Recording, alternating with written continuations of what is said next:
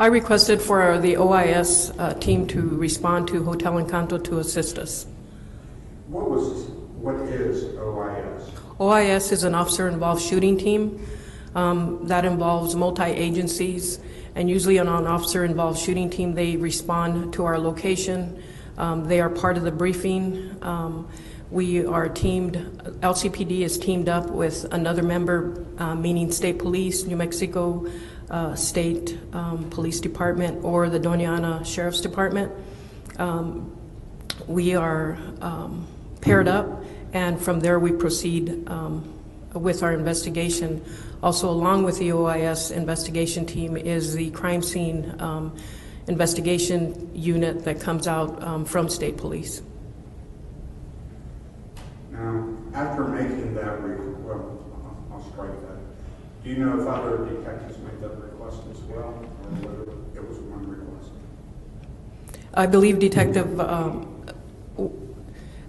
Torres also made that request, but it was an open conversation in the briefing between all of the detectives, to include Sergeant Mullins at the time. Now, have you worked with the New Mexico State Police crime scene investigation portion before? Yes, I have. Now, did you receive a response to the suggestion to call out OIS? Yes, I did. And what was the response? I was told that we would handle it at our level by Sergeant Mullins, who had made contact with Lieutenant Clements. Now, at that time, and that time being October of 2014, did you also have crime scene investigators? Yes. And who are they, please? Well, the crime scene investigators are actually, if you say investigators, that would be the detectives that would conduct, that would move forward with the crime scenes. We have evidence technicians, which are Sherry Hale and Jerry Barretas. Did they also respond to the Hotel Encanto? Yes, they did. And did they end up performing the crime scene investigation? Yeah. The crime scene technical part of the investigation? Yes, they did. Now,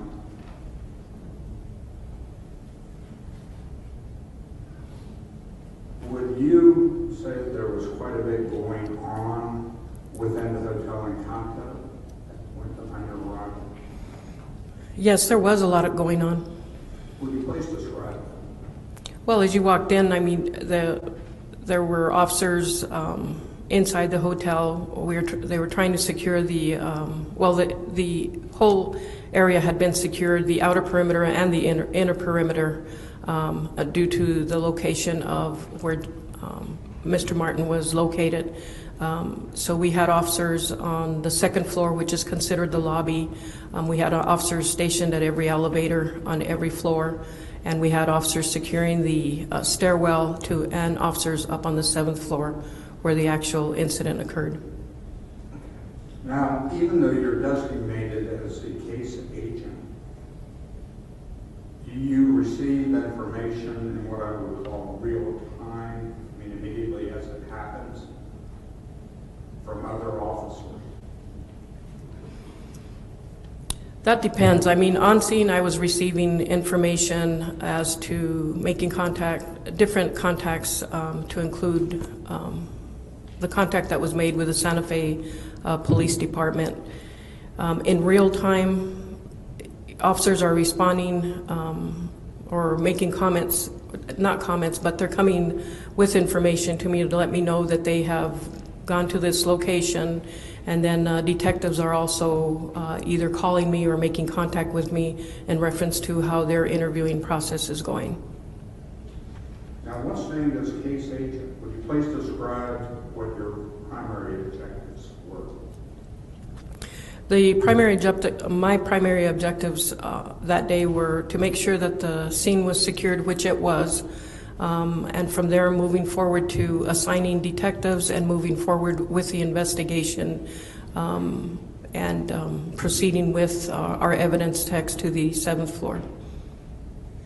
And in conjunction with that, do you know whether only if you know, do you know whether Detective Torres also had responsibilities for either directing detectives or crime scene technicians? Yes, he did. Do you know if any other detectives had that authority? No. And do you know if Detective Torres exercised that authority? Yes, he did. Now, at any time on October the 28th of 2014, did you ever directly speak with the defendant, Todd King? I did not. Now, when you gained entry to the hotel in Compton, I believe you started to describe this. What did you do? Where did you go and what did you do? I'm sorry, can you repeat the question? After gaining, you already described part of this, but when you gained entry, you as a detective and the case agent, to the hotel in Compton, first off, where did you go? When I entered the hotel in Canto, I had asked Sergeant Urenda and Sergeant Froats to do a walkthrough, and that was so that I could understand how they, when they arrived, they responded and how they went up the stairwell to the 7th floor. So that at that time we did do a walkthrough. It was myself, Detective Torres, and I believe that our Deputy Chief Martin was also with us. Now, by the time you arrived at the 7th floor, were there other officers, detectives, or crime scene techs already present? No, the evidence techs did not go up there till we had completed our walkthrough. There were officers up on the 7th floor who were securing the crime scene. And just in brief terms, we heard a lot yesterday, but just in brief terms, would you describe what you saw when you arrived on the 7th floor? Well, as we walk up the stairway, as Sergeant Froats is letting us know how they walked up the stairway, we came up to the landing where the roof hatch is, and there was a gun located there on the landing. There was an officer standing by. It was securing that weapon. We then walked towards the elevators. You could see debris and blood on the floor. You could see bullet strikes on the elevator. At that point, as we are walking down the hallway towards room 711, I did notice that there were white paper tags, and I was told during that time that the officers had placed the paper tags over the casings and projectiles in order to secure the evidence at that time. Now, while up there on that occasion, did you enter room 711? No, I did not. Why didn't you enter it at that time? Because at that time we were waiting for a search warrant to be prepared. Now, did you complete the walkthrough with Sergeant Urenda and the other sergeant? Yes. What did you do after you completed the walkthrough? After we completed the walkthrough, myself and Detective Bardwell and Detective Peter Martinez stayed up on the 7th floor. I made contact with our evidence technicians, Sherry Hale and Jerry Badetas. I asked Jerry Badetas if he would start videotaping the scene, and that was the first assignment that I had given when I was upstairs. And do you know if the videotaping actually occurred? Yes, it did. Now, after directing that, do you recall what else you did? Sherry Hill also took overall photographs of, she had already taken photographs of the outer perimeter, then the inner perimeter, the hallway. She followed up with photographs. Now, were you present when Sherry Hill did that? I was in the hallway when she was photographing. Now, were you in the hallway during the entire photographing of the hallway? Yes, I mean, we're in the hallway, but we do have to move out of the way when she's photographing the incidents, but I am standing in that location. Now, at At any time prior to entry to room 711, did you leave the floor? No, I did not. Do you recall approximately what time it was when you gained entry to room 711? Once the search warrant was completed, I believe that we entered the room at approximately 10 a.m. Will you please describe what you, in brief terms, we've heard a lot of detail, but in brief terms, what you noticed when you entered room 711? Well, immediately as you enter the room 711, you saw the casings that were on the floor at the entryway. Then to the right side, as you, there was a restroom, and then to the right side there was a bed that had, it wasn't, it had been moved, and there was blood on the white sheets. There were some shoes and pillows on the floor. On the opposite side of the room, towards the window, there was a bag with clothing, and I believe there was a wallet and some receipts laying on the table as well. And on the opposite side were a pair of, I recall a pair of pants and a shell casing on the floor. Okay.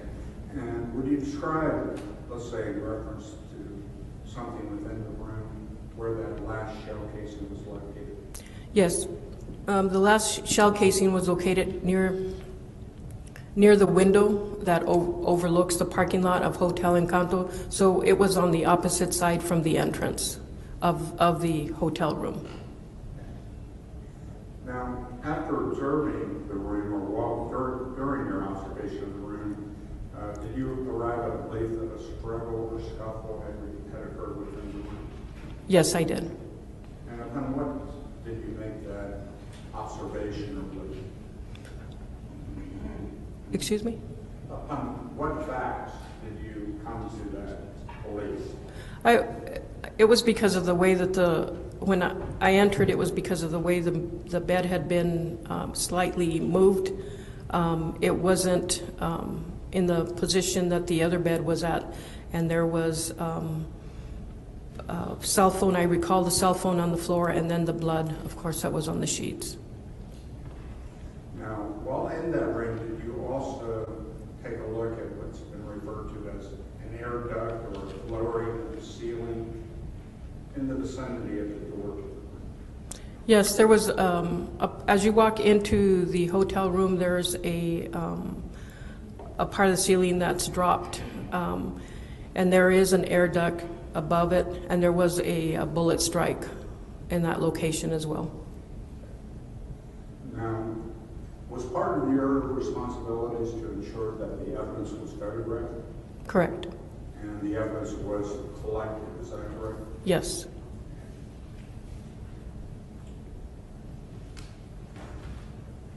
When did you first find out that Jeremy Martin was a deputy with the Santa Fe County Sheriff's Office? I believe it was while we were being briefed that we found out that through Sergeant Urenda that they had made contact with the Santa Fe Sheriff's Department, and they had verified that he was a deputy for Santa Fe. And when did you find out that the defendant, Tai Chan, had been detained for this crime? At the time that I arrived on scene, the defendant had been detained. Now, when did you find out that Tai Chan was also a deputy sheriff with the Santa Fe County Sheriff's Office? It was during the same time that they had verified that Jeremy Martin was a Santa Fe Sheriff's officer. Now, I think you testified to part of this, but I want to direct your attention to whether or not there were two bags that were located within room 711. Yes, there were. Were they different colors? Yes, there was one black bag, and there was one royal blue bag. Please describe where the black bag was located. The black bag was located at the corner. As you walk in to room 711, the black bag was located on the corner of the bed, which had the blood stains on the sheet. And then the royal blue bag was located on the desktop, which was on the opposite bed, closer to the window. Will you please describe the condition of the black bag, the one closest to them? If you know, could you identify whose bag it was? Yes, the black bag that was in the corner was upside down, and on the side pocket you could see an ID that was the defendant's ID. Mr. Rourke, may I ask you and Ms. Garcia to please approach? I'm sorry? Would you please approach? Yes.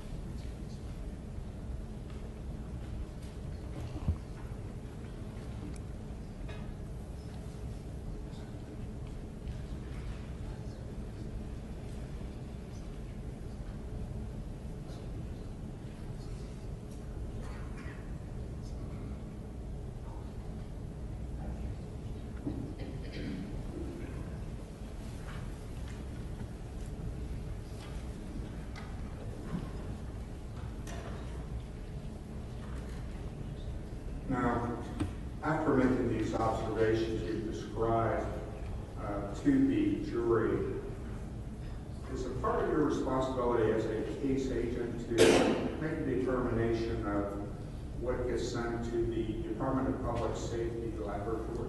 Yes, it is. It is my responsibility. And did you, in fact, have items sent to the DPS primary? Yes, I did. Will you please describe to the ladies and gentlemen of the jury how the submission of evidence to the DPS lab works? What I do is fill out a form. It is an online form, and I will list several items on that form. I will request a DNA code that is sent off to the lab, and they, in response, send me back a message with the DNA code. And during that time, they will also request that I not send that many items. Just for example, if I have 16 items, they might tell me to send only 10. It just depends on the type of evidence you're sending up. So that's how the forms work, and that's how the request is made to the lab. In this particular case, do you recall having any direct communication with the lab about which items to send up? I do it.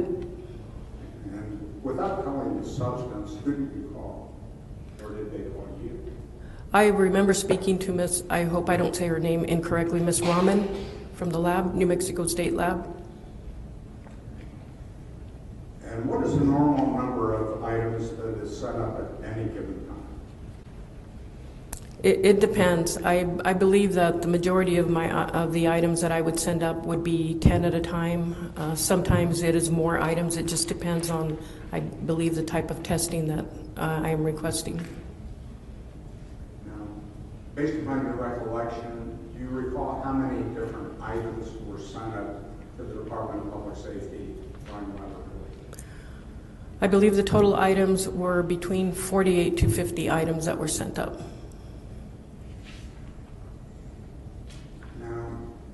Do you recall at this time which items were sent up for analysis? Yes, the clothing, the clothing that Mr. Tai Chan was wearing, the clothing of Deputy Martin, the handgun that was recovered on the landing that belonged to the defendant, the bedding and the sheets were sent up to the lab. At a later date, I did send the comforter and the other items of the bedding. Officer Jeremy Martin's handguns were also sent up at a later date.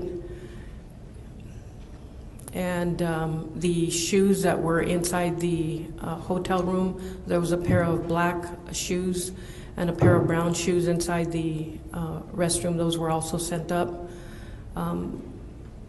There were several items that I can't recall every single item. Now, I believe the DNA analyst will testify at a later time today, but just without telling us, did you receive reports back from the DPS lab? Yes, I did. Now, do you recall whether or not you ever sent up a red cell phone or a cell phone in a red case to the DPS lab? I did not. And ultimately, that was identified as high chance phone, is that correct? Yes, it was. Is there a reason why that wasn't sent up to the lab? At that time, I did not send that phone up for any type of testing with the New Mexico State Lab. My primary focus on the phone was to have the data downloaded from that phone, so I did not send it up for any type of DNA. Now, was that phone ultimately provided to Max Weir to see if he could do an extraction from it? Yes. Now, if you recall, is there a difference when you entered room 711? Did you notice a difference in the appearance on what has been identified already as Ty Chan's side of the room in his bed as opposed to Jeremy Martin's bed?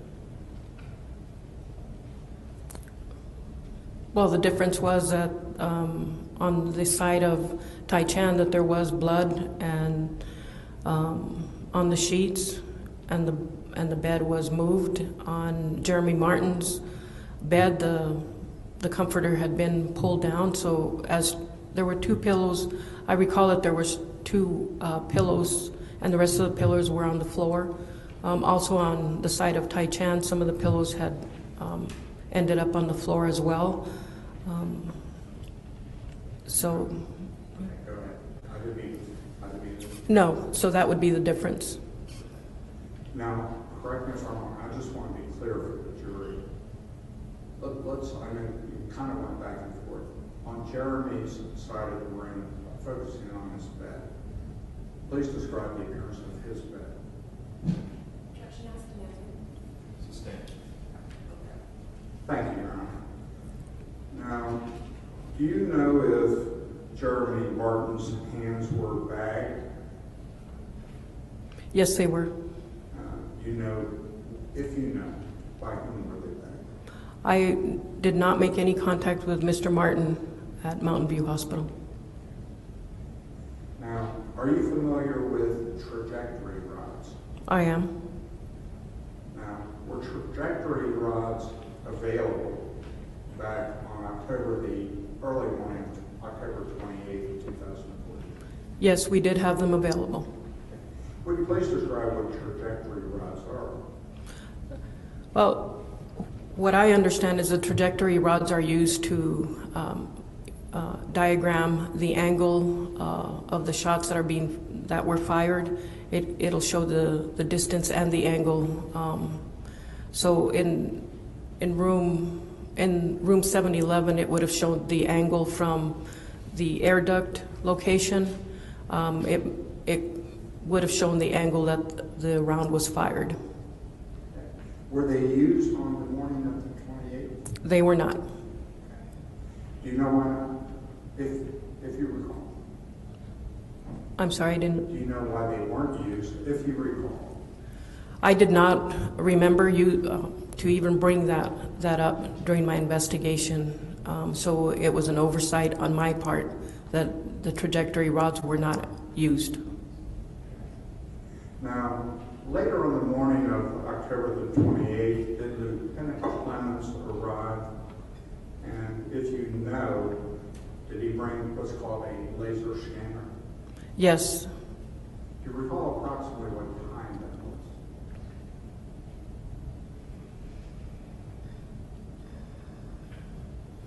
that was?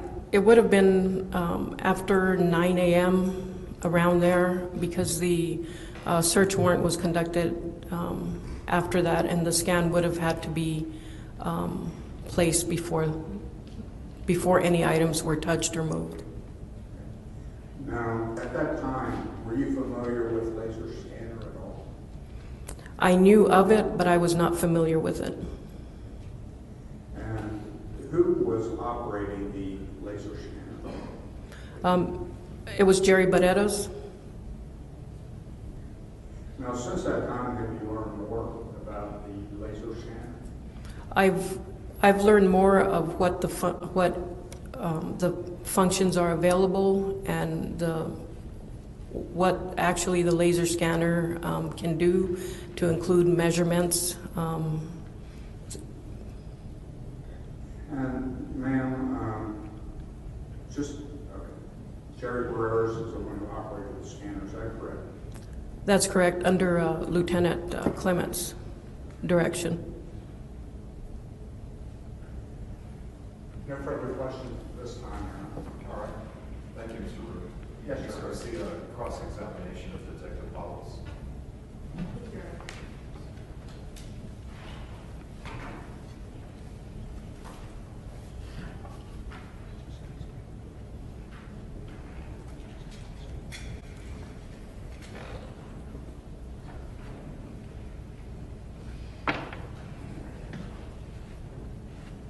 Good morning, Detective Palos. Good morning. Detective, you've been a police officer for 17 years, right? That's correct. And you've been a detective for 10 years now. Yes. And at the time of the shooting in October of 2014, you had no advanced training on crime scene processing. Isn't that true? Yes. In fact, you had stated that you pretty much just got on-the-job training when it came to crime scene processing. Yes, that is true.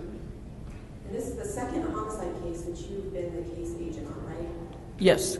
And I believe you testified that you've assisted, and that would mean that you have assisted on 3, right? At that time, I had assisted on 3. Since then, of course, there's been many more. Okay. So at the time of this case, you had assisted on 3, and you've been, and then this was just the second one that you've been the case agent on, right? That is correct.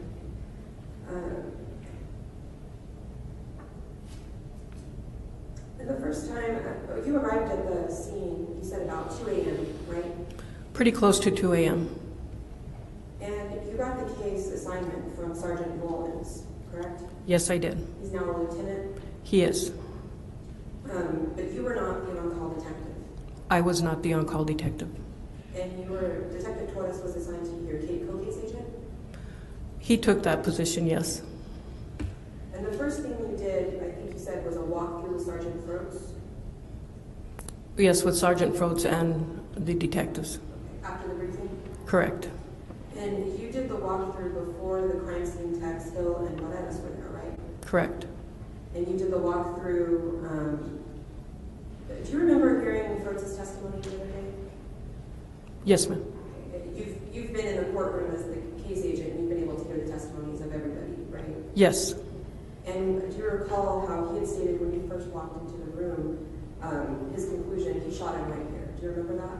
Yes, I. Did he make any statements like that whenever he was leading you through the crime scene? No. Objection, Your Honor, calls for hearsay. Sustained. So when you walked through the crime scene, Sergeant Froats had already been through there, right? Once before? Yes, when they were securing the scene, yes, Sergeant Froats had gone through there. Okay. And we know from the testimony that at least one hotel guest, Marianne Hale, had traversed down the hallway, right? I have no, I was not there, so I have no knowledge of that. I heard her testimony, but I do not know anything about that. Okay. That wasn't part of your investigation? Objection, Your Honor. What is the objection, Mr. Rubin? Your Honor, that is a very open-ended question, and the state would ask us to specify. I can do it, Chair. All right. Go ahead and rephrase the question if the witness is having difficulty understanding it. Reviewing the statements of the witnesses, that's part of your investigation, right? Correct. And at least one hotel guest had walked through the hallway before it had been secured, right? That's what the hotel guest had stated, but no officers had allowed anyone to walk through the hallways. And also before you got there, patrol officers had placed little white notebook paper around where the casings were, right? Yes, that's correct. And we now know that there was not a drop of blood, of Jeremy's blood, found in room 711, right? That is true. All the blood in that room belonged to Tai Chan. Yes. And when you went on the 7th floor, one of the things that you recall seeing, the door was actually open at that point, right? Yes, it was.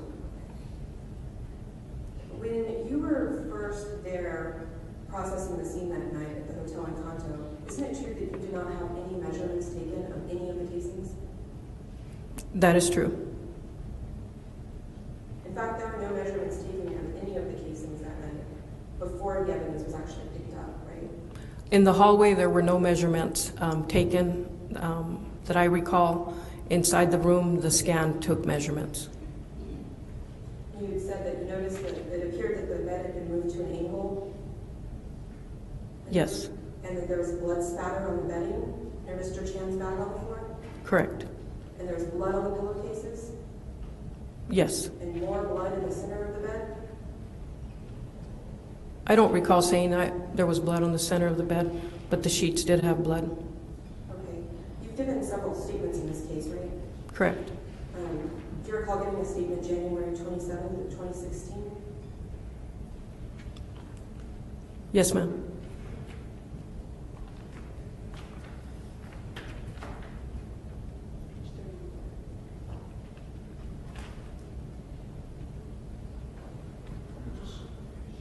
Sure.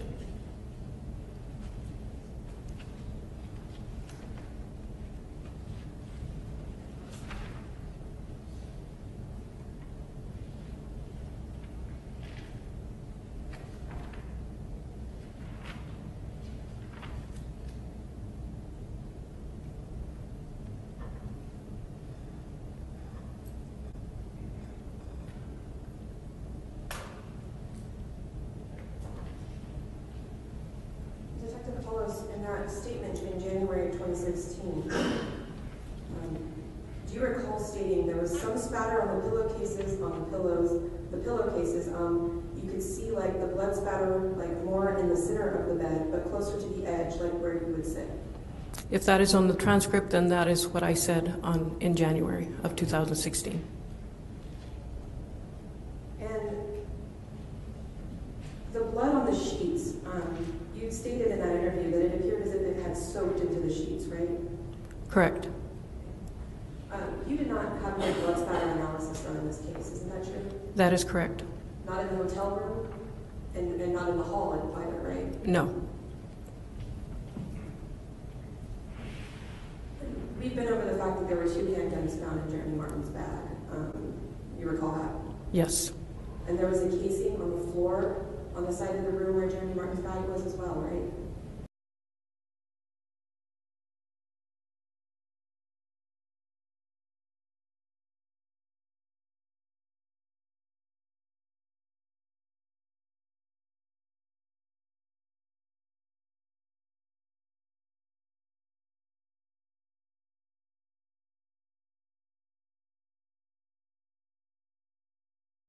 The scanner, right? Well, Lieutenant Clements knew how it operated, but Jerry Badetta's was the one, I believe, that was trained on the scanner. Okay.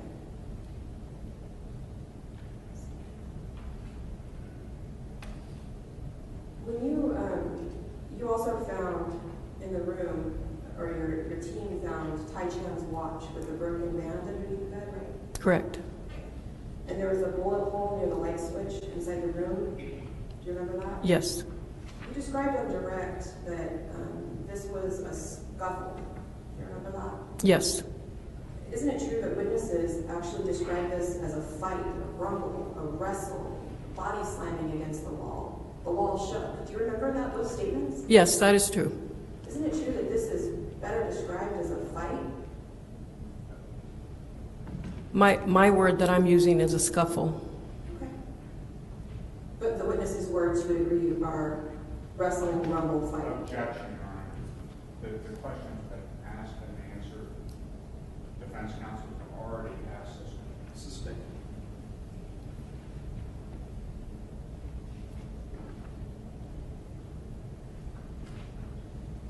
You said that, I think that Jerry Barrera, or that your job as a case agent is to oversee this investigation, right? Yes, it is.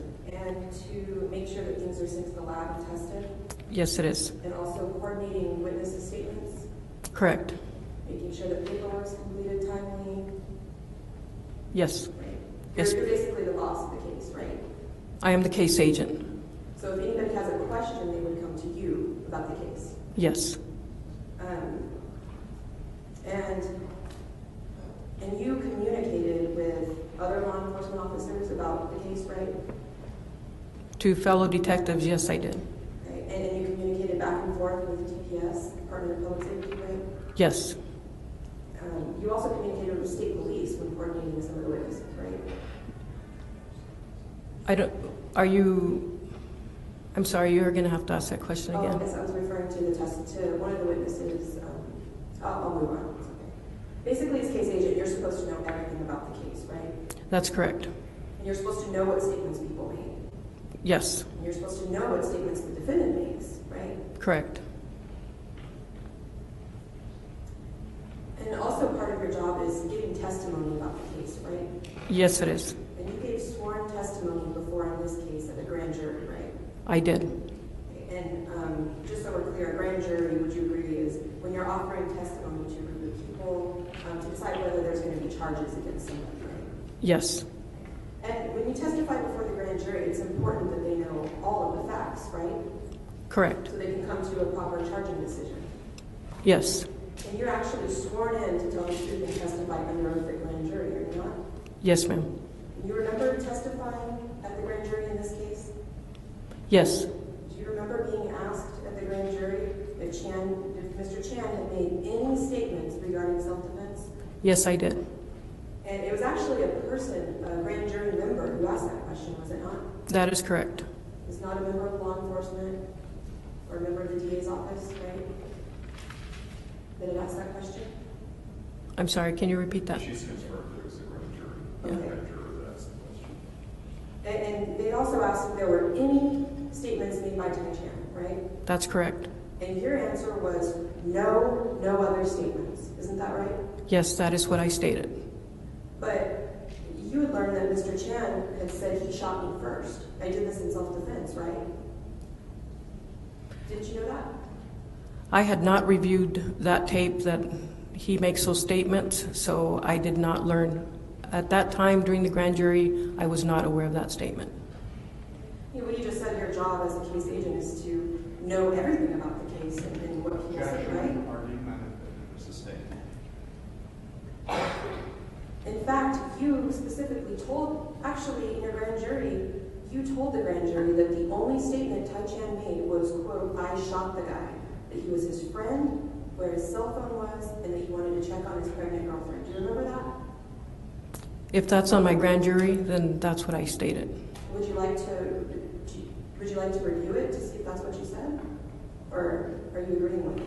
I'm agreeing with you. Okay. So in fact, you did tell the grand jury that Tai Chan had made a statement, I shot the guy. You just didn't tell them the self-defense part, right? Objection, it's argumentative, and question has been asked and answered. Overruled. Go ahead, proceed. Restate the question so that the witness can respond. Sure. So what you told the grand jury was that Tai Chan did make a statement, and he said, I shot the guy. But what you did not tell the grand jury was the rest of that statement about self-defense. When I was asked during the grand jury if Mr. Chan had made another statement, I was referring if he had made a statement after he was read his Miranda. That's my answer was no, because he did not make a statement. Detective Palos, nowhere in the grand jury question was the word Miranda used in that.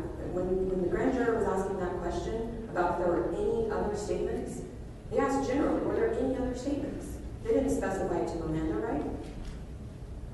I understand that, but I answered it to the best of my knowledge, and that's what I understood at that time. And my answer was no. There was no other statement made by Mr. Tai Chan. Right, and by no other statement, you did tell the grand jury that Tai Chan made the statement, I shot the guy, and that he was his friend, right? Yes. Objection, this has been asked and answered. Sustained. Ms. Garcia, you have any points? Sure.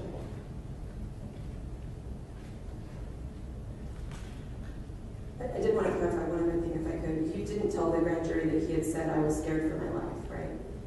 That's correct. And in that proceeding, you were sworn to tell the truth. Yes, I was.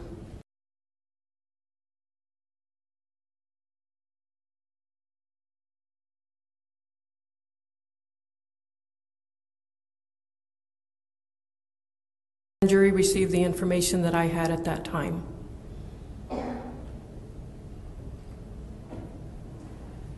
We established earlier that you're also the one in charge of sending items to the lab for testing. Remember that? Yes, So you're in charge of making sure that everything of evidentiary value gets sent to the lab, right? yes, And that would be, would you agree with me that items of evidentiary value in a homicide investigation would be items that had, that contain blood, right? correct. Or items that's a weapon or a projectile. Those have evidentiary value, do they not? Yes, they do. I'm showing you what State's Exhibit 79. You see the marker H on that? Yes, I do. Okay. Marker H was a bag actually with several items in it, right? Yes, It had the sheets with the blood spots, correct? correct. And it had the blanket also, the comforter. That was included in the bag with marker H, right? I don't believe that they would all be bagged together. They were bagged separately, but they were all included as marker H. Yes, that's correct. And with marker H, the blood on the sheets that we see there, that was what you were saying was tested right away, right? Yes, that is correct. But the comforter, it was kind of hard to see the blood that's on the comforter, but there was blood on the comforter, right? Yes, there was. Could that be the blood that you were talking about previously when you were describing the blood in the middle? Do you remember how you said that there was blood in the middle of the bed? And I believe that's a mischaracterization of what was said. Again, the witness, I'm going to overrule the objection. The witness can respond for information. Can you repeat the question? Sure. Previously, you had stated that there was blood towards the middle of the bed. Remember? Yes, that's correct. Okay. And in this picture, it's hard to see. Would you agree with me that it's hard to see where the blood on the comforter is? Yes, that's correct. Okay. But you never sent the blood on the comforter to be tested until June of 2016? Yes, That's 20 months from the shooting? that's correct. Okay. And Mr. Chan had already been charged with murder at that point, hadn't he? Yes, he had. And you learned that the blood on that blanket, on that comforter, came back also to be Tai Chan's blood, right? All the blood in that room belonged to Tai Chan. Detective, whose fault is it that the blood didn't get tested for 20 months? That would be my responsibility. I am the case agent in this case. And then this exhibit marker F here, that's Tai Chan's phone that you talked about, right? Yes, it is. And on direct, you were asking questions about not testing that phone, right? Yes, Because you were concerned about, you wanted to send it to try to get the data retrieved off of it, right? yes, that's correct. But that cell phone had blood on it too, didn't it? Yes, it did. And that blood was never tested. No, it was not. We heard testimony, you said that you got there about 2 a.m., I believe, right? Yes. And the shooting happened around 12:20 a.m.? The call came in at 0022 hours. And we heard testimony from Detective Flores yesterday, your co-case agent, that the scene was released at 3 a.m. Do you remember that? That the scene was released at 3 a.m.? Yes. That is incorrect. Do you remember hearing Detective Flores state that in his sworn testimony yesterday? I don't recall him saying 3 a.m. Okay. So it's not accurate that the scene was released at 3 a.m.? No, it is not.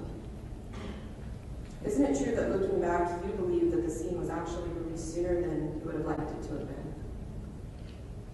No, I don't believe so. You don't think so? No, I do not.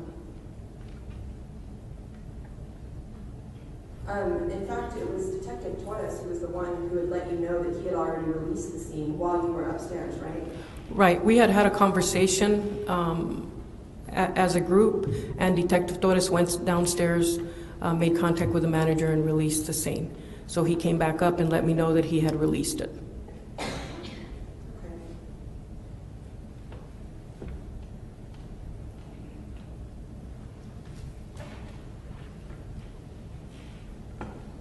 Well, let's get back to some of the testing there.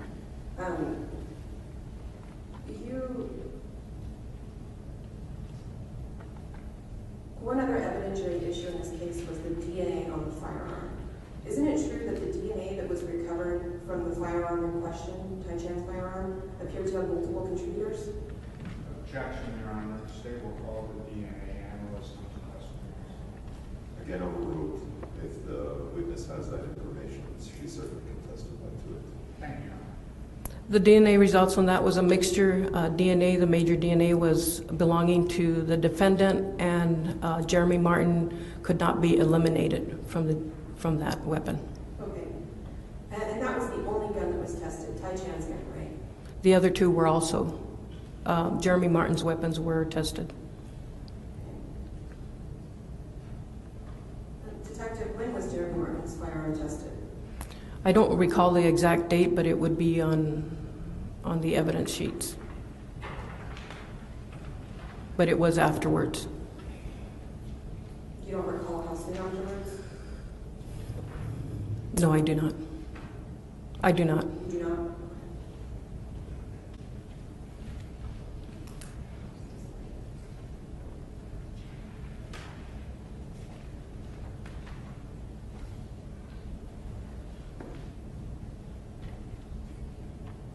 Detective, we talked about how you testified previously in this case under oath. Do you recall when asked the question, that gun, if I'm not mistaken, even though it is identical in manufacture and make to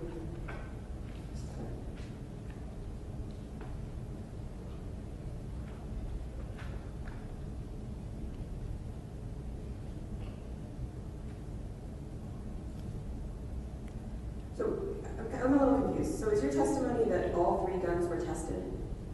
Yes. Okay. Do you recall testifying differently that even though one of the guns was two of the guns that were Glocks, right? They were service weapons, Tai Chan's and then Jeremy Martin's? Yes. Do you recall testing that one of those was never sent for any kind of testing? Do you recall testifying under oath to that? I don't recall. I know that they were tested. Okay. You don't recall testifying to that? Would it refresh your memory to look at your testimony? Yes. Okay.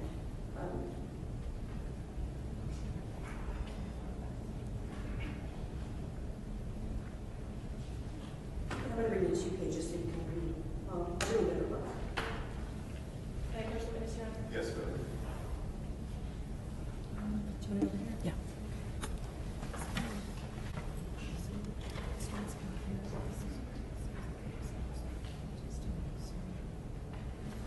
Let me know when you have a chance to review it. Okay.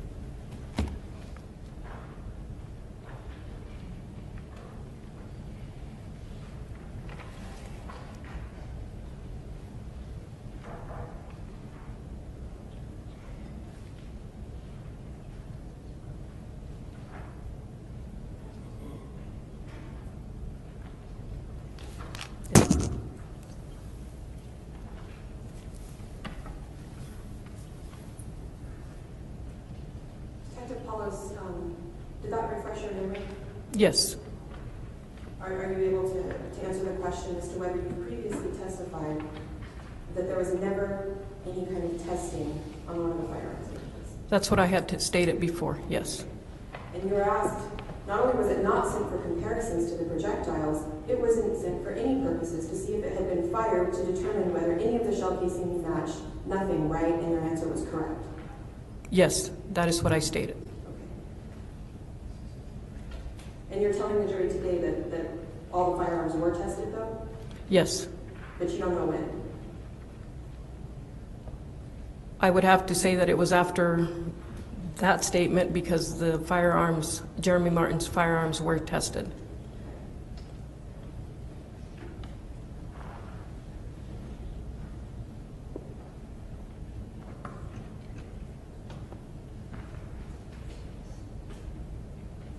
Talked a little bit about the bagging of Jeremy Martin's hands, right?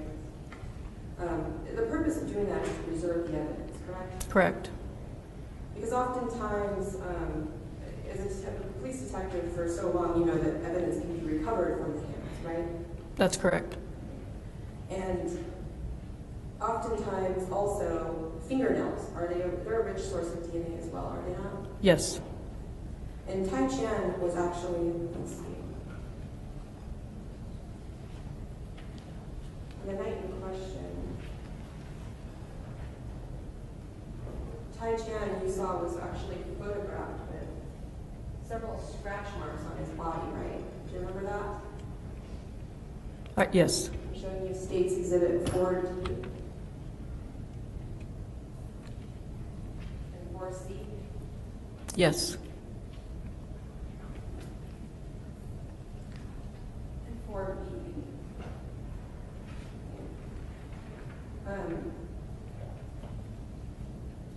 Jeremy Martin's fingernails were never tested to see if Tai Chan's DNA was down.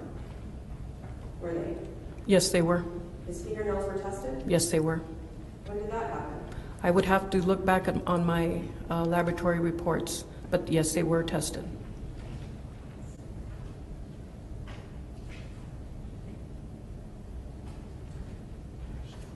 We'll get back to that in a second. There was also some testimony about Jeremy Martin's hands and the black substance. See that? Yes, I do.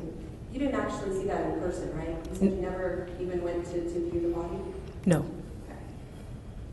Okay. And Jeremy Martin's hands were also not tested for gunshot residue, right? No, they were not.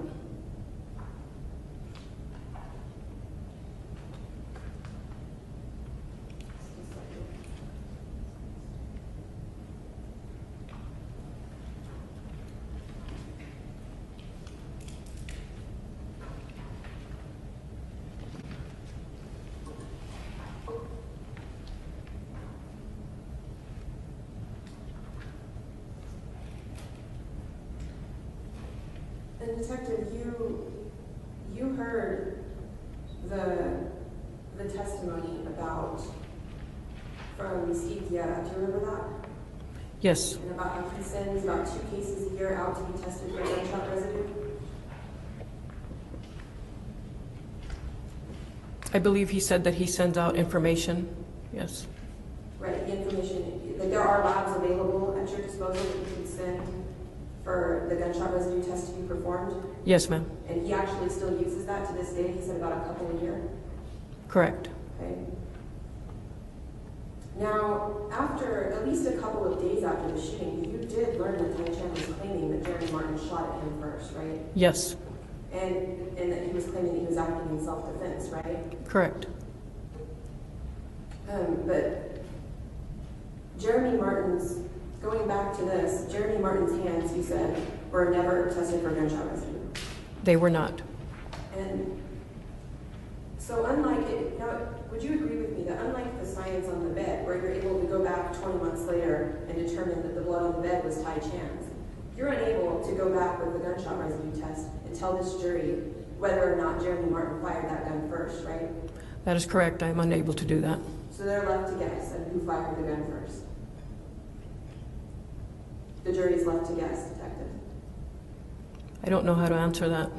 Again, Ms. Garcia, the jury is instructed not to be guessing about it. Right. So be careful with the structure of that question. Sure. I'll move on. I want to get into a little bit of the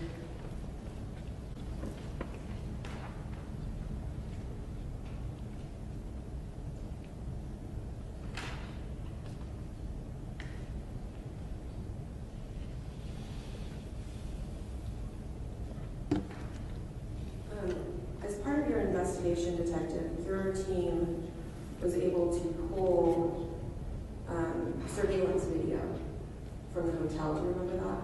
Yes.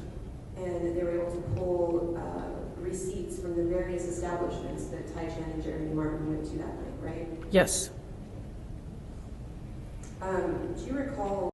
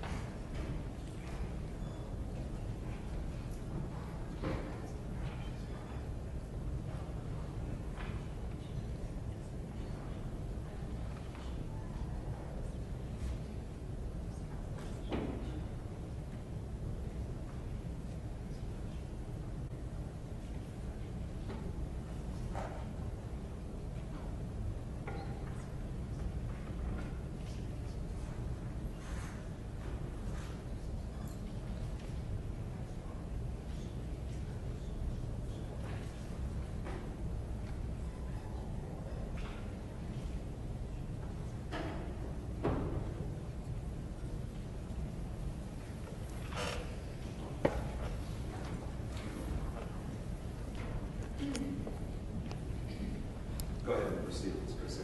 Thank you, Emmett. Detective, we'll actually get into the receipts and everything with a different witness later this afternoon. Yes, ma'am. But as part of your investigation, you learned that Ms. Leah Tafoya, Tai Chan's girlfriend, that there were communications between her and Mr. Chan that night going back and forth, right? Yes, I did. And you reviewed some call logs as part of your investigation between those two, right? That was an assignment for other detectives, but I reviewed it afterwards. Okay. Do you recall there being... If we're getting Ms. Garcia, the question is to ask who actually did the review of the records that would be more appropriate witness to ask. Who had the assignment to actually pull those call logs? That was Detective Casey Thatcher, along with Detective Torres.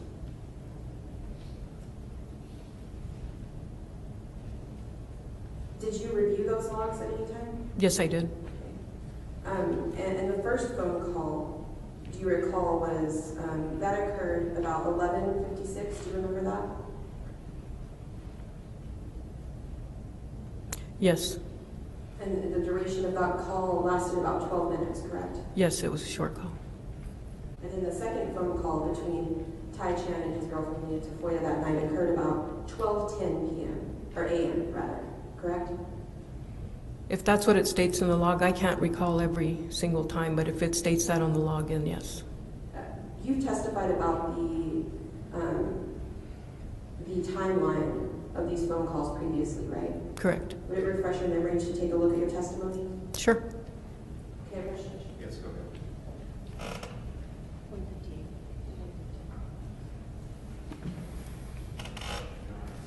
due respect to the defense counsel, the state believes that if they have the call logs, that might be the best refresh information. All right, I'm assuming that, I certainly agree, Ms. Garcia. Yes, sir. Are the actual phone calls available? They were going to be used with this witness, Judge. I was just trying to establish the general No, timeline. I understand what you're doing.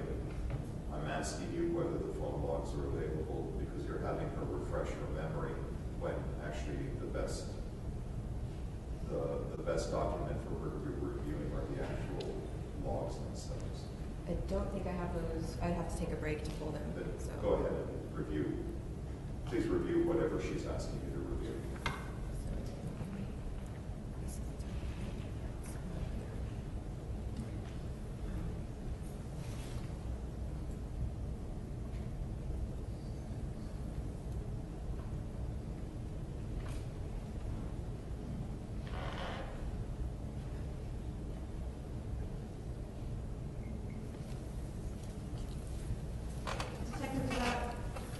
That's true that the second phone call occurred at 12:10 a.m., right? Yes, that is correct. And that was a short phone call as well. Yes. And then there was a third and final phone call. Yes. And you recall that that third phone call lasted 47 minutes. Yes, it did. That third phone call took place beginning at 12:13 a.m., right? Yes, And it was an open line for 47 minutes. that's correct. And based on the 911 calls and the reports of witnesses, the duration of this phone call far exceeded the time of the shooting, right? Yes, it did. So we know from your investigation that there was a line open during the time that the shots were fired, correct? Yes, that is correct. There's no dispute about that. There is not.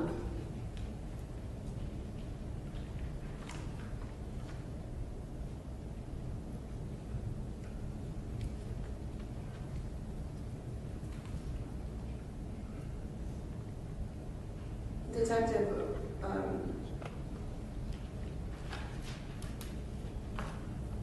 we heard testimony from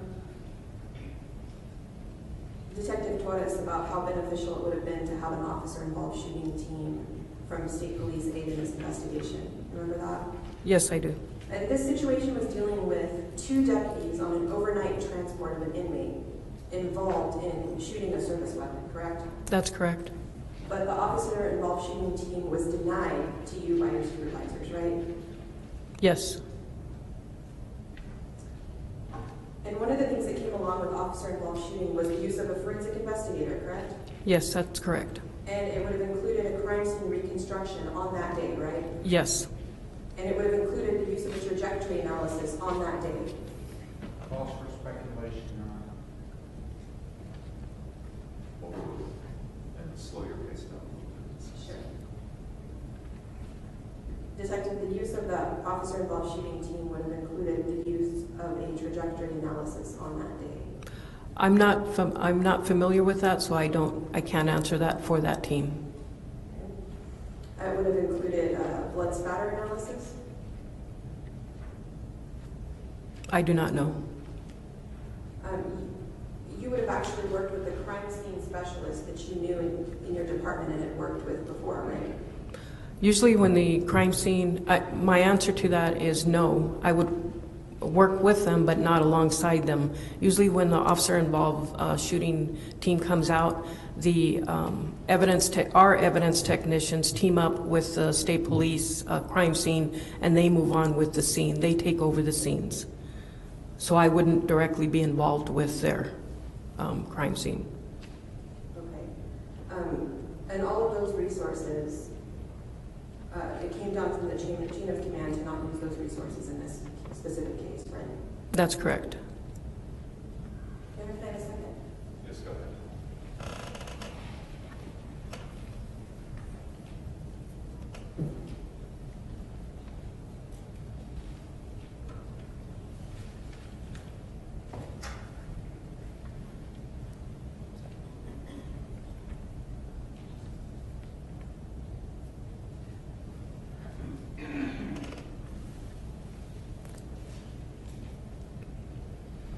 Detective, going back a little bit, we spoke previously of the evidence that your investigation showed that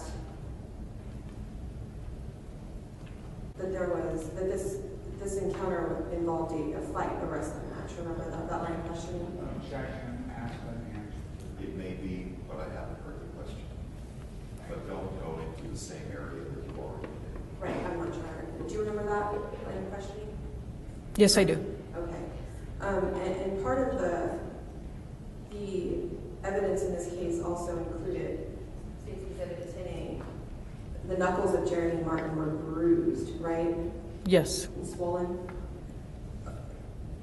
And the face of Tai Chan, defendant's 4H, was bloody, right? Yes.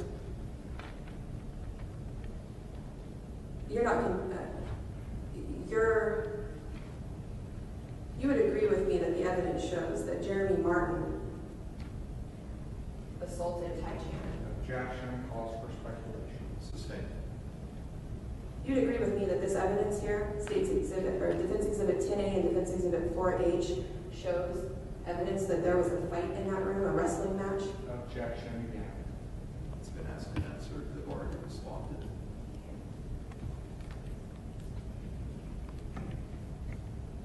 I do have one other piece of evidence here. The room was actually reserved by Jeremy Martin, right? Yes, it was. And State's Exhibit 110 shows that Jeremy Martin was the one who made the reservation for the room? Yes. And he was the only one who used the room access card keys, right? Yes.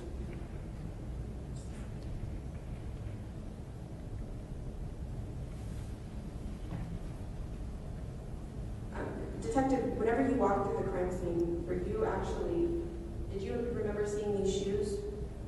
Defendant's Exhibit 15? Yes. And your investigation revealed that those shoes were in the bathroom, right? Yes. And that those shoes belonged to Tai Chan? Yes. I don't have any further questions, Your Honor. Let me encourage counsel.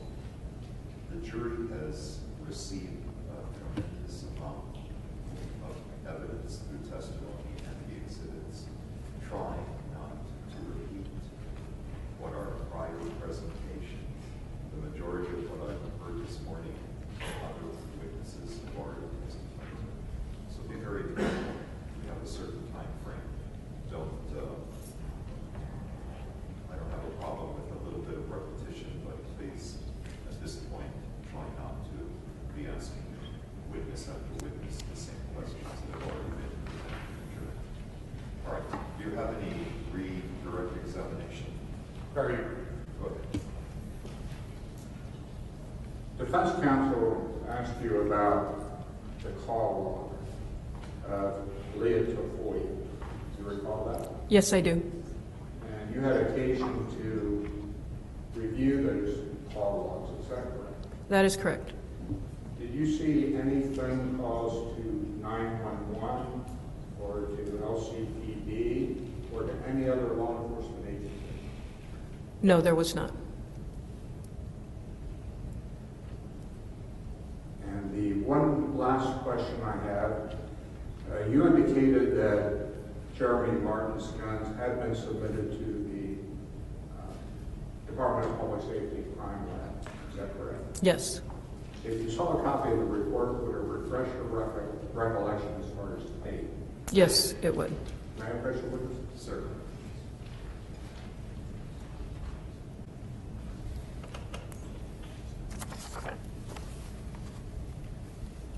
The date is August 17th, 2016.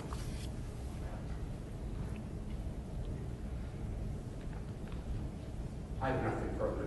Thank you. Ms. Garcia, re-cross-examination of Detective Palos.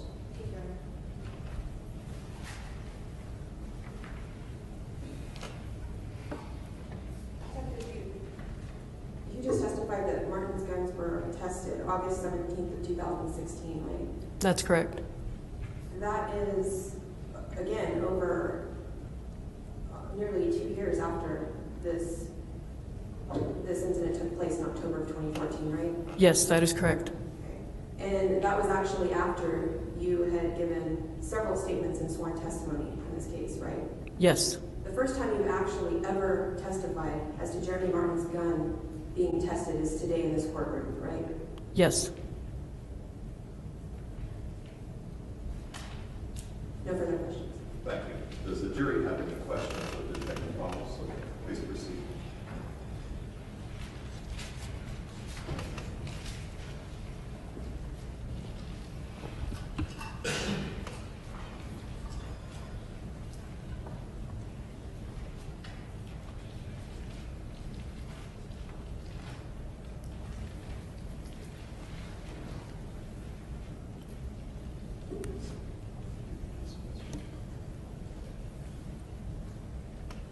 Let me have Mr. Burrow and Ms. Garcia approach the bench.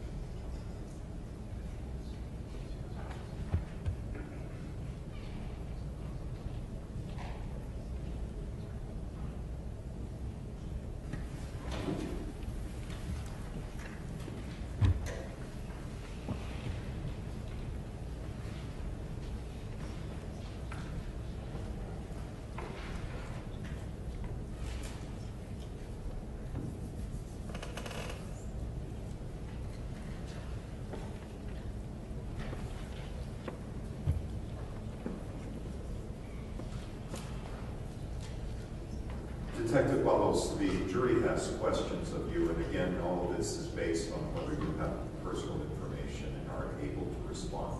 I do want to alert the jury that not all of the questions were appropriate to ask this witness. So I think that there's some confusion. Through the course of the investigation, there were 3 weapons recovered, is that correct? That is correct. Through your investigation, 1 weapon is associated with Mr. Chan. 2 weapons or 2 handguns are associated with Mr. Martin, is that correct? Yes. However, from your investigation, how many of the 3 handguns were used related to this incident? 1. So the jury is asking, what were the results of the testing of Mr. Martin's handguns? There was no blood indicated. There was no blood on the weapons. They had DNA. They lifted for latent prints, and the latent prints were insufficient. They were the firearms were identified to Jeremy Martin. The results were that I believe it was Tai Chan could not be eliminated from the rounds of one of Jeremy Martin's weapon, which was a 9mm, but he was eliminated from the Glock and the actual handgun of Jeremy Martin's sidearm. Okay, so again, so that it's clear to the jury, of the 3 handguns, only 1 was used that evening. Yes, only 1 was used. There is no evidence to suggest that there was another handgun that was used during the course of the incident that you investigated. That is correct.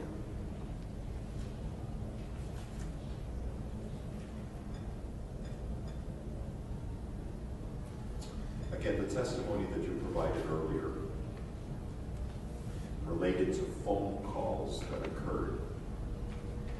Is it correct that your testimony related to phone calls made by Leah Tafoya, who the testimony indicates was Mr. Chan's girlfriend at the time? They were calls made from Ms. Tafoya's phone to Mr. Chan's phone. Is that correct? Yes, that's correct. So the time that you testified on cross-examination in response to Ms. Garcia, the times that were associated with these calls, are they Mountain Standard Time? Are they the time, do they accurately reflect the time that the phone calls were actually made?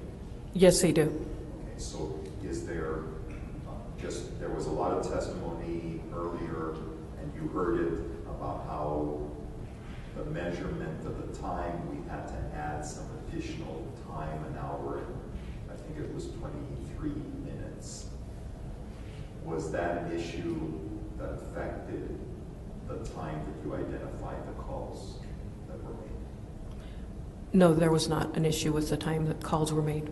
No deviation whatsoever. The times that you testified to is the actual time that the phone calls were made. Yes, that is what is on the log.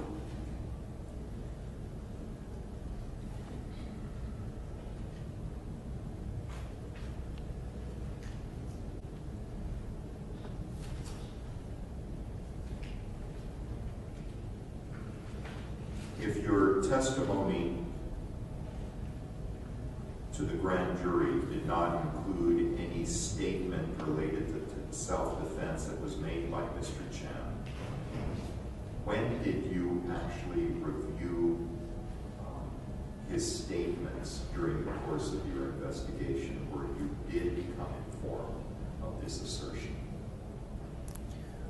I don't recall the exact date, but it was, I would say, a week later, or within that week. And again, the question from the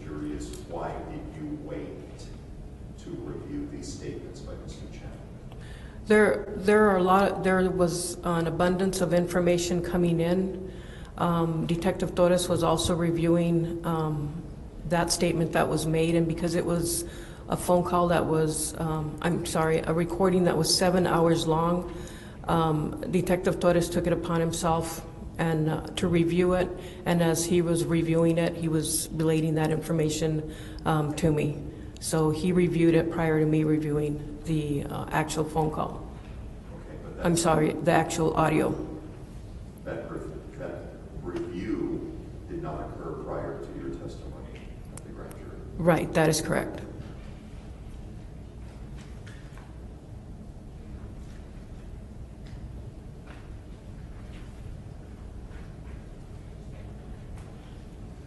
Was there any evidence during the course of your investigation to suggest that the bloody nose that has been displayed, the bloody nose of Mr. Chan that has been displayed to the jury, was self-inflicted? No, there is not.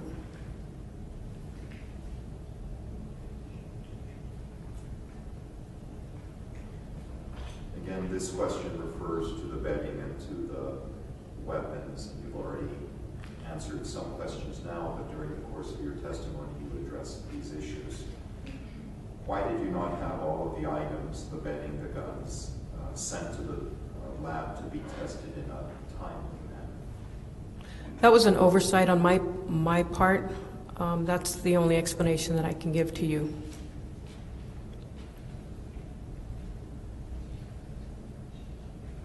You had indicated that the hands, or yes, the fingers of Jeremy Martin were tested. There was a DNA test done related to his fingernails. Is that your testimony? Yes. What were the results of the testing? There was no foreign matter in the fingernails of Jeremy Martin.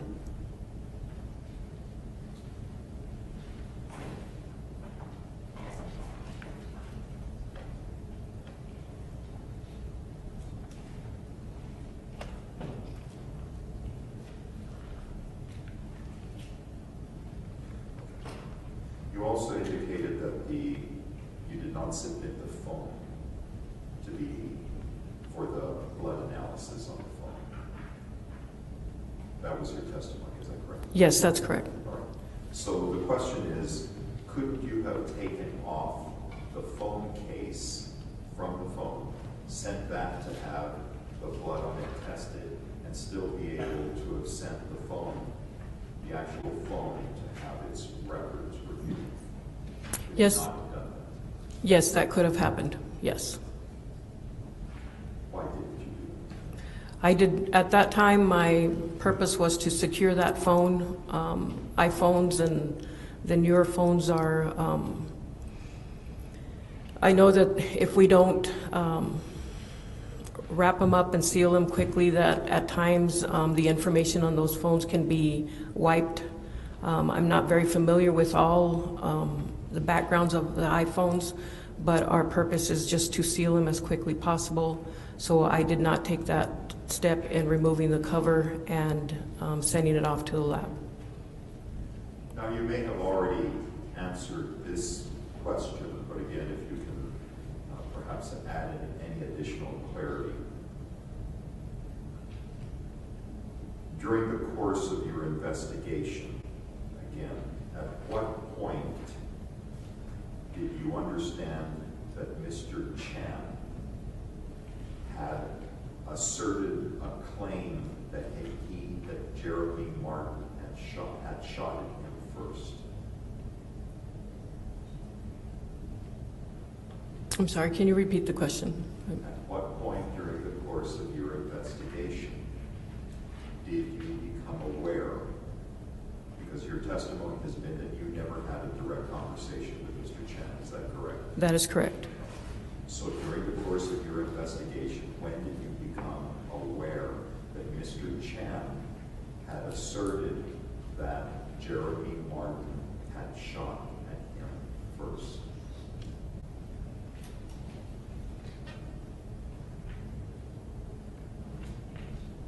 I know I was made aware, but I do not recall when.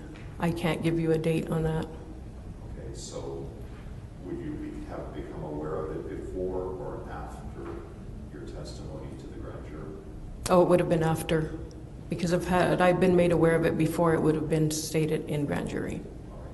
And so the grand jury was within what period of time from the incident that would have been discussed? My grand jury, I believe, was November 7th.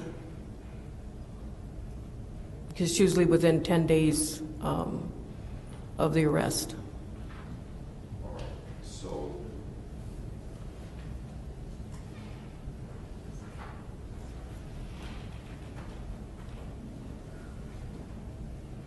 the incident alleging to have occurred on the 28th of October.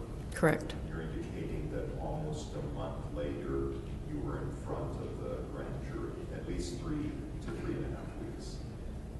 From October 28th to November 7th? Is not November 7th. November 7th. Yes, sir.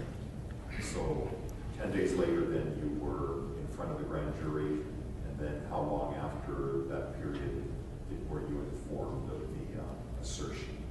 I believe it was the following week.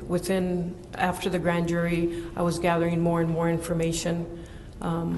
So it would have been a week, maybe a week after the grand jury. So as much as 17 to 20 days after the incident is when you first became aware of Mr. Chan's assertion. Correct.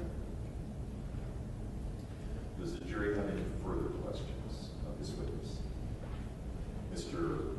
Bird, do you have any follow-up questions, again, within what the court has asked? No, Your Honor. Ms. Garcia.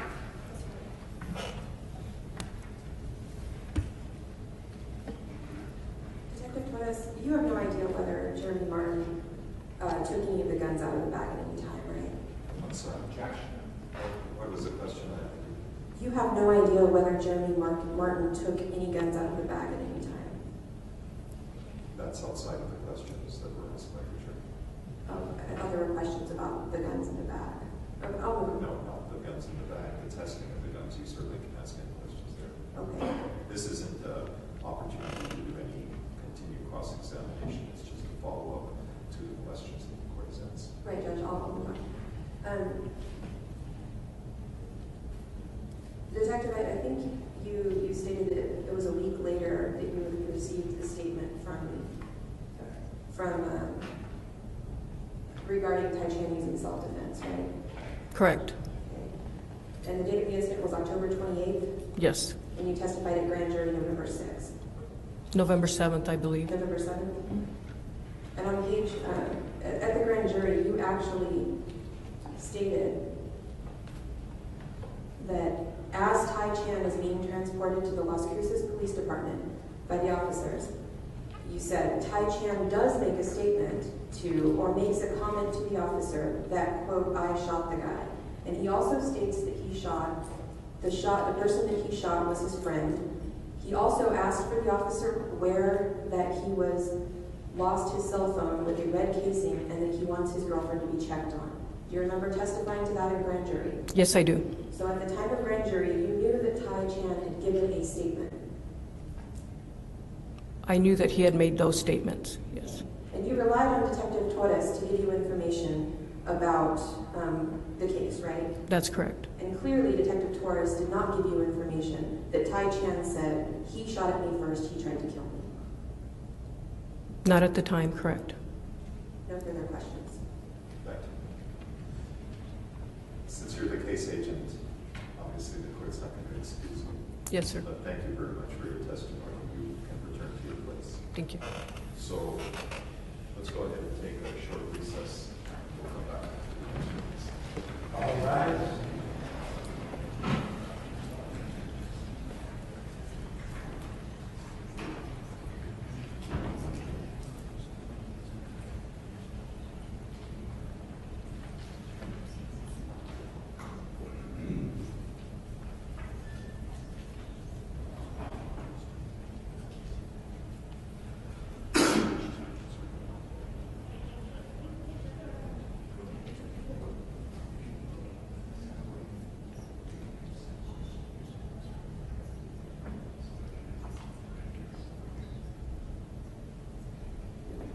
thank you. Take your seats, please. Thank you again. Let's see, who is your next witness going to be? Clear of the alignment for today. Your Honor, the state will be calling Dr. Irma Palos, the forensic pathologist. Okay, can you, Mr. Byers, are you able to brief me in terms of where we are on Officer Costner? I am not in that position. Oh, I'm sorry, you told me that earlier. Mr. Rourke, would you inform the court where we stand with that matter? Yes, Your Honor. If I could just have Mr. Willis, that may have further updates. Not to Well, address. go ask him and see what the situation is. Judge, just for the courts, just to remind the court that Dr. Trump, our witness, has to testify this afternoon. Yes, I'm only concerned about this morning. I know that we're going to have to go to him, but are we going to invite at 1:15 immediately after lunch? What has been the agreement with the state? That's our proposal, to do it right after lunch. And I understand that's fine. Mr. Myers. We do have one issue before the next witness goes on regarding some autopsy photos that the state just showed us a few minutes ago. Well, let me take one topic at a time and see what Mr. Rourke has to tell me. And let's see. Yes, Your Honor. I will let the court know that Mr. Willis was up until 3 this morning, and I met with him at 6:15. There have been corrections made to the first two, and I don't have my transcript right here. Well, no, I know there's page 3 and page 19. Those corrections have been made. They have been made. What about to 24 and 27, 28? They have been made as well. Oh, so everything's been made. Well, if I could just have. Okay, so let's not get it real complicated. There were 4 areas of concern that were expressed. I believe that both counsel had an opportunity to identify that. That's what we put on the record. And you're telling me now that those have been reinserted, or they're now there to reinsert. Those 3 are prepared, or they've actually been inserted. They've been inserted, and we can have the disc available for review by this afternoon. But if they've already been reinserted, we can't have it this morning. You understand how that's delaying us? Because that's at least an hour to an hour and 45-minute direct and cross-examination. Give it just 1 moment. Thanks. Well, let's do this. Let's go ahead and take our recess. Counsel, Mr. Day, let me encourage you to participate in the discussion. And then when I come back, or before, Mr. Byers, let's, you and Mr. Day approach related to photographs. We'll talk about that and take our recess. And then the court will inform itself on Officer Costner when we return to recess. It gets to this as well. The rest of you certainly can, yes.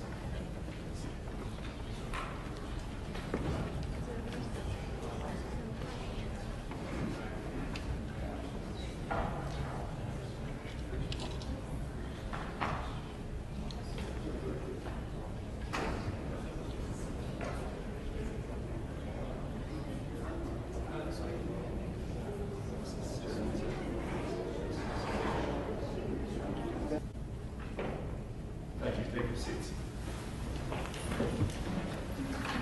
Doctor, let me ask you to stand. We stand with the administrator role as a witness. Please raise your right hand. Do you swear to tell the truth, the whole truth, and nothing but the truth under penalty of law? I do. Thank you. And you can adjust the microphone to whatever height that you would like. Please begin this morning by giving us your complete name and the spelling of your last name. My name is Nika Alinovich.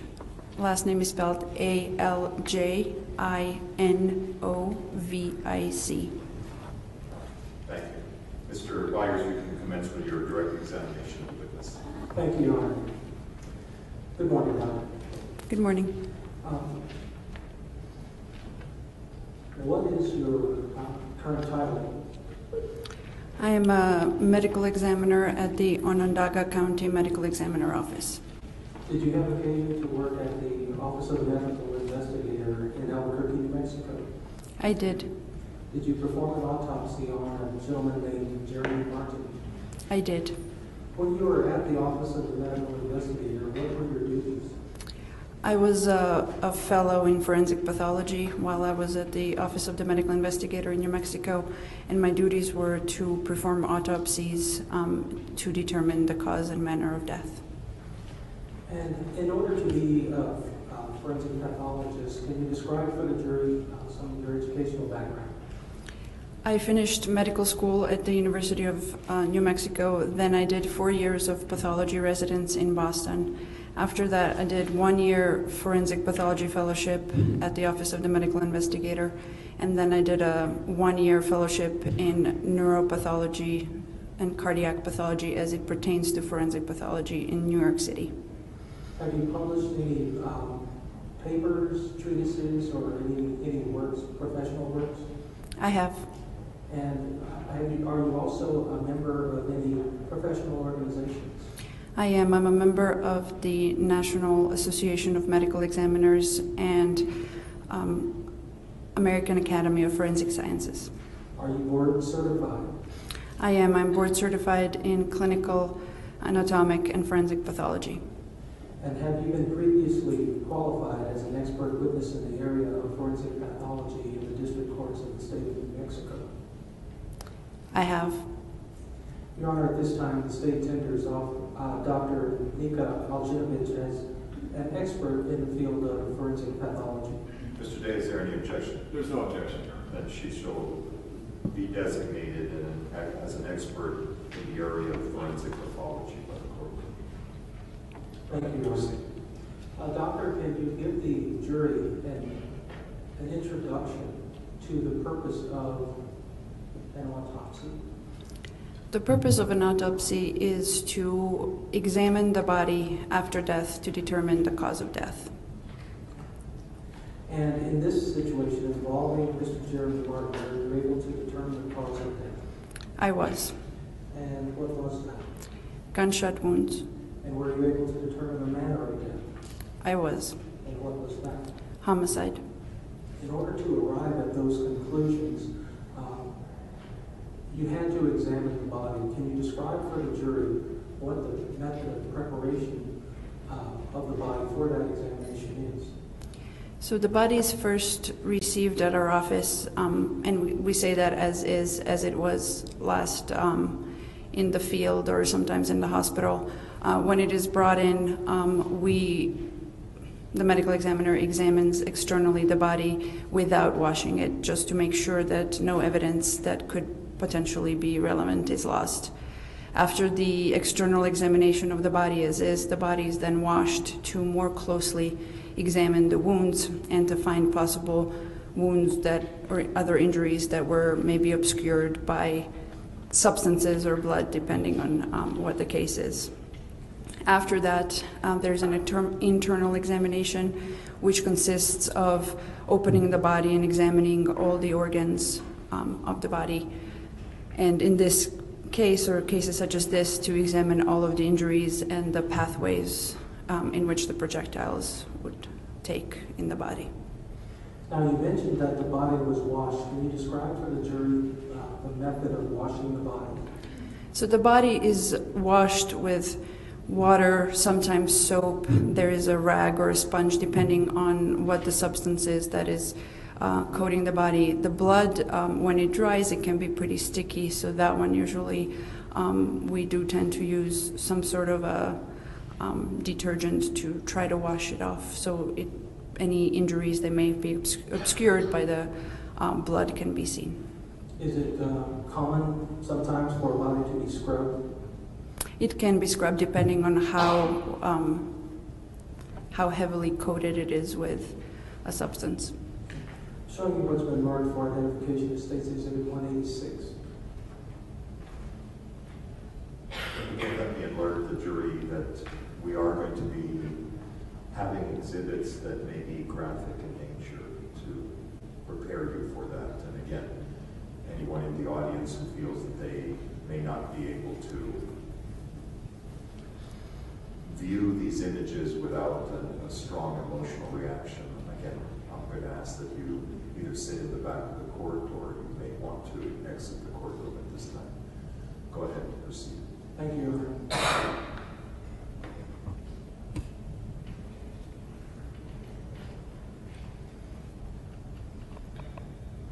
And Dr. I'm showing what's been marked as pre-admitted to State's Exhibit 186 for identification. And can you describe what we're seeing here?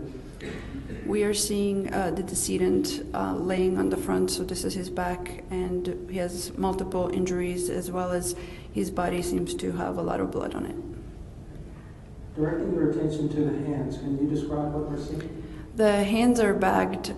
This is done in the field to make sure that any trace evidence that may be on the hands and underneath the nails is not lost. And can you describe some of the defects on the body or wounds that are visible in this image, Exhibit 186? Yes, there is a gunshot wound of the back. There is a gunshot wound of the arm and another one right next to it. There is another gunshot wound. This is upper back, shoulder, back of the shoulder, and then another wound of the back, another gunshot wound of the back.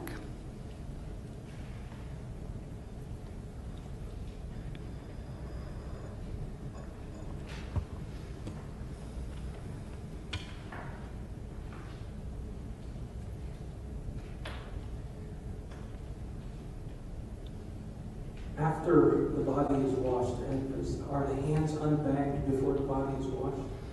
So the hands are unbagged after the initial external exam is performed, at which point the hands are examined as they are with all of the blood or substances that can be on them. After that, if it's a case of homicide, the nails are clipped to collect them for potential evidence. And then after that, after all of this exams and any substances that may be relevant at this time, they could be collected, then the hands are washed. I'm showing you what's been marked as State's Exhibit 185 for identification, which has been pre-admitted. What do we see here in State's Exhibit 185?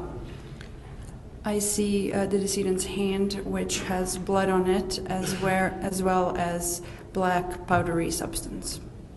And where is the black powdery substance, for the purposes of the record, located on the decedent's hand? It's located on the palm of the hand, including the side of it, the medial side of it, as well as on the fingers of the hand. And on the fingers of the hand, are we talking about the external side of the fingers or the palm side of the fingers, or both? Both. Would this image, State's Exhibit 185, have been taken before the hand was washed? Yes, this was taken before the hand was washed. Can you describe what we're seeing concerning the fingernails? Fingernails been clipped at this point? I cannot tell for sure, but it looks like they have. They're a little bit more white than I would expect them to be if they were long, but it's sort of blurry. Does that help clarify? I do think they have been clipped.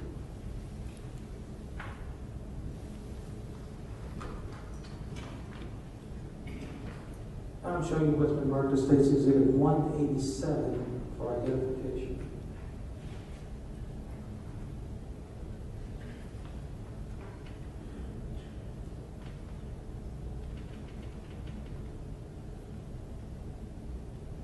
What do we see here? We see the hand again. It seems to me that there's less blood and less of the black substance on it, so I am assuming at this point the hand has been washed.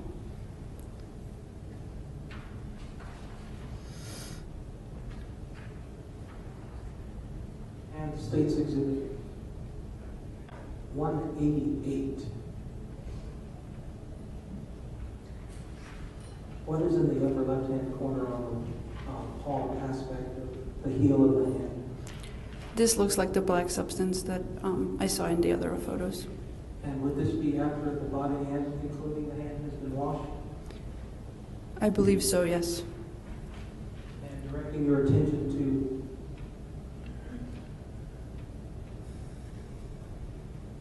the fingers, what does that appear to you to be? That also looks like a black substance. And this is also after the hand has been washed? It appears so, yes.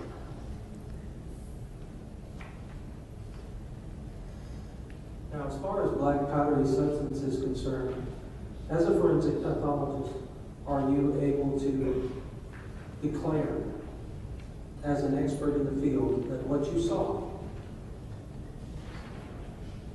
in all of these state's exhibits is gunshot residue? I cannot say that that's what it is. Objection, she's not qualified as an expert in that area. She hasn't, there's no foundation. Well, she was certified as an expert in forensic pathology. Are you able to respond to the question or not? I believe so. All right, moving forward here, see if there's a foundation. She said she didn't know. Okay, sorry. Was that correct? Ask the question again.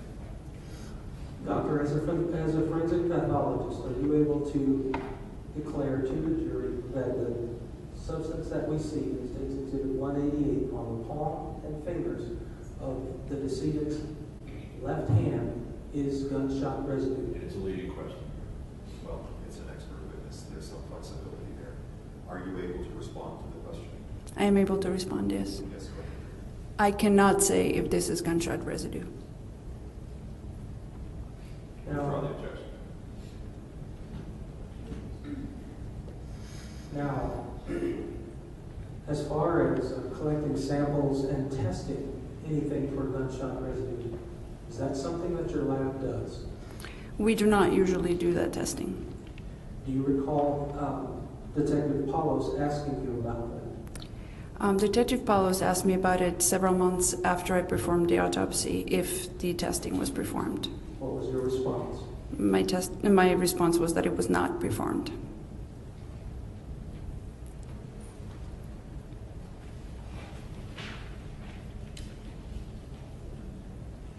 Doctor, when a forensic pathologist does an autopsy examination of the body, is there a general procedure that you follow, a systematic methodology that you use to collect the information? There is, yes. Can you describe for the jury which procedure you follow?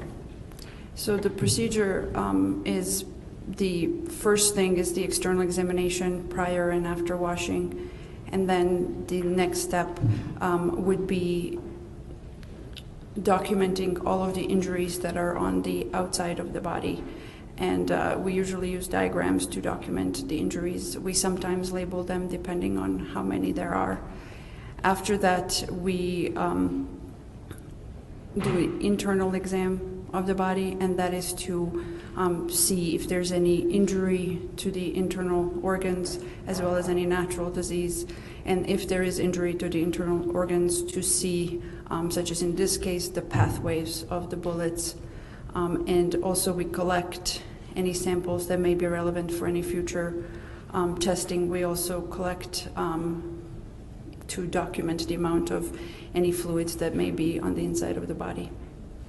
Now, you mentioned that you use diagrams. Are the diagrams, first of all, can you describe what the anatomical position would be inside a diagram?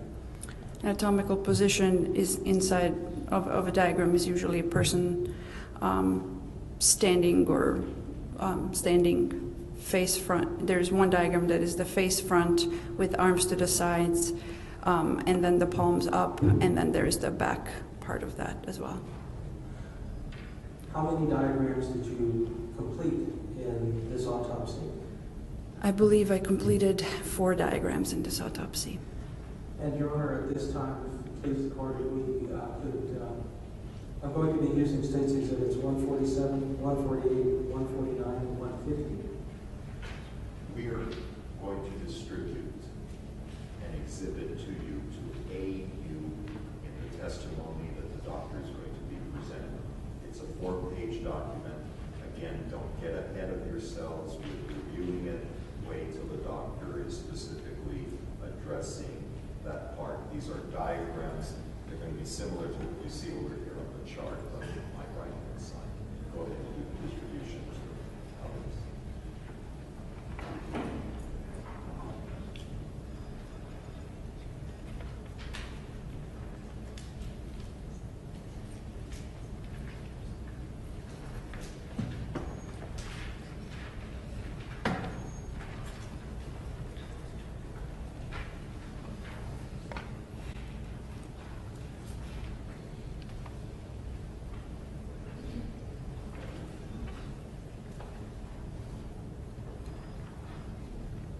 Are we sure?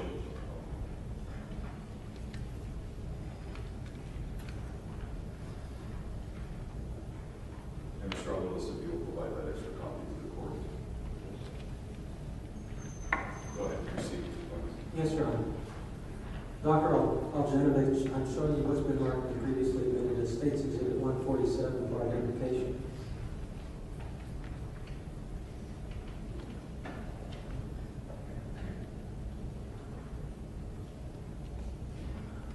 What is it that we're looking at in State's Exhibit 147?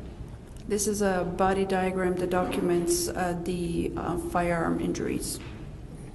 And directing your attention to the upper left-hand corner where it says firearm, is the intention of this diagram to show all of the injuries that are related to firearm use? Yes. When there are a number of handwritten notations that are on State's Exhibit 147, who wrote those? I wrote them. And can you, just in general terms, describe for the jury, we'll get into details later, but describe for the jury how the process is that you take the anatomical diagram and then make your annotations on this State's Exhibit 147. So I take the diagram and then I look at the body and then I document the injuries in an order that seems relevant to me at the time.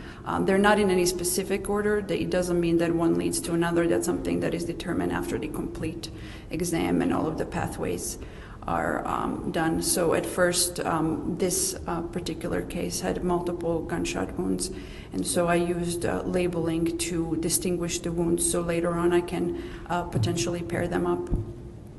So in this case, I would label injury, I would measure it, I would say how far it is from a relevant point of reference, and in that way I can compare the different injuries to each other.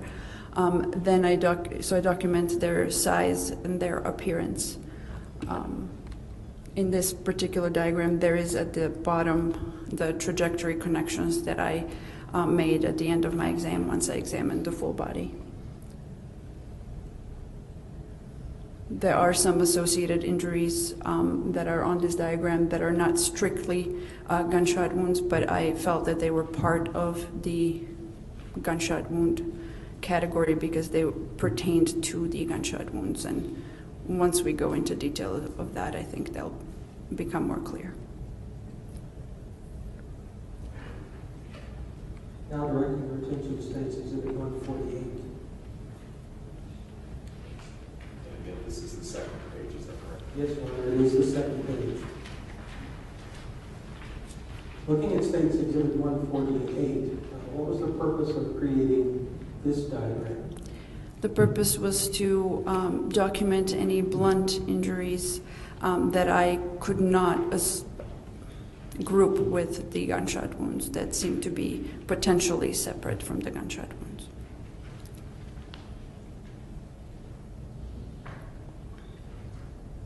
And we'll come back to this in greater detail as well. Now moving on to the third page in the group, which is State's Exhibit 149.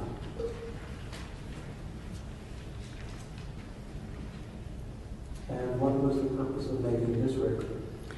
This diagram is much smaller than the previous one, and we use this one to document external findings of the body, such as any medical intervention. And in this case, I also documented presence of the black powdery substance on the hand.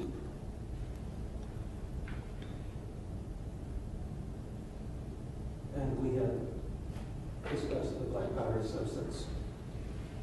State's Exhibit 150 is the fourth page of the package. What was the purpose of creating this diagram? I used this diagram to document the injuries on the head.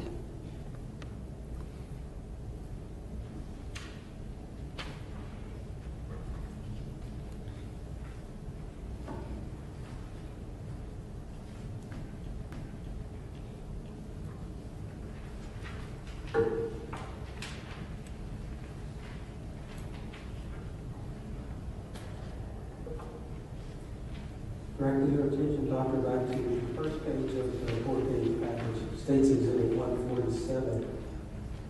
You mentioned previously that you have basically a directory at the bottom left-hand corner that indicates trajectories. Which gunshot injury wound did you start with? Well, at first I started with A, B, in terms of labeling them. And then at the end, it seems on the bottom that I first paired up C to A. Okay. Thank you. And can you show us where A is and orient the jury using the chart to your left? So the A is on the right lower abdomen. And what did you describe A to be? I described it to be a defect and I said it was a defect that had an abrasion on one side as well as an abrasion superior to it. Now, what is that defect associated with? That defect is associated with a projectile that was right underneath it. And after my exam, I associated with as an end point of the gunshot wound that started at C. And where is C on this diagram? C is on the buttock here. Excuse me, Mr. Larson. Mr. Ellis, bring the chart a little bit closer to where the doctor is.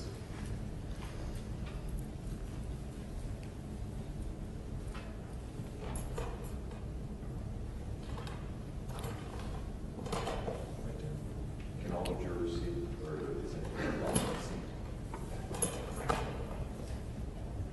All right, thank you. I'm showing what's been marked as State's Exhibit 128 for identification.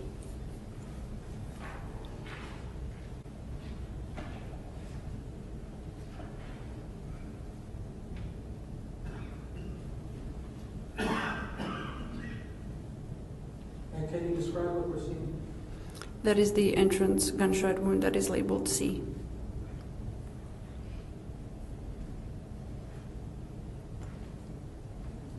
I'm also showing you State's Exhibit 129 for identification. And what is that?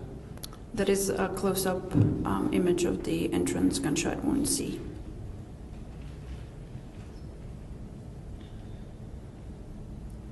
When you look at State's Exhibit 129, entry gunshot wound C, do you see any soot or stippling? No, there is no soot or stippling around this wound. If there were, what would it appear to be? Soot is deposition of it's black material that's deposited around the circumference of the wound. The stippling is when the unburned gunpowder strikes the skin that's around the wound and it appears as abrasions. Soot is something that can be washed off That's why we usually examine the body before washing the body. But stippling is something that cannot be washed off. It's an abrasion, which means shearing of the superficial layer of skin, which is caused usually by the unburned gunpowder.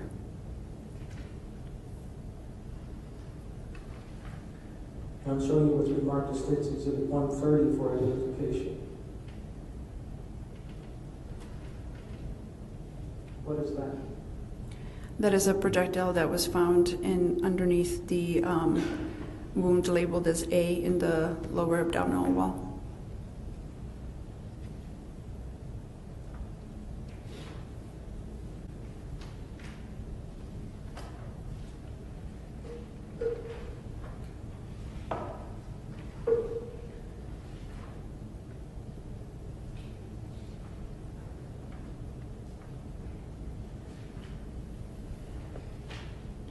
What is a hemorrhagic wound track? It is a track that in this case, a projectile has inside of the body, and hemorrhagic means there's blood around it. And how was the wound track associated with the defect marked by C? How is that described in your report? So the track is described. Do you want the path or just the trajectories? The trajectory first. Okay, the trajectory is back to front, left to right, and slightly upward. And can you now describe the path? The path is the skin and this underlying soft tissue of the left buttock. It goes through the inferior left part of the bladder, and then the superior right anterior part of the bladder, and then it lodges in the muscles and soft tissue underneath the skin of the right abdomen.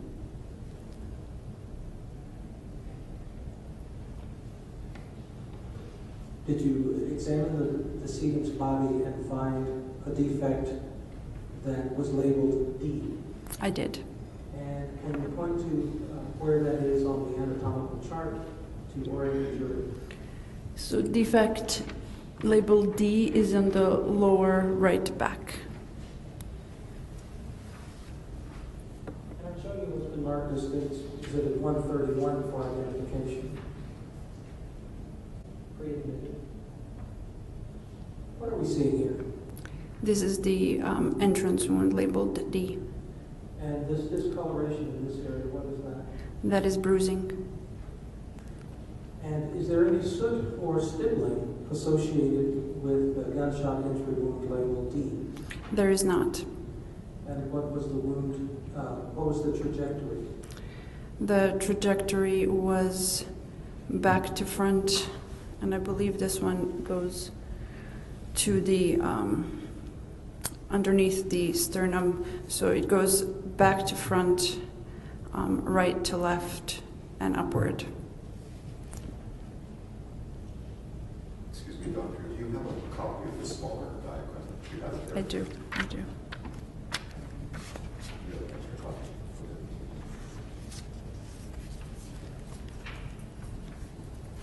Just to assist you if you need it. Thank you.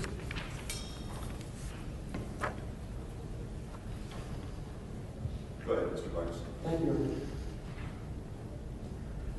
And where did the missile that created this wound track and followed that trajectory, where did it end up? It ended up in a falciform ligament, which is a ligament that's on the front surface of the liver. When the liver is damaged, is there a significant amount of bleeding? There can be, yes. Showing you what's been marked as State's Exhibit 132 for identification. And what is that? That is a projectile that was found in the falciform ligament.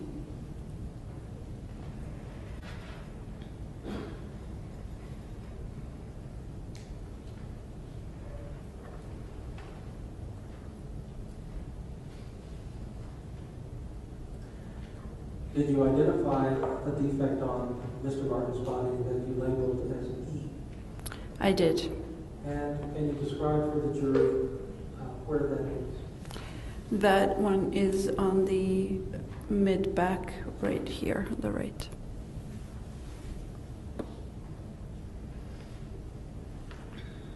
And what type of a defect is it? This is a very large entrance wound, entrance gunshot wound. Showing you what's been marked as State's Exhibit 133 for identification. Pre-admitted. What are we seeing here? We're seeing the entrance gunshot wound labeled E. You said very large. Did that seem consistent with the size of the other entry gunshot wounds? No, this one seemed larger. Do you know what was the trajectory of the projectile that created entry gunshot wound E? This one was back to front and slightly upward. Was a projectile retained within Mr. Martin's body as a result of gunshot entry wound E? It was not. Was there another defect on Mr. Martin's body that was associated with the wound track that is connected to entry gunshot wound E? There were several abrasions around it. One of them on this picture is labeled F. And abrasion, as I think I described before, it's a superficial shearing of the skin that is usually after a blunt impact of some sort of an object. When I talk about it in relationship with a gunshot wound, usually this is called pseudo-stippling. So stippling is caused by unburned gunpowder. Pseudo-stippling is not caused by that. It is caused by another object. Usually the thought process is that the bullet goes through another object prior to striking the body. And by going through that other object, it causes damage to the object, which then hits the body and causes these abrasions.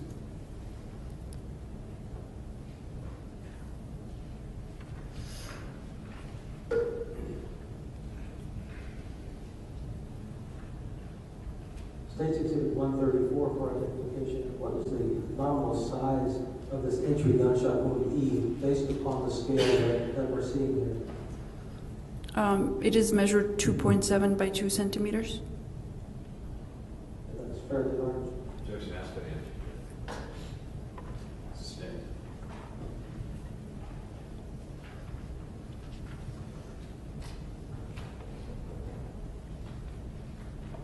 What was on the other end of the wound tract created by E? The wound track created by E, that was the entrance, and the exit was B, which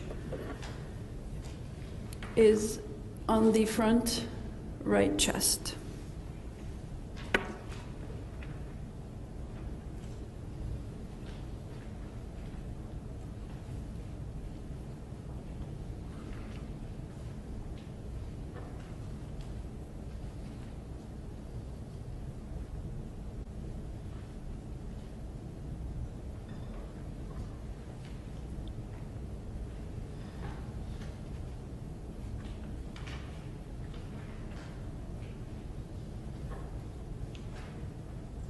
I'm showing you what's been marked as State's Exhibit 189.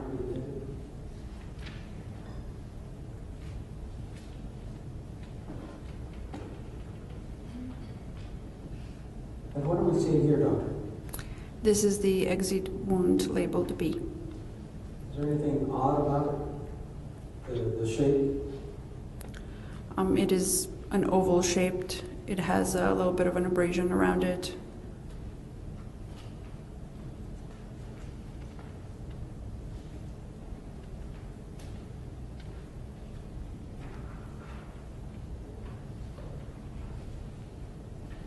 And I'm showing you what's been marked as State's 142. And you mentioned pseudo-stippling before. Can you describe for the jury how you know that defect F is not an entry gunshot wound? The defect F, even though it seems pretty round and similar to some of the other entrance wounds, when I try to see if it extends into the tissue by using a probe. It did not, so it seemed to be only superficially on the skin, which is what is a characteristic of an abrasion, or the shearing of the superficial layers of skin. And what are these other red dots that we see around here? They're also abrasions, Part of the pseudostippling? part of the pseudostippling, yes.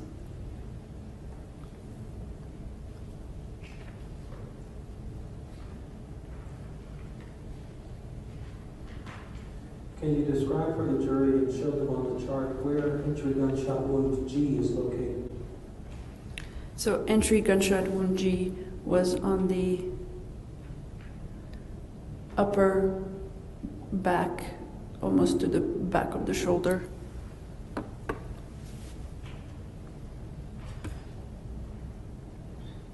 Did you see any soot or gunpowder around entry gunshot wound G? No, I did not. Was a projectile recovered in the wound tract that was associated with entry gunshot wound G? Yes, it was.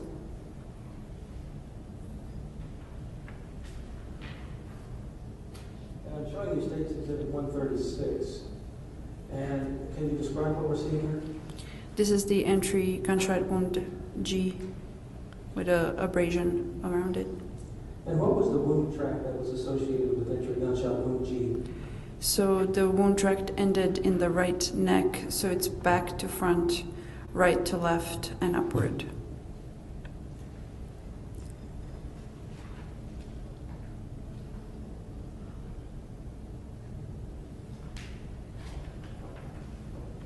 I'm showing you States 138. We're seeing something identified as J. Can you describe for the jury what that is? We're seeing a pink bruise that is on the side of the neck, underneath which it's an irregular area, so underneath which is the bullet that originated at G.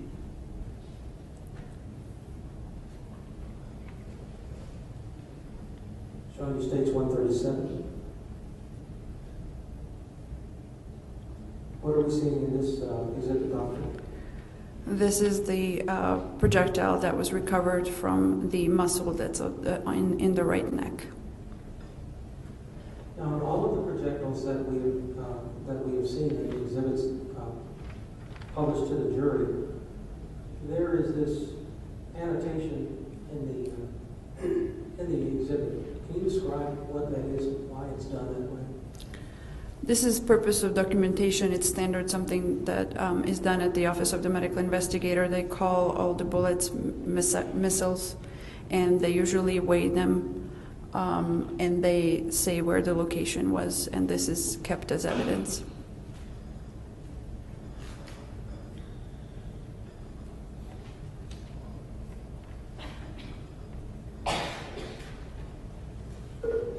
Can you orient the jury to entry gunshot wound I? Yes, the entrance gunshot wound I is on the right arm, the back of the arm, right here.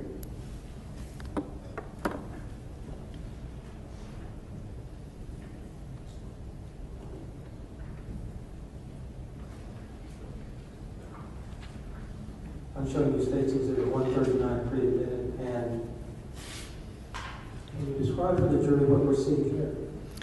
This is the entrance gunshot wound I, which is a very large atypical entrance wound.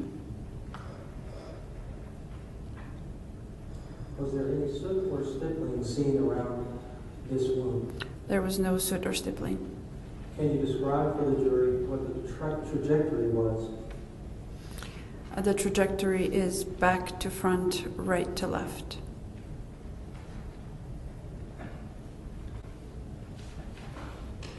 Was there a missile recovered from that wound tract that created that trajectory? There was not. Showing you what's been marked as States Exhibit 140, pre-admitted. Can you describe for the jury what we're seeing here? This is the exit gunshot wound labeled H.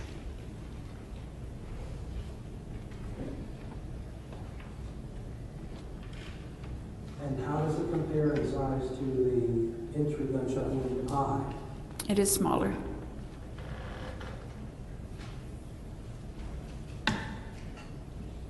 Directing your attention to State's Exhibit 147, the diagram. Can you show the jury where it is on this anatomical chart where exit wound H is? Yes, it is on the right upper arm, on the more front to the entrance wound. Near the bicep? Near the bicep.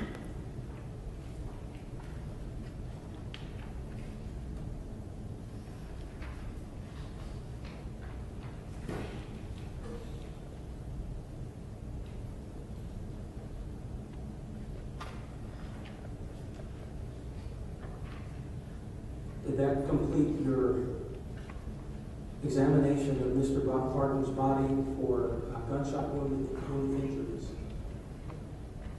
I believe so, yes.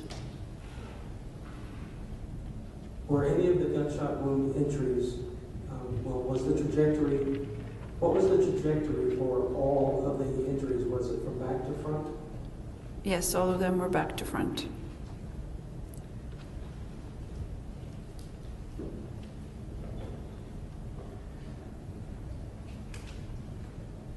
Your evaluation of Mr. Martin, did he have any broken fingers? He did not have any broken fingers.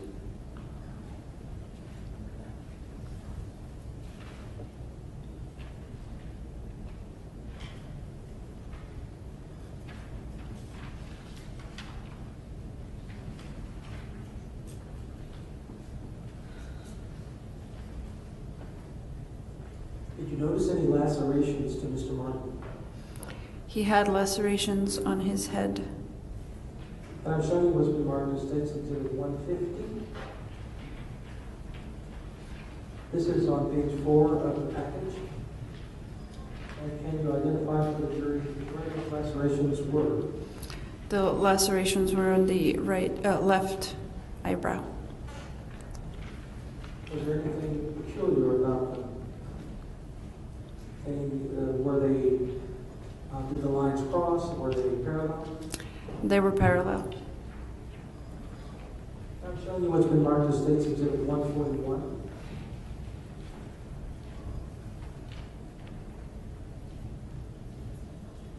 And what do we see here? Those are the two lacerations on the eyebrow. This area underneath the lower line that you described as a laceration, do we know for certain if that is swelling or if it could be a shadow? Looking at the picture, I cannot really tell if it's a swelling or a shadow. Sometimes the shadows can be misleading, and there could be a little bit of swelling. I did not comment on that in my report. Usually, there could be some swelling associated with these injuries, but if it's not noticeable at the time, I won't comment on it. If it's a significant swelling, then I will make a comment on it.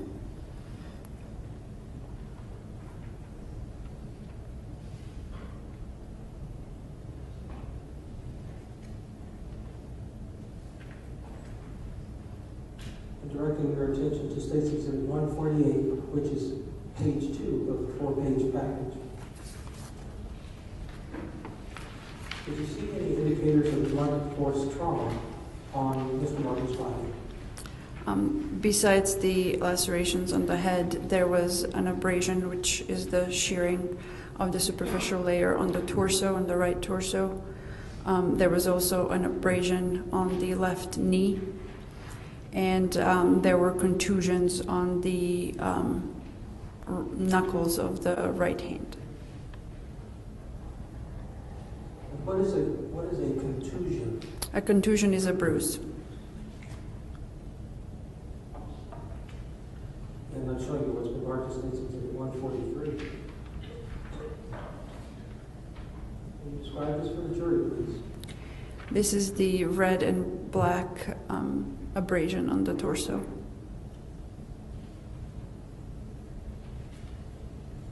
And State's Exhibit 145.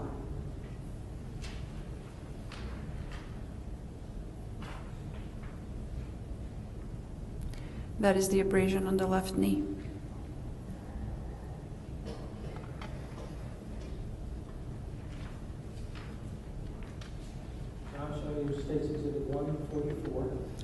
And that's the area of contusions on the knuckles of the right hand.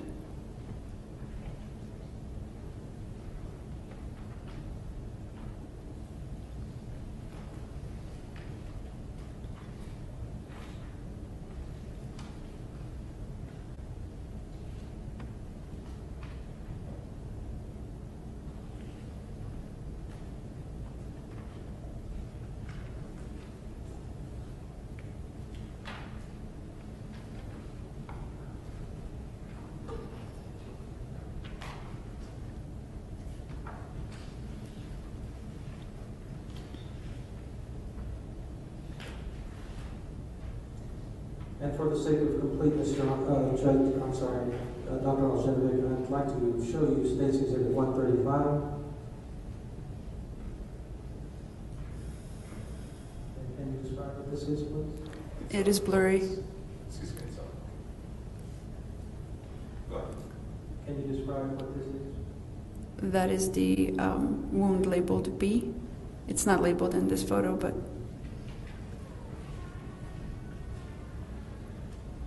Down at the bottom of the picture, what are we seeing here? that is the other wound that was later labeled as A. Area where I'm playing with the pen? Yes.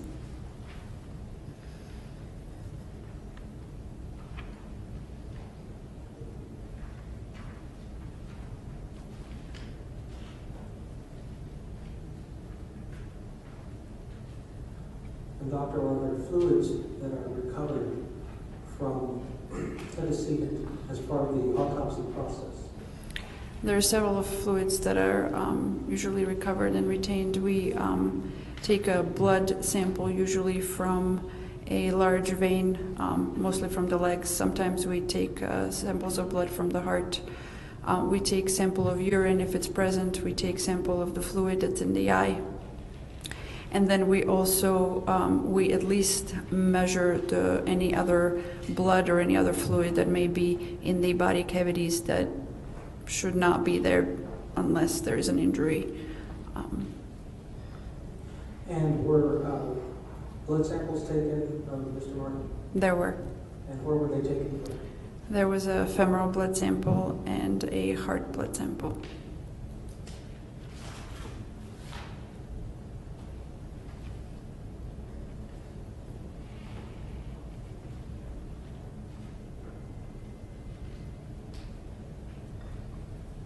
What is a vitreous blood sample?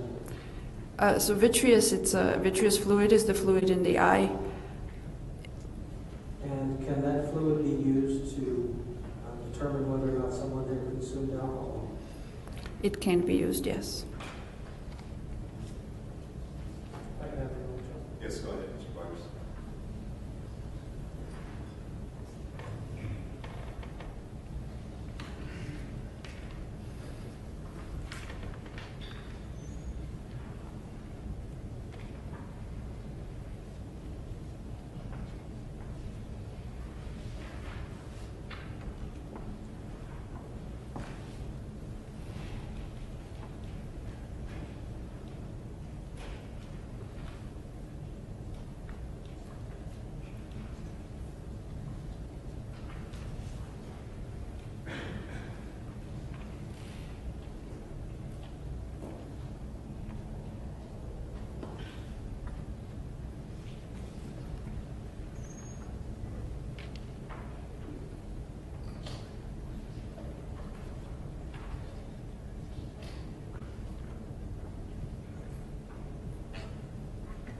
Shifting gears a little bit, Doctor, going back to Mr. Martin's body, I previously asked if there were any broken bones in his hands.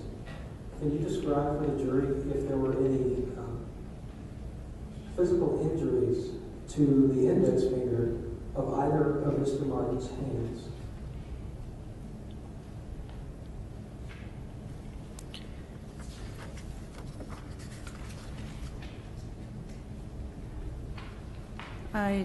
I don't believe there were any injuries to the index fingers.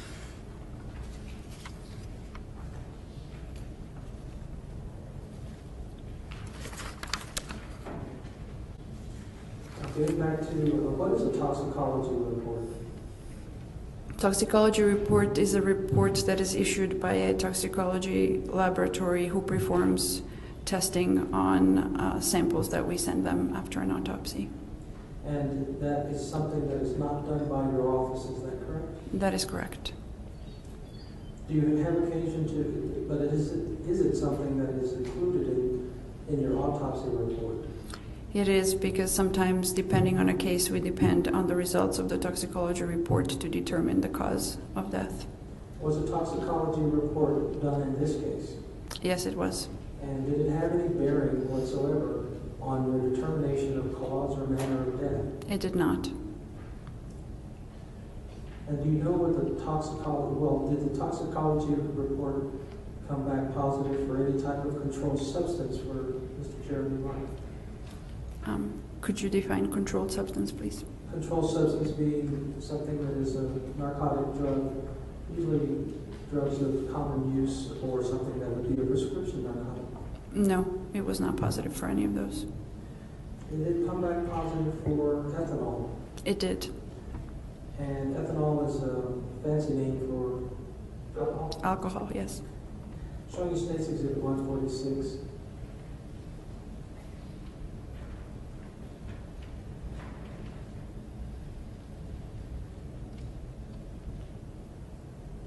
And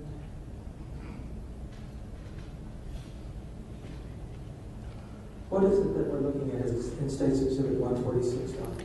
This is a toxicology report. And who is it for? It is for Jeremy Martin. And the sample you said was the femoral blood? So we sent them femoral heart vitreous blood, and they tested femoral blood and vitreous. And Sorry. what was the blood alcohol content of the femoral blood source? The femoral blood alcohol content is 0.102 grams per 100 milliliters. And what was the blood alcohol content for the vitreous sample? For the vitreous, it was 0.119 grams per 100 milliliters. I noticed that there is a variance. Can you describe to the jury why that might exist? Yes, so the alcohol is first in the blood, and then it diffuses into the vitreous fluid, so it usually lags behind what it is in the blood. It sometimes lags behind in the absorptive phase. So when somebody is actively drinking and absorbing alcohol, their blood alcohol level will be higher than the vitreous alcohol level. However, when somebody is in metabolic phase, which means they're metabolizing the alcohol, the blood alcohol will be lower than what is in the vitreous. So based upon the State's Exhibit 146, are you in a position to say whether or not alcohol had any effect on Mr. Martin's demise? No, it did not. Can I have a moment, John? Yes, go ahead, Mr. Myers.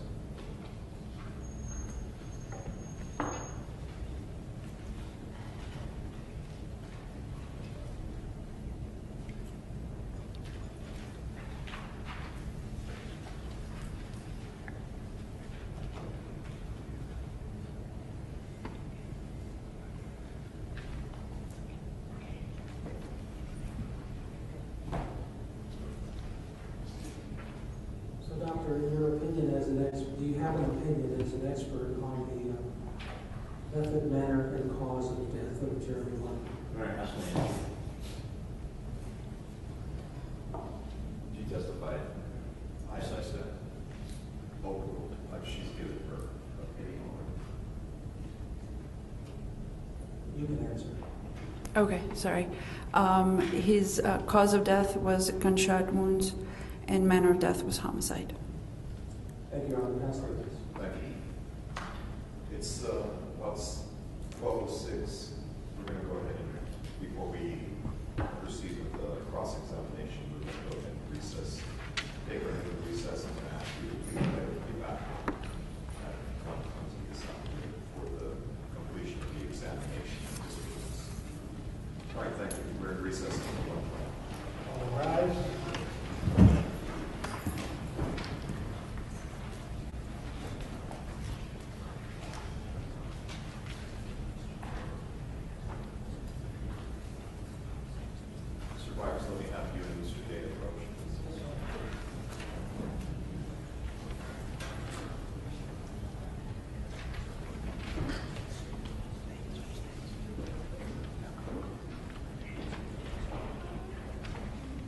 take your seats. Thank you very much. We're in recess.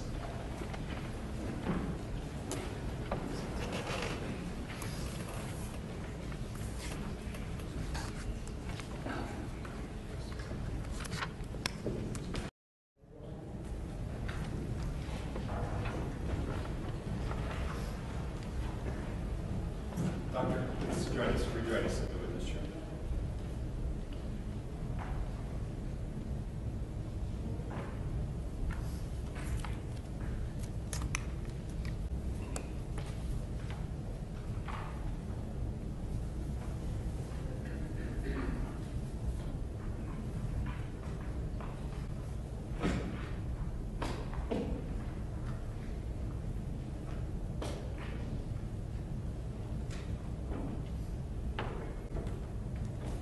All rise.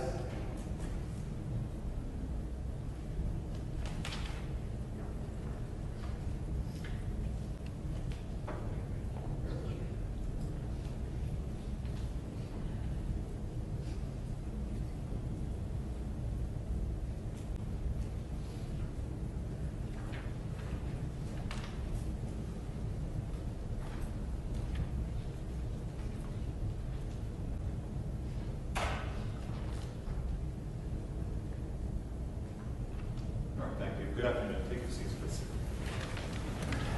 Mr. Day, you can commence with your cross-examination of Dr. Testifies. Thank you. Good afternoon, Doctor. Good afternoon. How are you? Doing very well, thank you.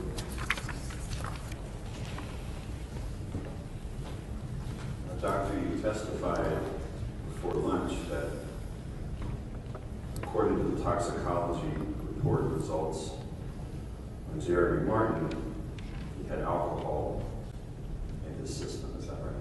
Yes, there is. And you gave us two different levels of the amount of alcohol that Jeremy Martin had in his system. Is that right? Yes.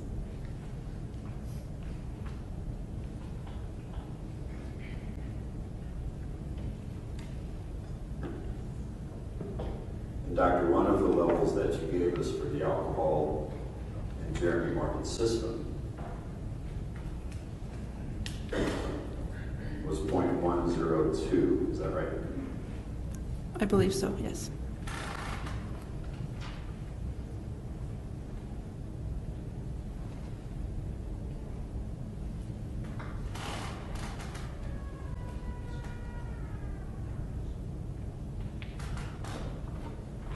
So 0.102, and that was the general draw? Yes.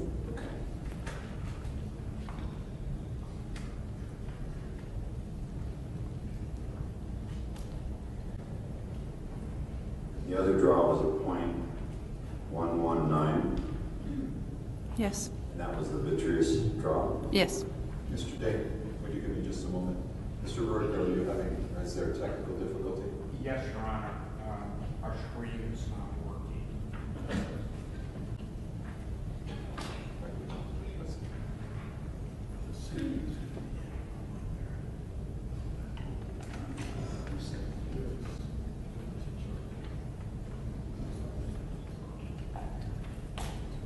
I understand that Mr. Willis is already here. You know, Your he would Honor. probably be the best to help us address the issue unless somebody just unplugged. Mr. Willis, I'll check and see if he's here, maybe down the hallway, but let me double check. It's just a power issue.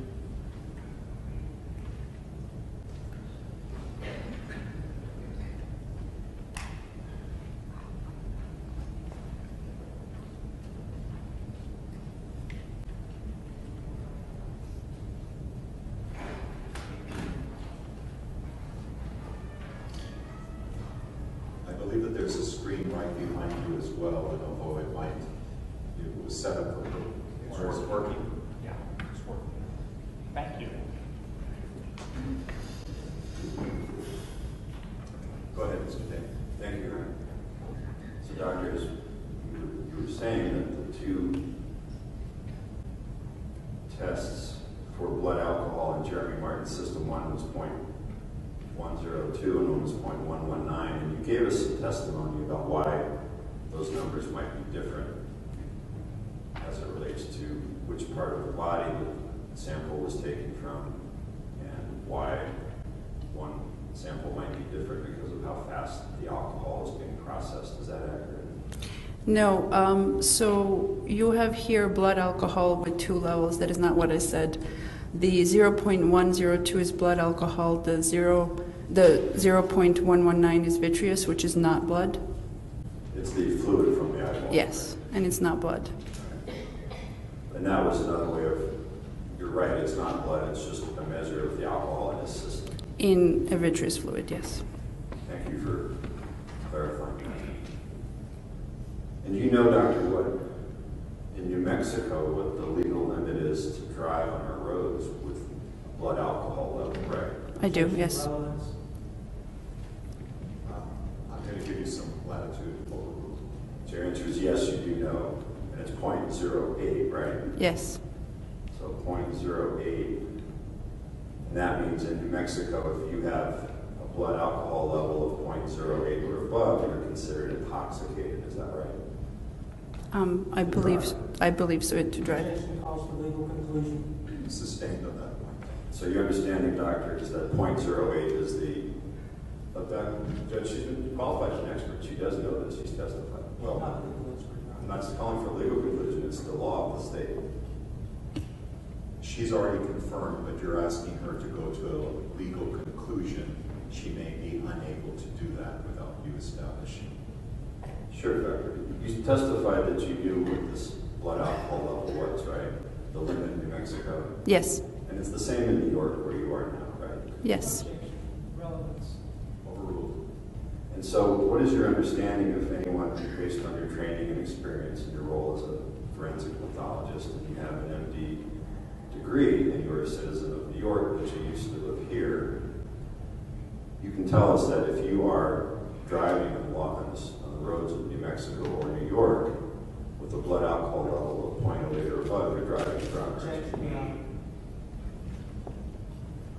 Sustained as to the form of the question that you're asking her to conclude. I don't believe that that is the appropriate technology, the appropriate terminology to use in terms of driving drunk.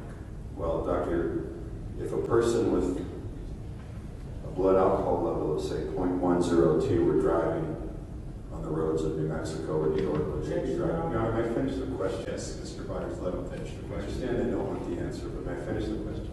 Yes, go ahead, Mr. Bacon. You would know that person's driving drunk, right? They're intoxicated, yes.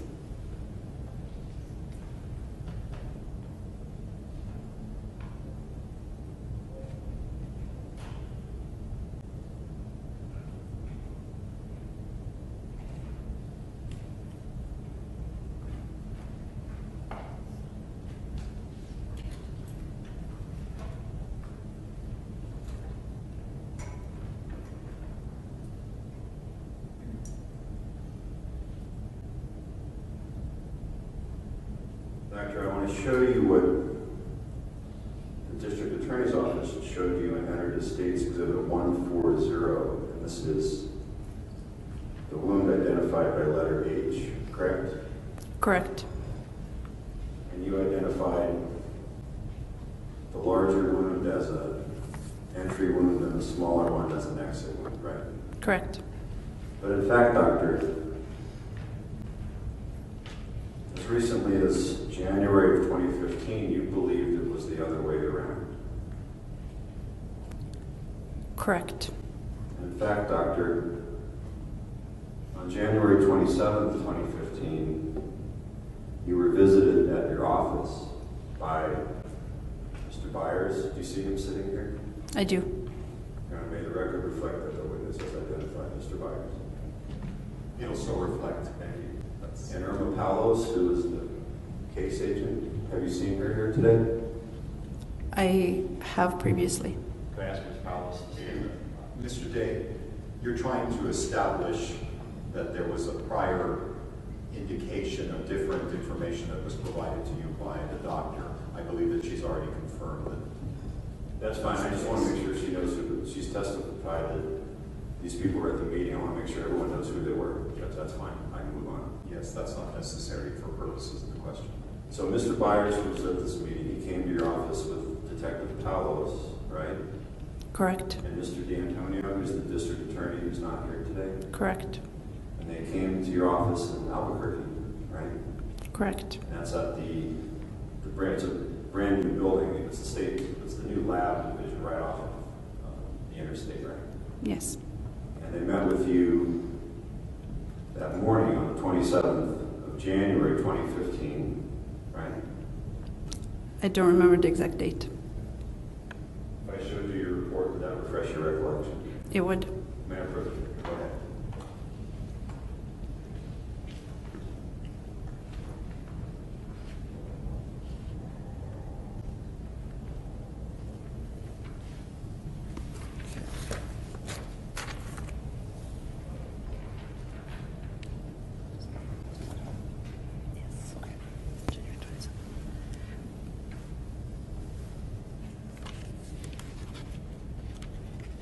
Thank you, Doctor. Just looking at that report, refresh your recollection about when you met. It does. Okay.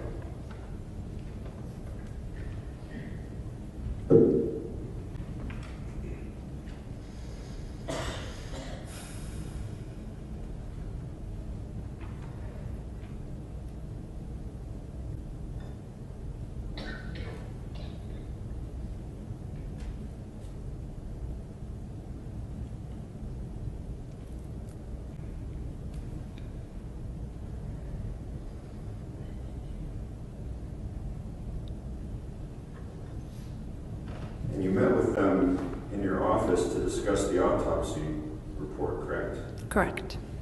And they, in your own words, they talked to you about the autopsy report and what they thought were errors in the report, right? Correct. And then at 1:27 that day, 1:27 p.m., I'm sorry, 1:37 p.m. on January 27th, 2015, you changed your report, didn't you? I amended the report.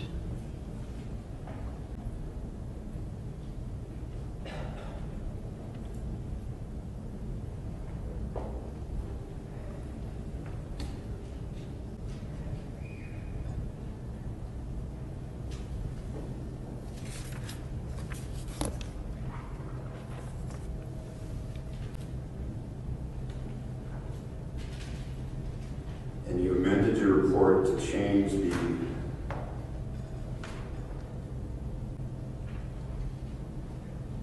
entry wound to an exit wound and the exit wound to an entry wound, right?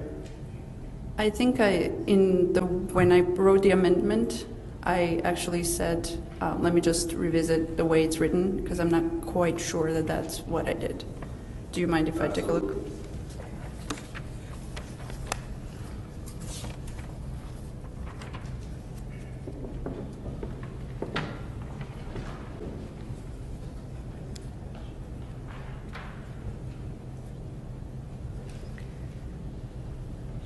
May I answer now?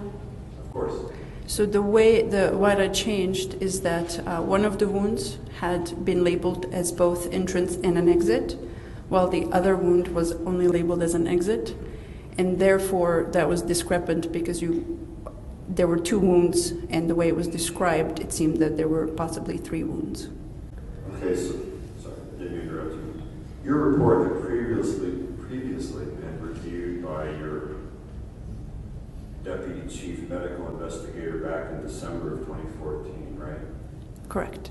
And his name is J. Keith Pinkert, and he's an MD and a PhD, right? Correct. And he was your supervisor, Yes. and he's a very well-regarded, well-renowned pathologist, right? Yes.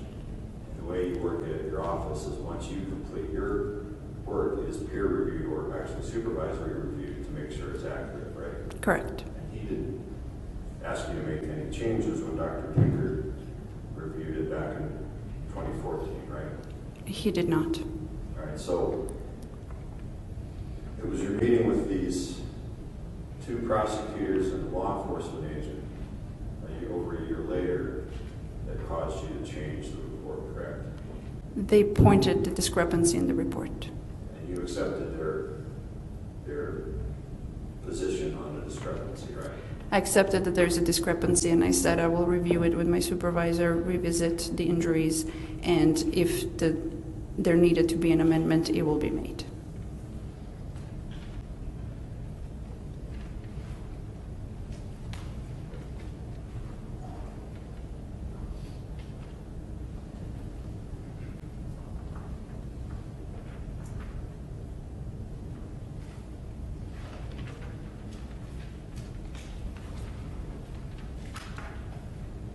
You testified that no one ever asked you, no law enforcement officer, no one from the Las Cruces Police Department ever asked you to test the black powdery substance that you observed on Mr. Martin's hands, correct? Objection, mischaracterization of the witness's testimony. Of this witness's? Yes, Your Honor, during direct examination, that was asked and she answered. All right, so she'll be able to correct if it's a misstatement. Go ahead and ask the question. Did anyone ever ask you from the Las Cruces Police Department or the District Attorney's Office to test the black powdery substance? It was asked if it was tested. And when was that asked? It was by Detective Palos at a later time, and right now the date escapes me, but it's in the record.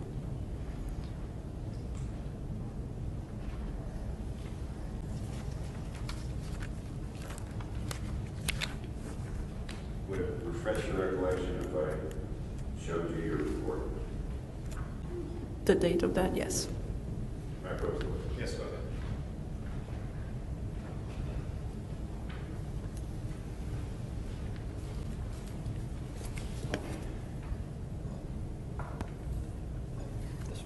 The November. Yes, November.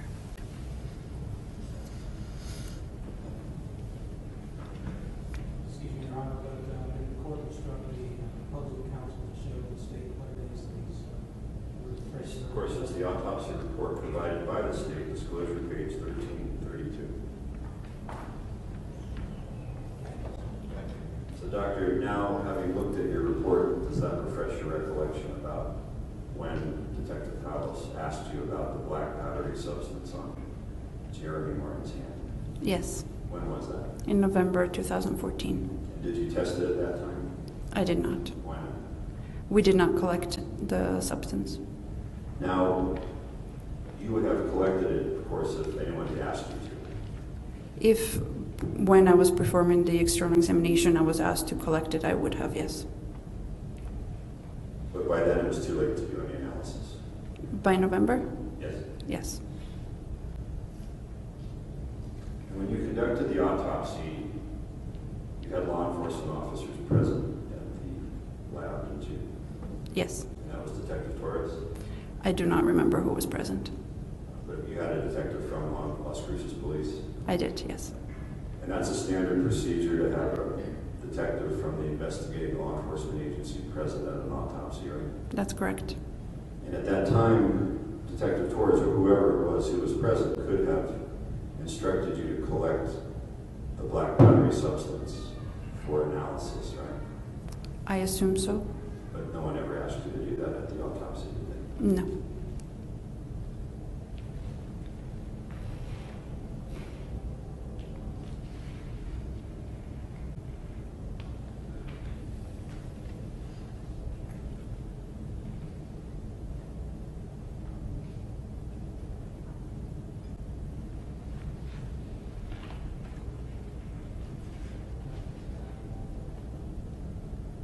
And Doctor, you were testifying a few moments ago under direct examination about the different manners of death that you observed in various situations, right?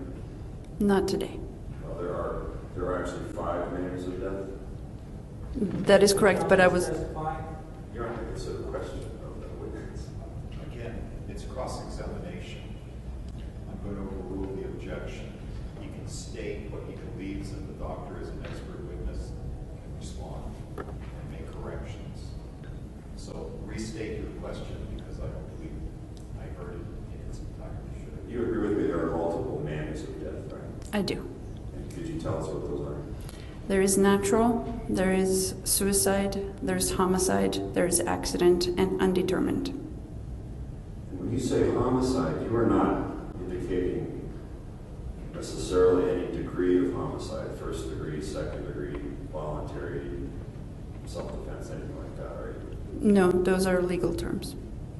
And in fact, what you mean by homicide in your line of work is that it's death at the hands of another person, right? That's correct.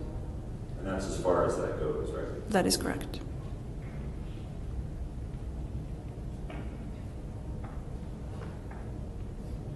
And the purpose of, and you testified that you received Jeremy Martin's body for the autopsy with his hands bagged, right? Yes. And the purpose of the bagged hands is for evidence preservation, right? Yes.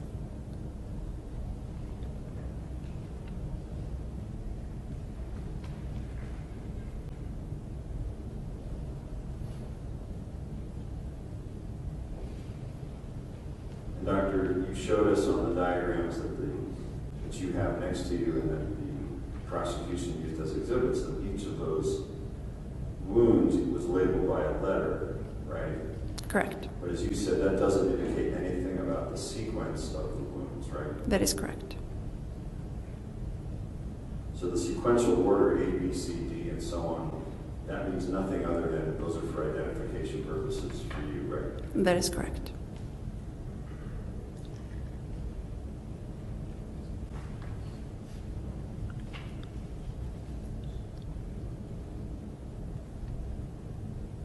And you're not making any determinations as far as the trajectories of these wounds because you don't know what the position of the body was when they were received, right?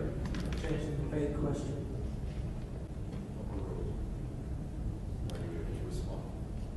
If I can explain how I Please. do this. So the trajectory that I use is based on a, just as on a diagram, somebody standing. So I go back to front, right, left, right, and then upward towards the head, downward towards the feet. That does not mean that, you know, in terms of how the person is positioned at a time when the bullets enter the body, I don't make angle determinations or any such sort. I just basically on a plane where I just say this is the way it goes.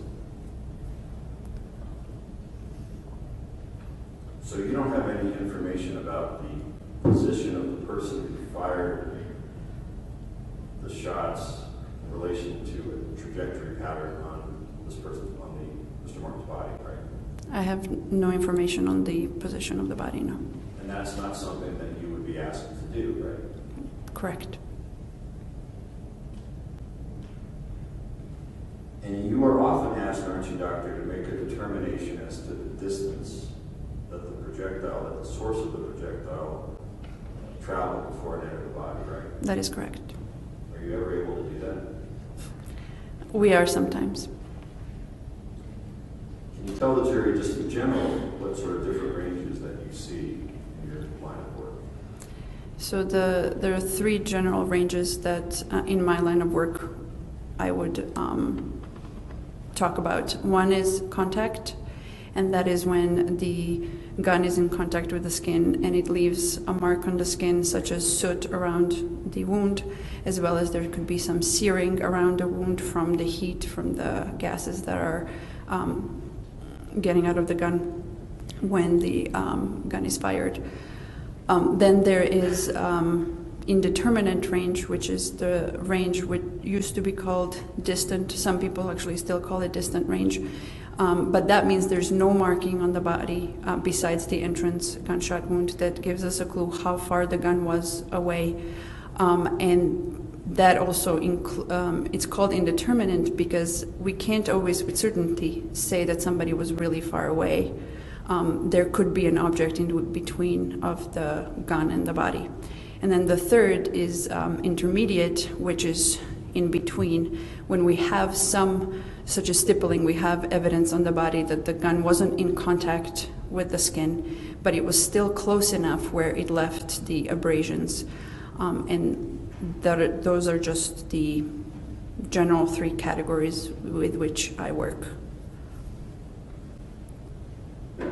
So, can you tell us, did we ever make a determination as to the distance that the firearm was from the body for any of the entry wounds?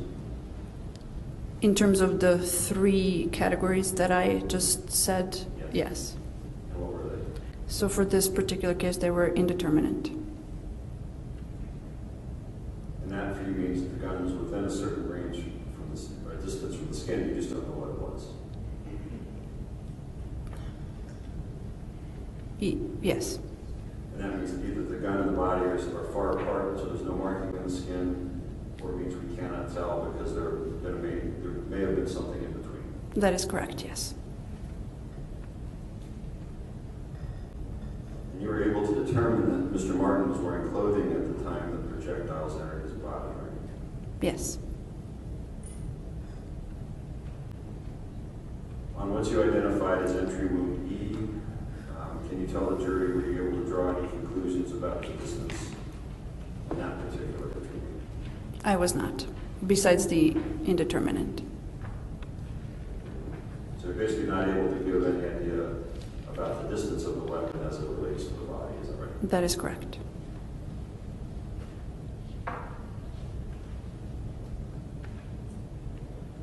The doctor, you talked about finding what you called some, well, at one point you talked about bruises on Jeremy Martin's knuckles, right? And the state showed you a photograph. Correct.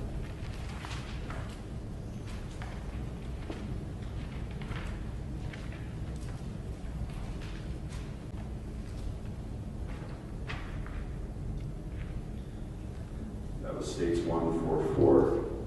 Is that what you were observing? Yes, And you don't have any idea how that bruise got there, do you? I don't.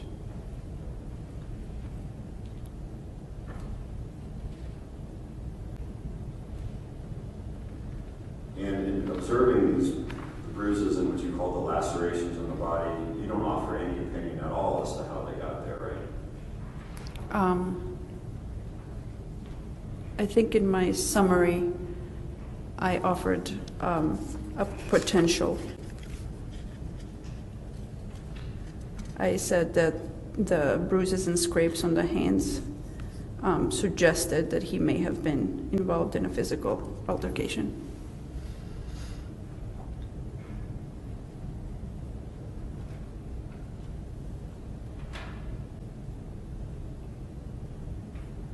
But as far as that, you don't have any other information beyond it's a possible physical altercation that caused the bruises and lacerations. Correct. And you talked about a laceration on Mr. Martin's eyebrow area. Yes. In one of your diagrams. Now, do you know when Mr. Martin received that laceration? Was it something old or something new? I don't have the exact, it looked more towards the new, but we don't date these injuries. And if there had been testimony by police officers in this case that as they were trying to load Mr. Martin into a car to rush him to the hospital, he was tragically and inadvertently dropped on his facial area, could that account for any bruises or lacerations? Yes.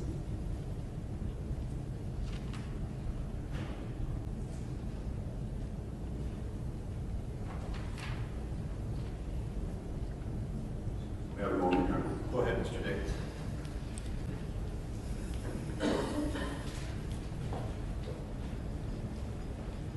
Thank you. No more questions. Thank you. Mr. Byers, redirect examination of the witness. Yes, sir. Thank you. Yes, go ahead.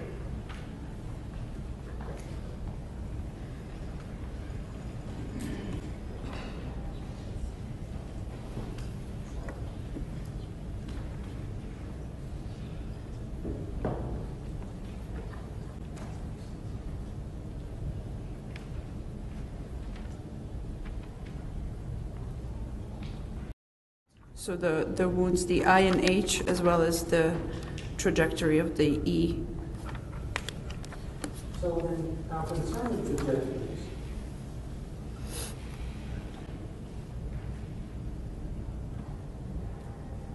As far as, is it fair to say that when you make a determination about the bullet's trajectory through the body, how is that described in relation to the anatomical diagram that we're talking about? So it's described as you see it here, posterior to anterior, left or right, and then up or down. Up meaning towards the head, down towards the feet.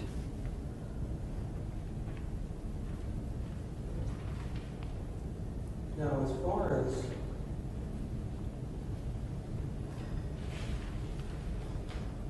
you described that there were 3 different categories of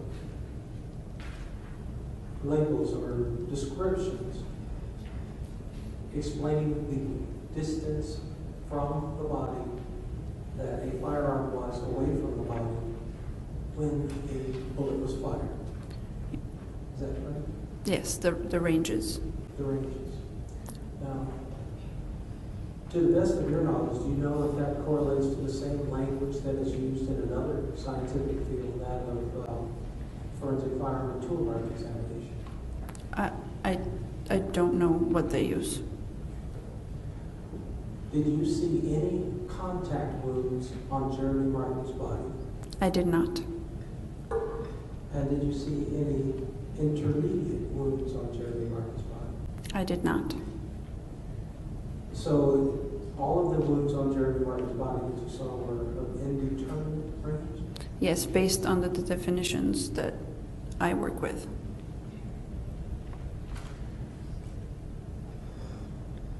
In making your findings, do you also have information from deputy medical investigators? I do. Now, is there anything in the information that you received from a deputy medical investigator that affects your determination that the range was indeterminate? Sorry to object. Objection. This goes way beyond the scope of the process. Opening areas that they did not get into correct. Overruled. Go ahead. Proceed with your question. Is there any information in your examination of Jeremy Martin's body and his entire file, including the deputy medical investigator's information, that informs your finding that the range was indeterminate? No, my finding that the range is indeterminate is based on the wound appearance. When the body arrives at the office of the medical investigator, are there articles of clothing that are also associated with the body? Usually, yes. How many shoes were associated with this body? Could you? I didn't hear the word. How many? How many shoes were associated with Jeremy Martin's body? I would have to look into my report. Please do.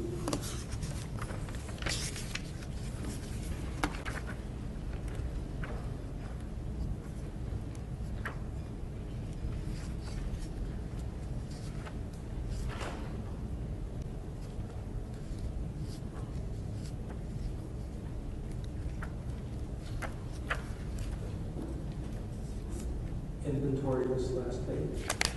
Thank you.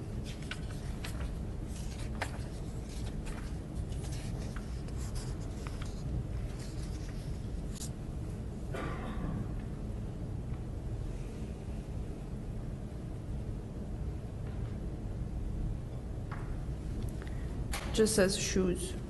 I'm sorry, I couldn't hear you. So far, all I see it says shoes, but I have to. Would it refresh your recollection if I showed you something? Said she doesn't remember. She answered the question. She said originally that she did not remember, that she would have to look at her report, and the report reflects from what she's reviewed that it just says shoes. So if there is a way to have a more specific answer, it's very appropriate for Mr. Lyons to assist in directing her to where within the report there may be a specific number reference. Yeah, first, Go ahead. I found it right now. Oh, you found it? It's this one right here. Okay, great.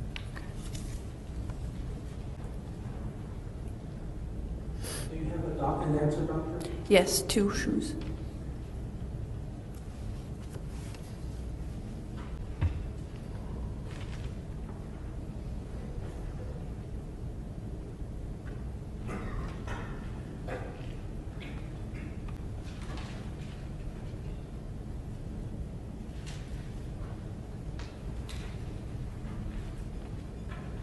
Now the blood alcohol content.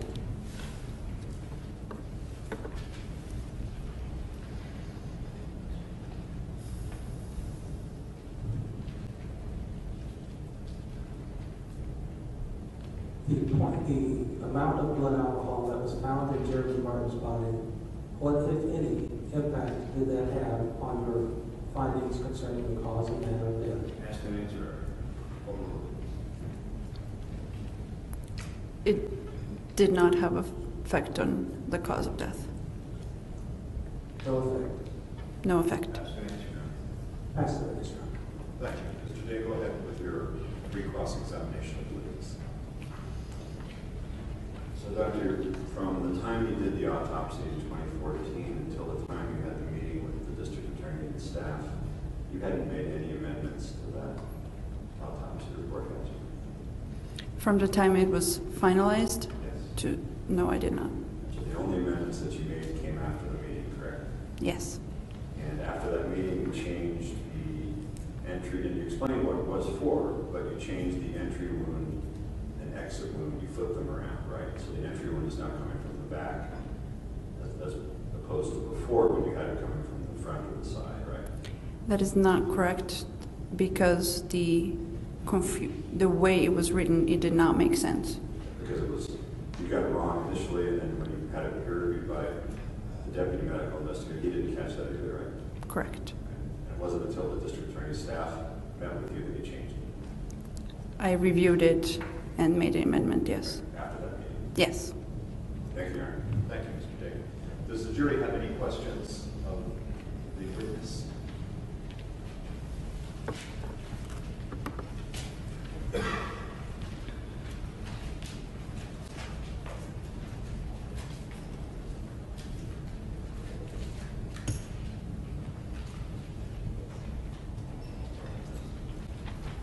Mr. Byers and Mr. Day, please approach the bench.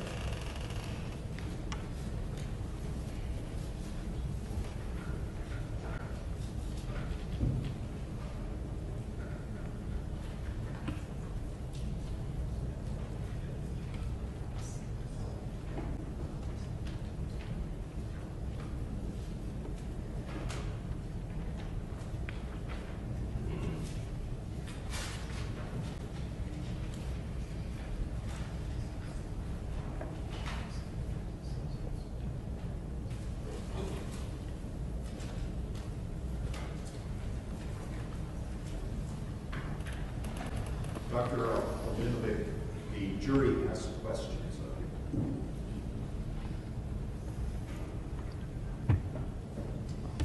Explain to the jury how the process that you go through to determine that, in this case, Mr. Martin's gunshot wounds were either entrance or exit wounds. I believe that the discussion related to perhaps the mislabeling Yes. has caused some confusion. There are, in what we call regular, normal entrance wounds, they're usually round and oval. They have a area of abrasion, which is a little bit of tearing of the skin around it where the bullet enters. And then, as I mentioned before, they can have soot or stippling around it. In this particular case, at least 2 of the wounds had pseudo-stippling. So the one that was on the back labeled as E had pseudo-stippling, as well as I, which was the one on the arm, had pseudo-stippling around it. And even though both I and E are larger than what I would expect in a regular gunshot wound when you compare it to C, for example, I believe those are entrance wounds because of the pseudo-stippling. It wouldn't make sense that those wounds would be exit because of the material, the abrasions that are around them from the material through which the bullet could have passed. In terms of, in this case, so in terms of general exit wounds where you don't have a bullet associated with them, they're usually slit-like. They can sometimes be larger than entrance wounds, not in this case. But a lot of these have other reasons for me to think it's an entrance or an exit. A lot of them actually had bullets associated with them, so that's how I knew that was the exit. The one on A, even if the bullet had exited, there was a slit-like defect right there, so it could have exited through that slit after it made it. So in this case, this is how I determined the entrance and exit. Again, this is if you're able to, or based on your professional opinion. Do you have an opinion in terms of what would have caused the abrasion on the right side that you have testified to and the abrasion on the left knee of Mr. Martin? I don't know what caused those. Okay, so the next question, and I think in the same context, besides the bruising on Mr. Martin's knuckles that you did express an opinion to in terms of its source or what would have caused it, was there anything else that you identified on his body that would have indicated a physical altercation? The lacerations on the eyebrow along with the bruising on the hand. Possibly the torso, on the right side of the chest, abdomen, that could have been, the knee could have been as well, but I don't have a definite answer, it's just a possibility.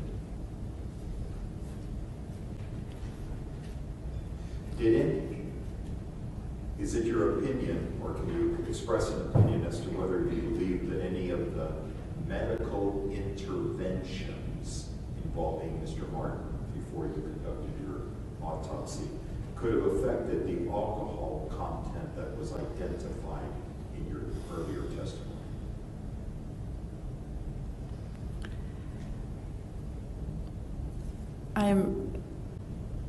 The medical intervention that I know about is what I saw in his body. I did not receive a medical record that said he received a transfusion or not, or received any fluids or not.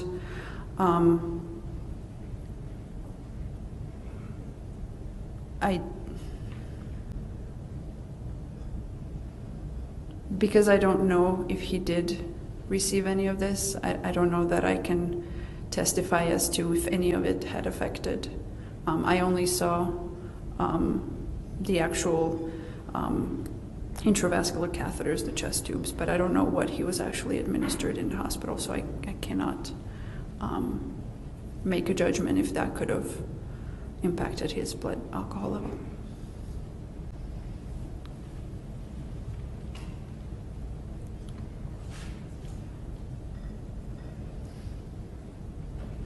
Again, the question that I'm going to ask you is related to your understanding of your duties and responsibilities related to an autopsy.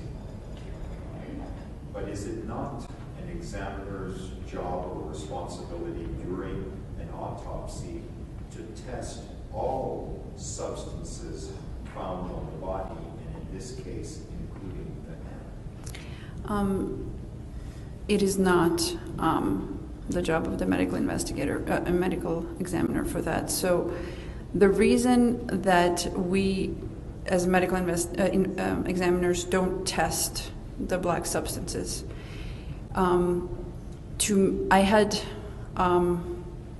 we're taught that if you are in a room in which somebody fired a gun, you will test positive for the residue.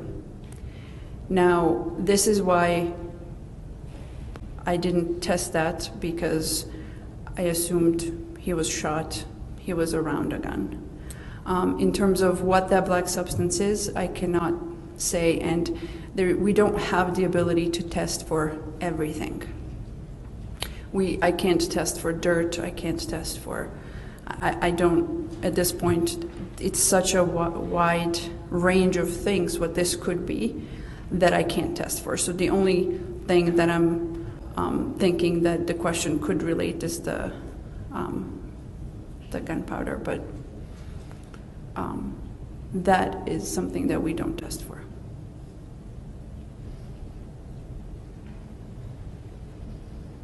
Again, this is perhaps a little bit of confusion that was caused during the course of the testimony.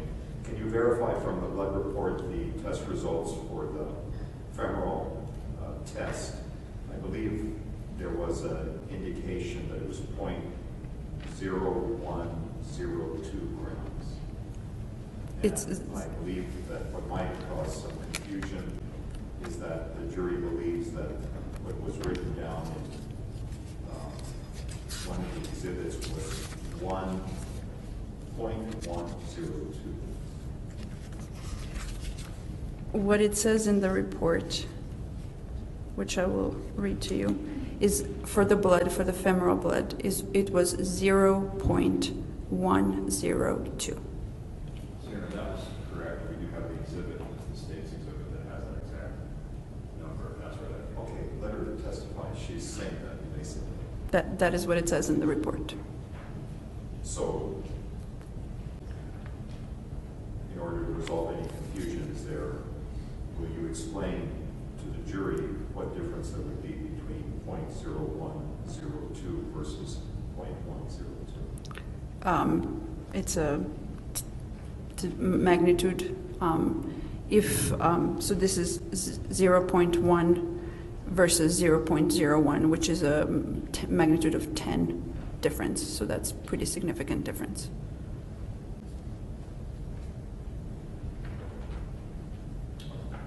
Let me have the attorney's approach because there is now a follow-up question that should be asked now.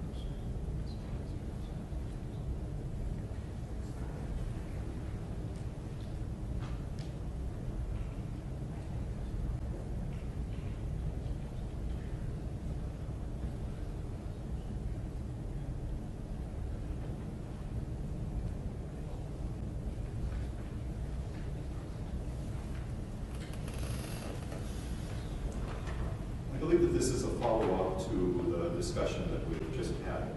Could the pseudo-stippling from one gunshot wound cover an area of an exit wound that you mark as an entrance? I don't understand. So, couldn't the pseudo-stippling from one gunshot wound that you've already testified to cover an area of an exit wound that you mark as an entrance?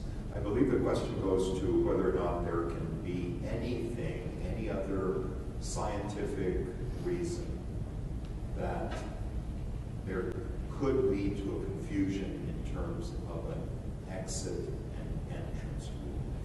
Is there anything else that you believe could have affected your determination or your identification that you've testified to related to what were exit or entrance wounds?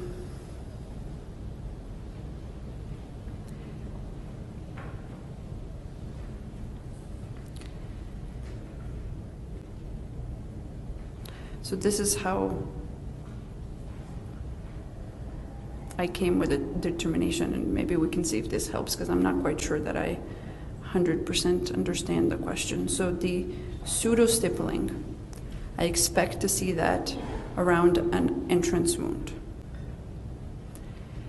So if you're talking about, in this case, I and E had pseudo-stippling around it.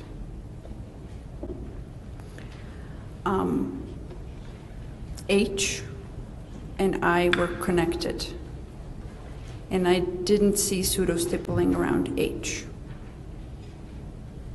So that's how I determined that I was the entrance and H was the exit.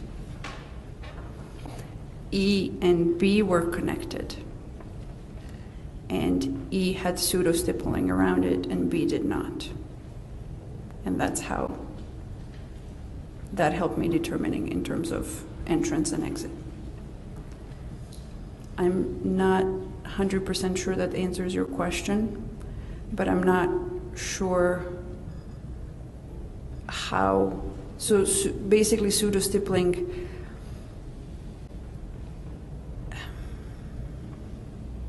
is the material that is taken in the same direction as the bullet. I don't know if that helps at all. So let me just clarify something based on what you just said. H on the diagram, let me ask the jury to look at that. It's the one that's, if you're looking at the frontal diagram on exhibit 147, H is in the right bicep area.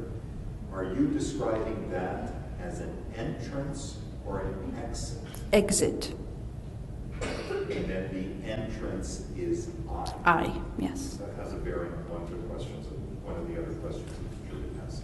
And again, the jury can ask follow-up questions if they wish.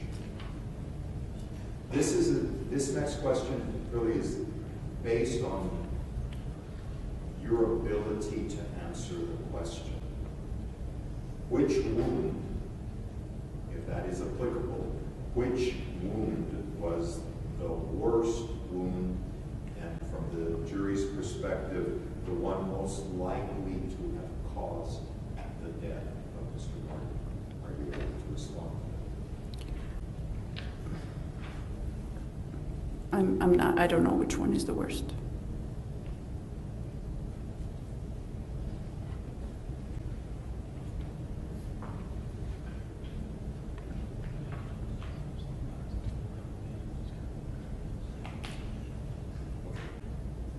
Were you able to conclude through the autopsy that all of the missiles or bullets that hit Mr. Martin came from the posterior or the rear? That is my opinion, yes.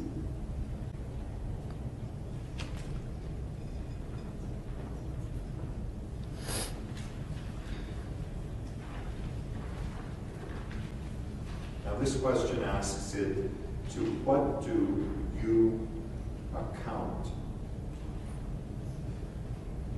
To what do you account wound H being larger than all of the other wounds? But I believe that actually the question is wound, it should be applicable, I believe, to wound marked I. And I, if the jury will look at the back of the figure in Exhibit 147, is right above the elbow associated with the tricep. Was that the largest wound that you observed? I. By measurement, yes. So, what do you account as contributing to the size of that wound that could have been, or that appears to have been larger than the others? To that I count that the bullet passed through another object and either was already deformed, or if not, then it carried some of that other object around it to make that wound so large. So you're saying that basically the bullet had hit an object before it hit Mr. Martin, that because of the nature of the bullet it expanded, and that it either, because of it, expanded in size or carried with it other material from Yes. what it hit first, that's what contributed to the size of the wound? That is correct, yes.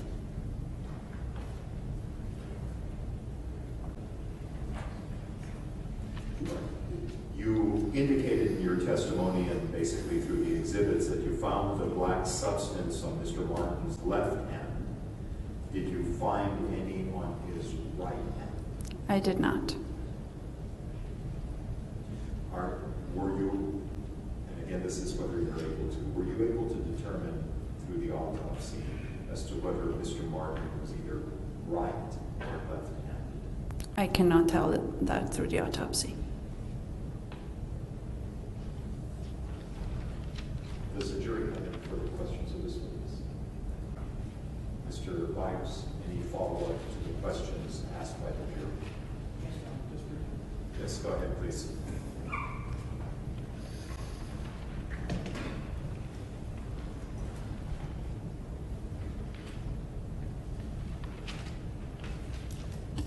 Dr. Representative, we were asked by members of the jury if you could tell which wound was the worst and most likely the primary cause for his death.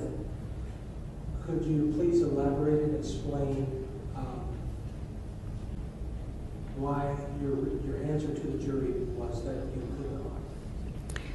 My answer that I could not comes from the fact that Mr. Martin had all of these injuries on him, and I look at them as a whole.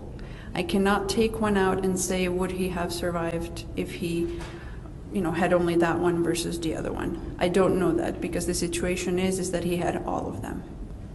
So I can tell you all the findings of what injuries they caused, but in terms of me telling you with any amount of certainty, scientific certainty, which one was the one that resulted in his death, I cannot say. I look at it as a whole, so all of them together. I could have a moment, Robert? Yes, go ahead.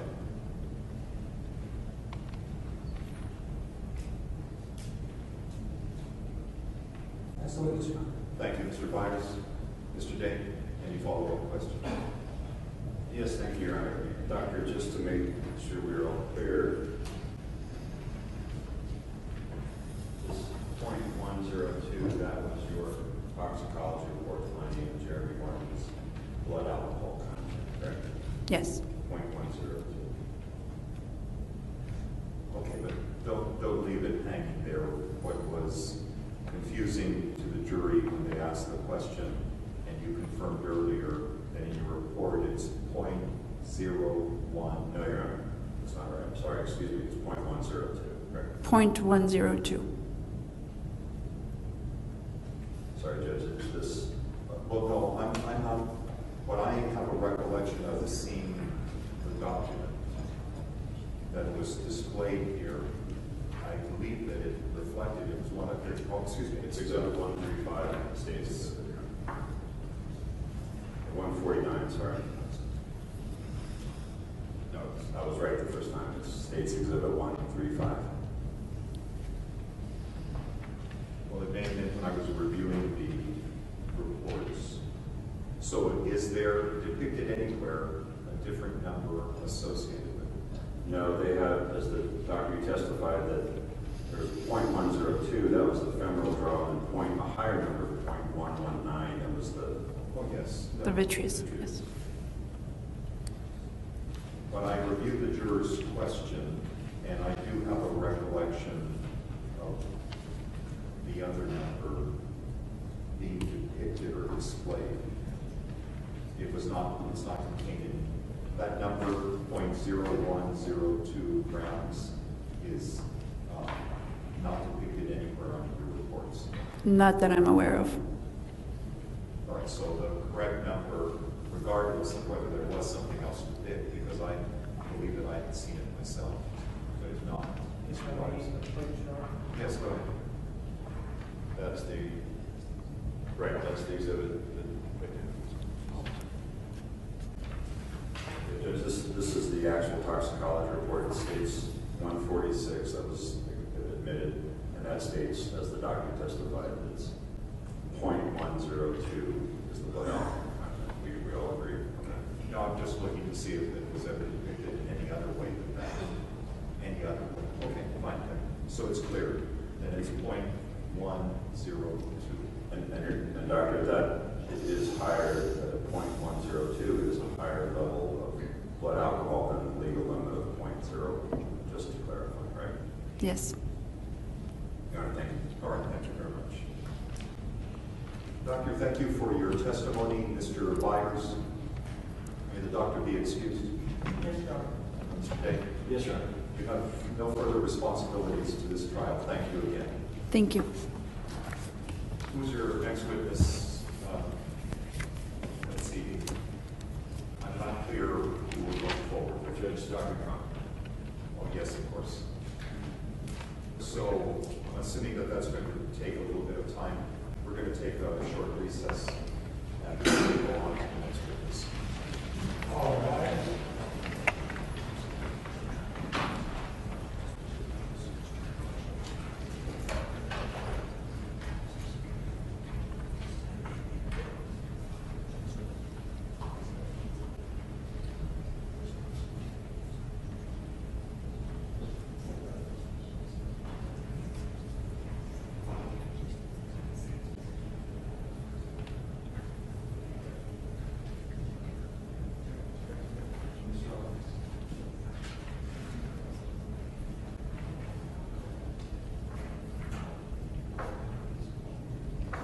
We're in a short recess. Thank you.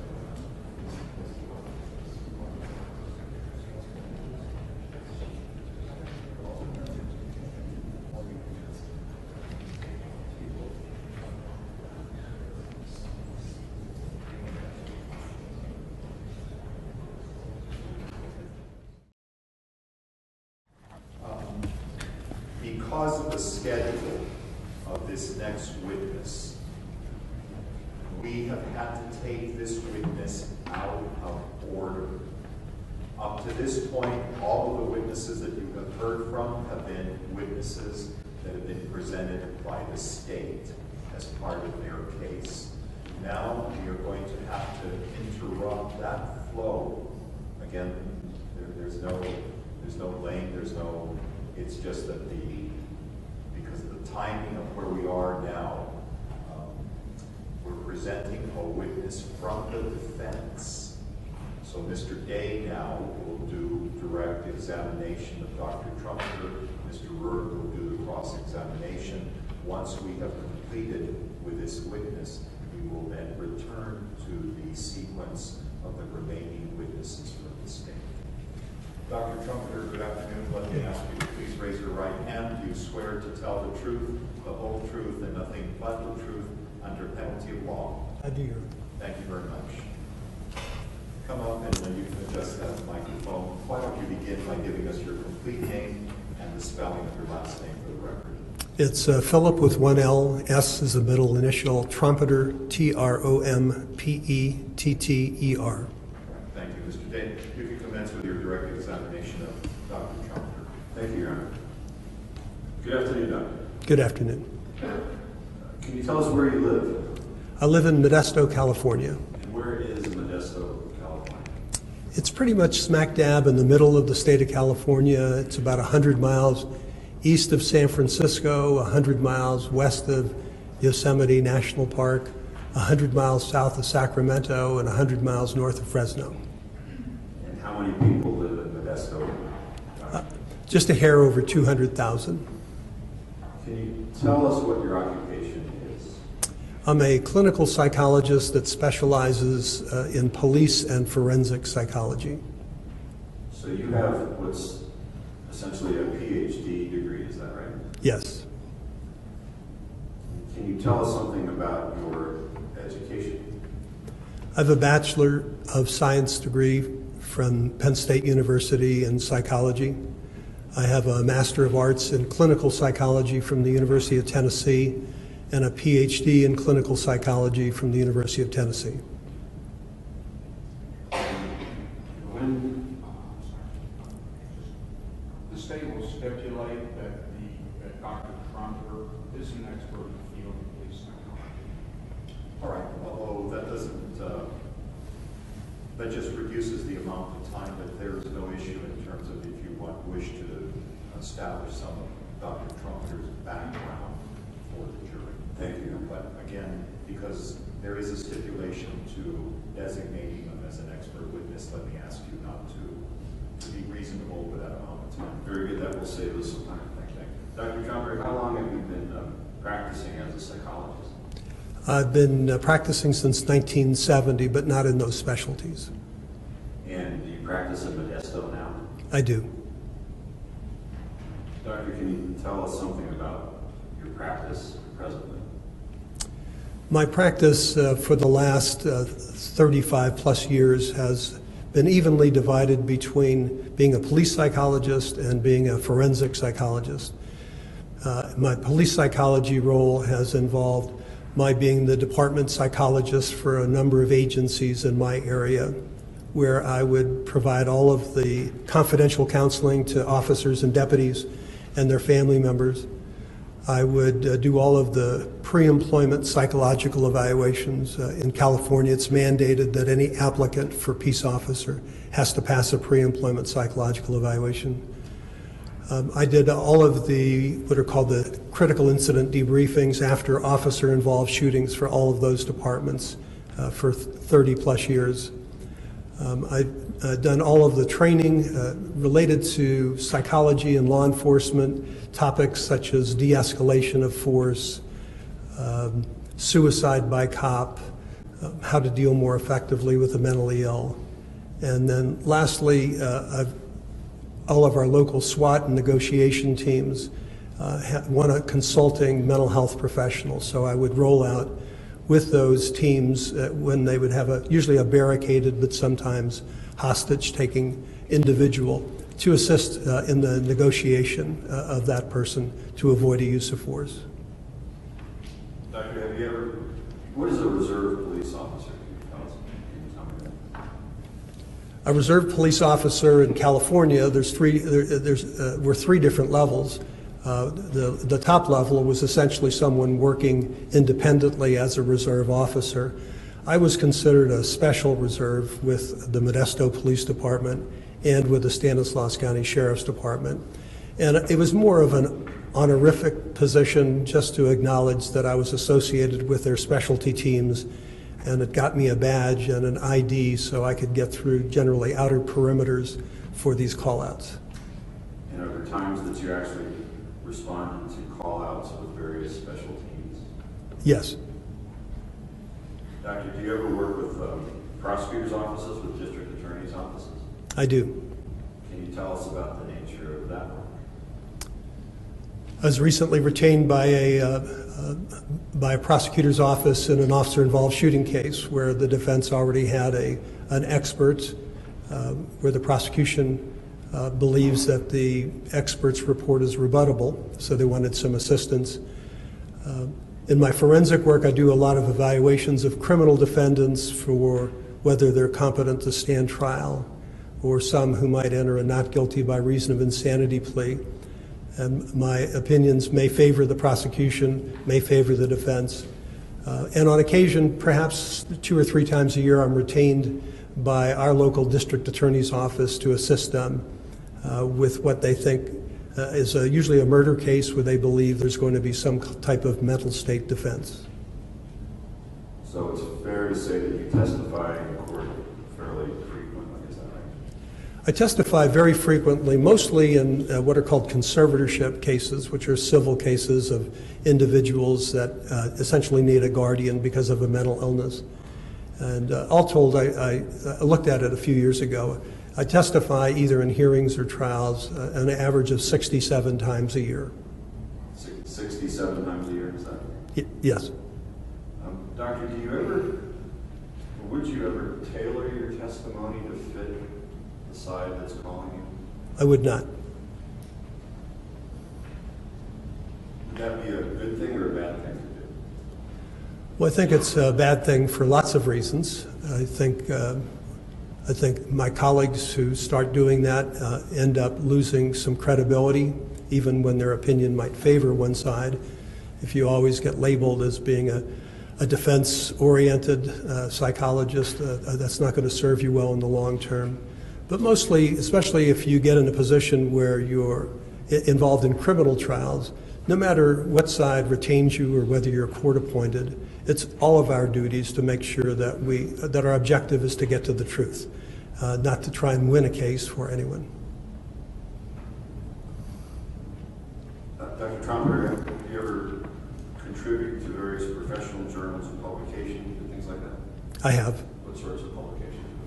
Mostly law enforcement and psychology journals. I've written articles having to do with the assessment of dangerousness for the SWAT magazine, Tactical Edge. I've written articles having to do with a variety of police psychology issues for the Police Chief, which is the magazine of the International Association of Chiefs of Police. I've written articles for the California Psychologist on the insanity defense. Most recently, I wrote the history of police psychology for an edited book on police psychology. And are you associated with any international associations, such as the International Association of the Chiefs of Police that you just mentioned? I am. Can you tell us about your affiliation with them? The International Association of Chiefs of Police is the largest organization in the world for police executives. They have a number of sections within that organization, and one is called the Police Psychological Services section. So I've been a member of that section since 1996. And were you ever chairman of any sections in that organization? I was chairman of that section between 2009 and 2010. Dr. Tromper, can you tell us, in the field of psychology, does it mean something to be what they call board certified? It does. Does that apply to you in any way? It does. Can you tell us how? The board certification in psychology is virtually identical to board certification in medicine. If I were afflicted with a heart condition, I would want to find a cardiologist, but I would look for a board certified cardiologist, because that would mean that that person has been viewed and has been deemed as competent in the specialty of cardiology. They're not just a licensed physician that can practice any form of medicine. And the same thing goes in psychology. I'm a licensed psychologist, and that means I can do any form of psychology. I can see kids, I can see teenagers, I can do marriage counseling, I could do group therapy, I could do psychological testing. But my license doesn't tell a client or a law enforcement agency if I'm competent in police psychology. So we established a specialty board that was finalized in 2011. And so I'm one of what are now 72 board certified police psychologists in the country, where we had to submit written samples of our work, had to submit to an oral evaluation by 3 board certified police psychologists who determine whether or not we hold the competencies necessary to be board certified. And what is the name of the organization that does the certification, of which there are only 72? Well, my specialty board is called the American Board of Police and Public Safety Psychology. It's one of 15 specialty boards within organized psychology under an organization called the American Board of Professional Psychology. And did you, or have you ever held a position of leadership in that organization? I have.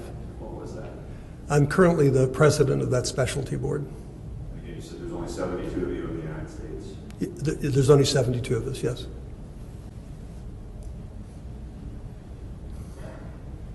Dr. Trumpeter, I want to ask you some questions specifically about the area of police officer-involved shootings. Do you have a particular interest or experience in that area of police officer-involved shootings? I do. Can you tell us something about that? In the early 1980s, there was developed a technique called critical incident debriefings. originally for paramedics, but it spread quickly to other first responders, law enforcement, and fire. And so my local agencies, both fire and police, wanted to have these critical incident debriefings after these critical events. For officers, it was usually a shooting. For firefighters, it was maybe responding to a call where maybe a child was found dead, or they did CPR and they couldn't revive someone. And they found that a lot of these first responders were filing workers' comp claims, claiming stress and going out on stress, and there was an interest in reducing that. So I started doing these debriefings, and mostly with officers. And I can recall hearing things from officers that about their experiences that was just counterintuitive. It just didn't make any sense to me from what I had learned about shootings by watching movies and TV shows. And so I became very interested in learning more about what appeared at first glance to be strange occurrences, and I wanted to understand it better. So I started studying officer-involved shootings. There's a limited amount of science on it, but I started reading all that I could find, attending workshops by some of the leading experts on officer-involved shootings, talking to local range masters and SWAT commanders about shootings and their experience. And then I continued to do these debriefings starting in about 1981 or 1982 on through recently. Can you give us an idea of what a debriefing would consist of? How would you conduct a debriefing of a police officer and an officer-involved shooting? Well, what I tend to do is, different psychologists have different models. If an officer got involved in a shooting today in Las Cruces and their shift ended at 8 o'clock tonight, I would want to respond to the police department and have an opportunity to talk with that officer before they secured from their shift, because officers frequently go through a number of perceptual distortions and things that make them wonder whether or not they performed very well. They often don't hear how loud the sound of their gunshots were. They can't accurately count the number of rounds they may have fired. They may say that they knew that they had their gun in their hand, but they don't remember drawing it from their holster. And they were scratching their heads and wondering, what's wrong with me? And we've found through the science that these are more normal than not. And so just educating officers about what is generally normal in these experiences just tends to allay a lot of anxiety and concern. So typically, I use it as an educational opportunity. They can talk to me with privileged communication, which means it's not only confidential, but I can't release that information. Even on a court order, I would not release that information unless there was some exception. So they know that they're talking to somebody confidentially. They're going to be submitting themselves to interviews by their department. There's always a criminal investigation. So it's an opportunity for them to get some confidential help from someone that can help them navigate this experience that almost all of them had never been through before. Can you estimate how many of those critical incident debriefings you participated in? It would only be an estimate, but I would estimate somewhere between 400 to 600.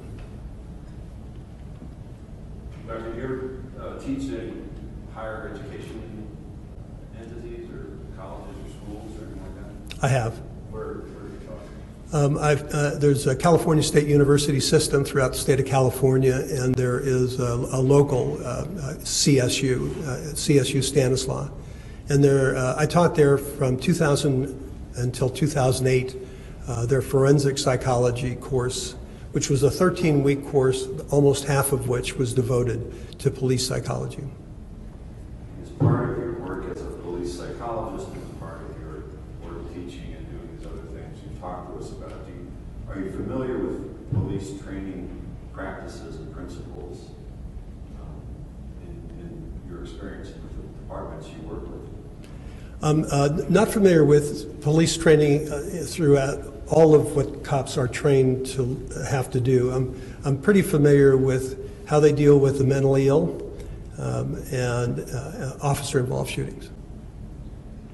Doctor, have you Kai Chan case, have you reviewed any materials or documents or reports or anything like that? I have. Can you tell us what you have reviewed in connection with this case?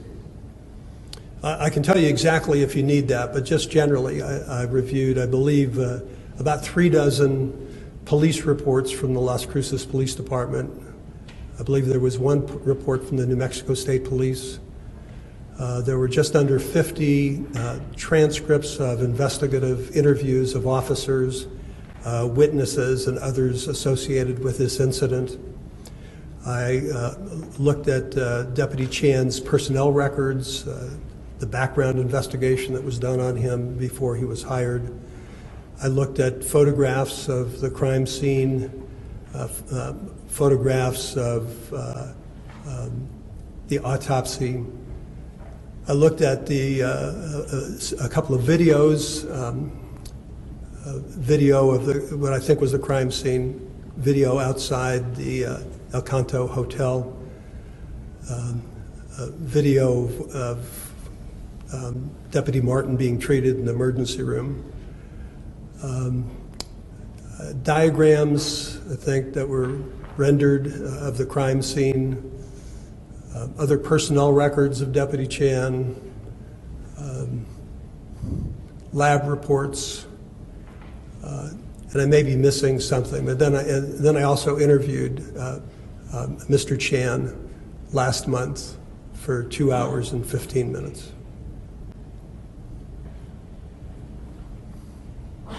You are familiar with police officers as you testified in critical incident briefings. You're familiar with how police officers react in life-threatening situations. Is that accurate?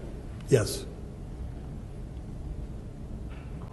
Dr. Trumpeter, are police officers different than non-police officers or civilians in terms of how they perceive things like deadly threats? Yes. Can you tell us about that difference? From the moment future police officers and deputies are hired and go through a basic academy, probably the foremost lesson that they learn is that they are supposed to go home that night to their families, and that there are people out there that want to kill them. And I think this mentality, this warrior mentality, is ingrained in our young officers. And I think it generates a different worldview as to how they perceive threats. I don't know of any other profession where an officer goes into a restaurant and will insist on sitting facing the door. They don't turn their back to a door because there's always a potential threat. You see officers on routine traffic stops of people that if you're witnessing it, you know these are law-abiding people, but the officers approaching the driver's side window with their gun on their hand on their sidearm. They're just prepared for people who it's ingrained in them that could want to take their life. And even though it's a low probability event, because these happen, officers are killed, I think in 2016, I believe there were 135 officers feloniously killed by subjects. But police don't deal in probabilities, they deal in possibilities. And I think it's ingrained in many training academies that you never know which call and which traffic stop is going to contain that person, which could want to end your life. So with that kind of mentality and worldview, officers, I think, develop a heightened sense of vigilance and alertness to anything that's potentially threatening. And in particular, they're taught to look for certain threat cues. What are threat cues? Well, if they're making a subject stop, just stopping someone on the street, or they're making a traffic stop, the first place that they're always looking is that person's hands. They want to see the hands because the hands are what hold the weapons. They're very hyper aware of any movement of those hands that go to a waistband. A waistband is typically where someone might secrete a weapon. Those would be two examples of threat cues that they would look at. Noncompliance is a threat cue, because usually when a subject wants to fight or resist, they will start off by being non-compliant. So non-compliance is a threat cue that will alert most officer safety conscious officers to the possibility of a problem. Now, Doctor, you testified earlier about your involvement and experience with police officers who have been involved in deadly situations, officers who have been involved in officer-involved shootings. Based on your experience and training and your life's work, how are police officers trained to react to deadly threats in terms of engaging in self-defense? There's an incredible amount of time spent with officers in basic training and in-service training or briefing room training, squad room training on defensive tactics and responding to deadly threats. All officers are aware that action will beat reaction, and officers can't really lawfully respond with any level of force, particularly deadly force, until the subject or the citizen has initiated some type of action. So officers are keenly aware that your reaction is always going to be slower than the action. So they engage in tactics that attempt to forestall that. They'll want to position themselves well. They'll want to have good cover. They'll want to always be aware of the hands. But as soon as they perceive any clue that this is a situation that's imminently dangerous to them or someone around them, and that it rises to the level of a deadly force response, they will go to that deadly force response as quickly as they can for a committed, intense response to that threat. So officers are not trained to let the situation develop slowly or patiently. You said they go to the deadly threat level right away if there is a perceived deadly threat. Is that right? Objection. The questions are leading. I would object to that. Again, this is an expert witness, not a lay witness. The doctor can correct any misinformation or dispute the question that is being asked. Again, there is flexibility given on related to an expert witness for leading questions. Go ahead and proceed, Mr. Dick. Do you remember that question, or should I repeat it? Repeat it. Let me ask it again. Doctor, in terms of, you said if a threat is perceived by an officer to be a deadly threat, what are they trained to do in that circumstance? Do they give it some time to develop, or are they trained to respond immediately with deadly force? Well, most officers know that if they're confronting a deadly threat, that these deadly threats unfold very, very rapidly. And depending on the situation, some people can present a gun in a quarter of a second. If an officer is unprepared and their gun is in their holster, depending on the holster, it's going to take 1.3 seconds to 1 3/4 seconds for the average officer to be able to draw a weapon in response to someone that's initiating deadly force against them. So because they're aware of that time lag, they try to respond as quickly as possible, because these are unfolding, rapidly evolving, uncertain events that require a quick response, because whoever gets off the first couple of rounds is usually going to win that gunfight. And Doctor, based on your experience, training, and education as a police officer, has already been fired at in a deadly threat situation, what is that officer trained to do in response? Well, there's only one level of response to someone initiating deadly force, and that's a deadly force reaction. And how, based on your training experience, how far can an officer go in responding with life-wise deadly force? In other words, when do they stop responding? Well, officers, after they initiate a deadly force, will typically get into a continuous motion of discharging bullets toward the target. Their duty lawfully is to stop firing that weapon as soon as they perceive that the threat has stopped. So as soon as the threat has stopped, what does stop mean? What stops the threat in your experience? You know, I've never seen that clearly defined.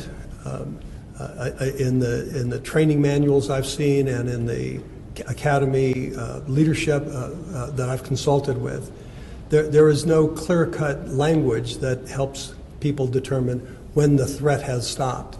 So I think you'll see a wide range of when officers decide to stop shooting when that threat is stopped. Some can perceive it rather quickly if they believe that the person, whatever threat that they were presenting that seemed deadly, seems no longer to be imminent, and they'll stop. Others I've seen continue to fire until they put a person down. And even then, they're not sure that they don't still pose a deadly threat if there's still movement and the possibility that someone can still return fire. So it really varies. But I think it's a vaguely defined term in my experience. It's simply you need to stop shooting when you perceive, and a reasonable officer would perceive that the threat has been stopped. There's no longer an imminent deadly threat that was there that supported your initiation of that deadly force. Now, you are familiar with officers' use of firearms, obviously, from testimony. Is that accurate? Yes. How fast can a well-trained officer fire a semi-automatic pistol? Stay with Jeff, being outside the parameters of the course earlier. Let me have the attorney's approach.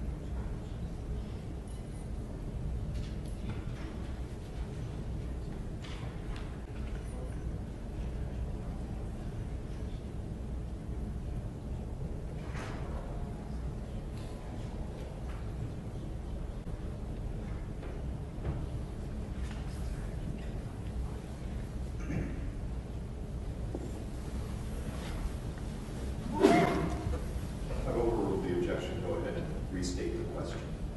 Thank you. Dr. Trumper, how fast can a well-trained police officer fire his or her semi-automatic pistol? Do you know?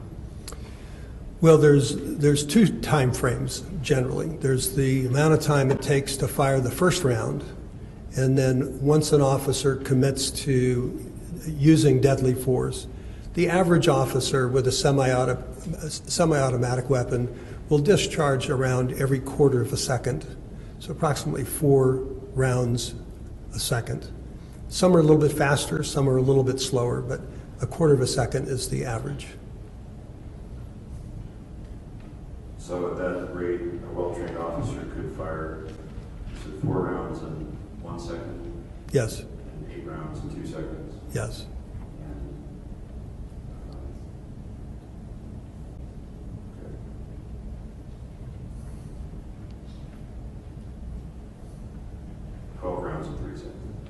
Yes.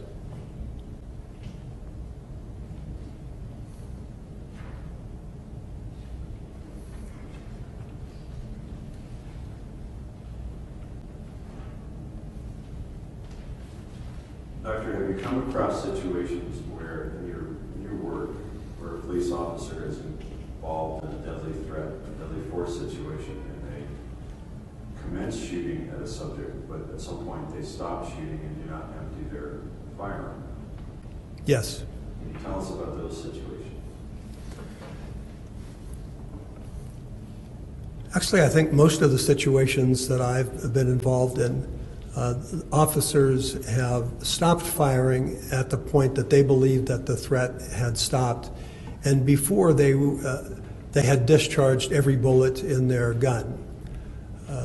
That's what they're trained to do. That's what they're supposed to do. And I think when officers don't do that, when they continue to perhaps fire every round in their gun, that suggests to me that the person either continued to be a deadly threat, or that officer had a different view than I think they were trained to do as to when they're supposed to stop firing.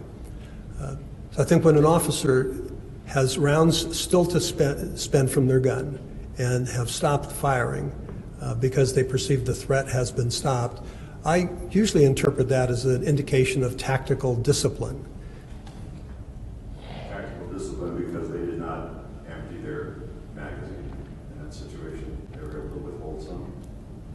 They made a cognitive or intellectual assessment that the threat no longer stopped. They decided that they then needed to stop firing. They stopped firing even though they could have emptied their magazine.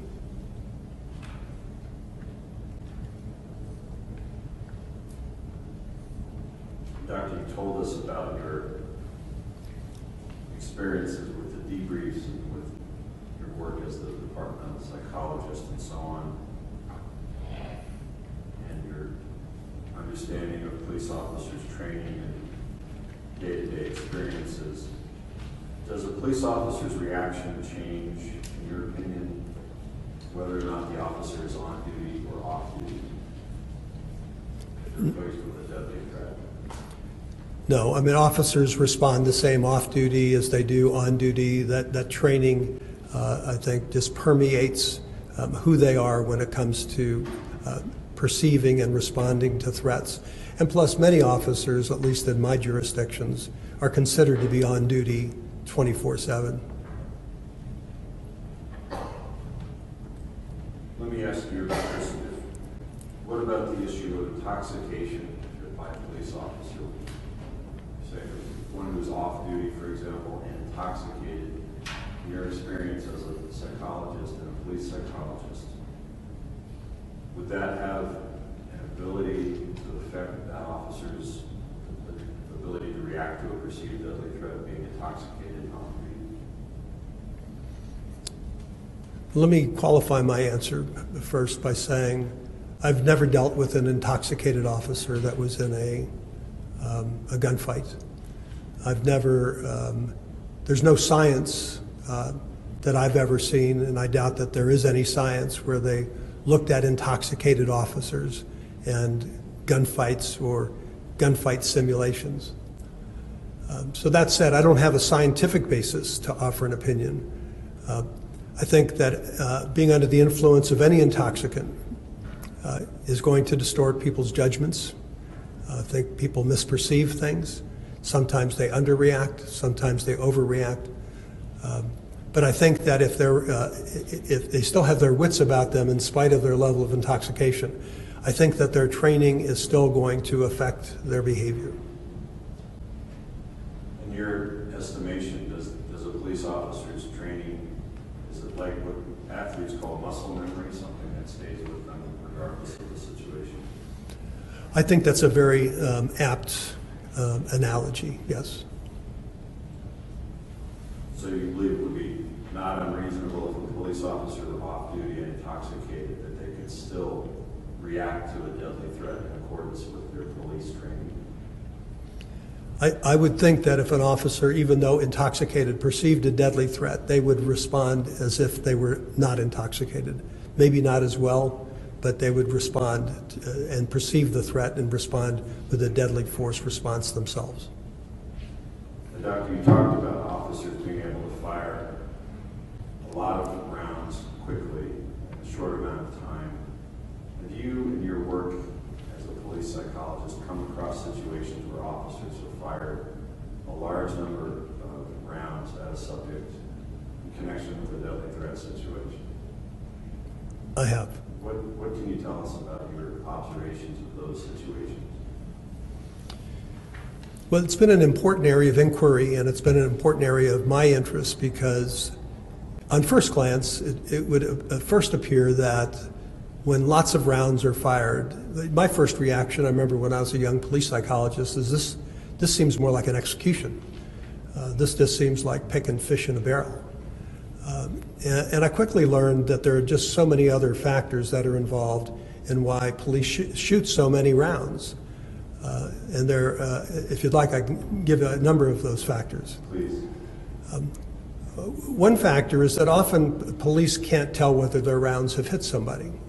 If the person they're shooting at is clothed, it's very frequently the case that unless the person immediately goes down, which is not often the case, the officer doesn't really think that they've hit anybody, and they'll say to me, I didn't think any of my rounds hit. So that's one factor that will cause them to keep on firing because they didn't think the rounds hit. In fact, I was looking at a video just last week where there was a gunfight on a traffic stop, and the subject that was shot continued to run and move and shoot back at the officer and then get in his car, drive off, to be found down the road fatally wounded. You would never have known that by just watching that video. So that's one factor. They often don't know that the rounds have made contact. Secondly is that we all know that there is a reaction time to start an action. We perceive something, we decide that we're going to do that something. There's some time between perceiving it and then implementing it. There's also time to stop an action. So particularly with officer-involved shootings, since some tragic incidents in the early 70s where police started changing their training model, now police are trained to shoot and assess at the same time. They used to be taught to shoot maybe once, assess, twice, stop and assess, but that was getting officers killed. So now they get into a continuous, intense firing rounds downrange until they perceive that the threat no longer exists. Once they perceive that the threat no longer exists, it takes a period of time for them to be able to stop this continuous action that they've already started. So the research shows that at a minimum it takes a third of a second to... Is that similar to when a driver of a car decides to put on the brakes? There's a period of time between the time the driver puts the foot on the brakes and the time the car stops. Objection to the analogy. State is not witness. What's the penalty? Overruled. Again, if it's not appropriate, the witness can address that. It is analogous to that. I mean, if you view the moving car as the gun that's being discharged, it's an action that's already in motion. And if it's an expected change, like you're approaching an intersection and there's a traffic light there, if you see that traffic light go from green to yellow, you know it's a traffic light there. It's not going to be a great surprise. The research shows that it'll take about 3/4 of a second for you to hit the brakes. So that's a reaction time. For something that occurs that you did not expect, it'll double to about 1.5 seconds until you're able to put your foot on the brake. So it's analogous to police shootings once an officer has initiated deadly force, shooting every 1/4 of a second, that there'll be a time lapse between the time they perceive that the threat has stopped and they can stop their firing. So most officers will continue to fire at least 1, sometimes 2, and even 3 rounds after objectively they perceive the threat has stopped.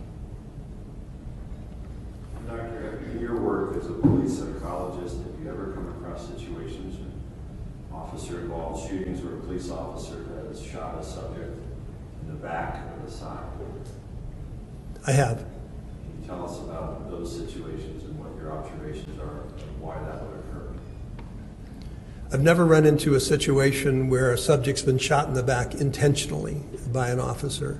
It's not uncommon for subjects to be accidentally shot in the back by police officers because these are, again, rapidly evolving situations.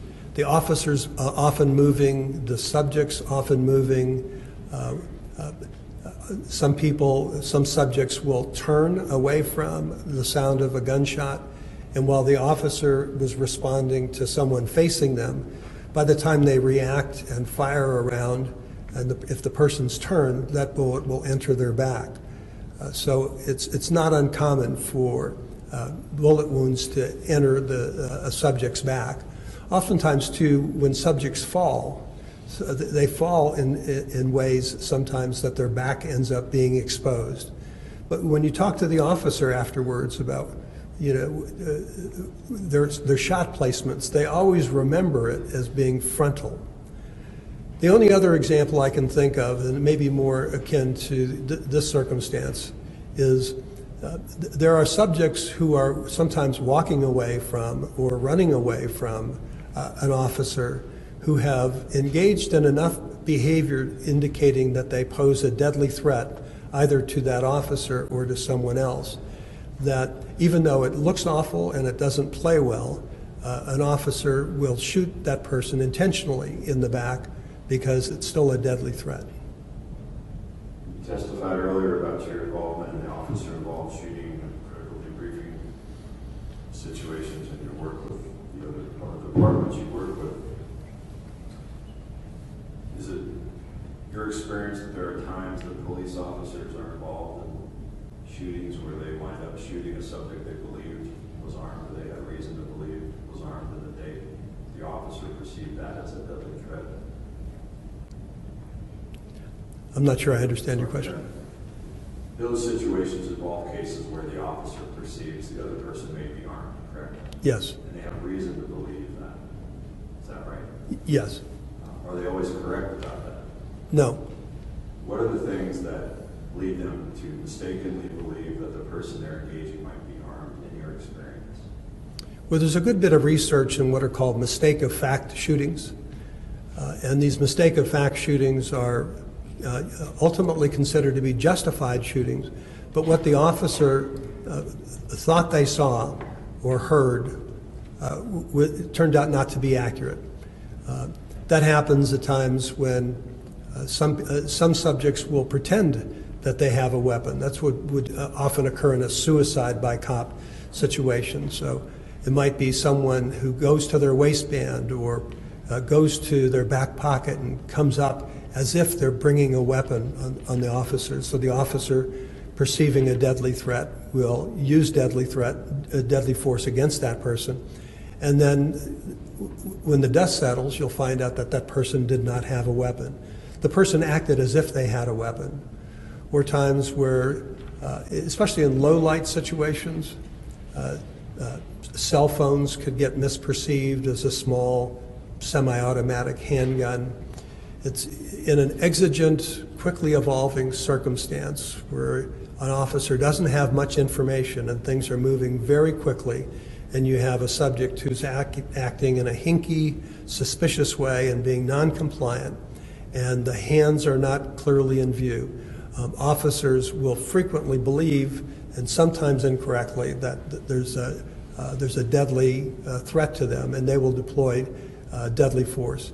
In some of the research on this mistake of fact shootings, as many as 25 to 33% of all shootings are thought to be mistake of fact shootings, so it's a very common occurrence. What about situations where an officer has been physically attacked and perhaps shot at or assaulted with a gun?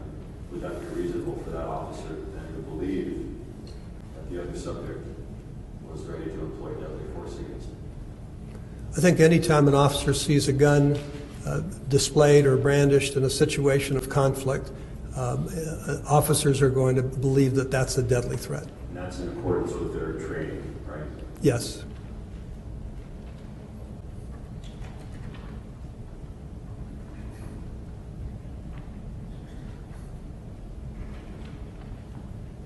Now, Doctor, what is your understanding of Tai Chan's background and training as a police officer? My understanding is he was hired as a Deputy 1, I believe, in 2011. I know at the time of his arrest he was working as a warrants officer. He had been selected as a SWAT tactical officer in 2013 and was still a SWAT officer at the time of his arrest.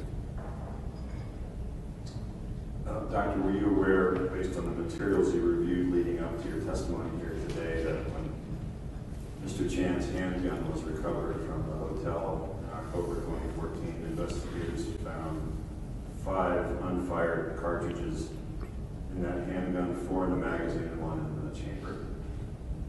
I was aware of that. Does that indicate anything to you based on what you've told us here today? I think that that's an example of what I was saying about tactical discipline.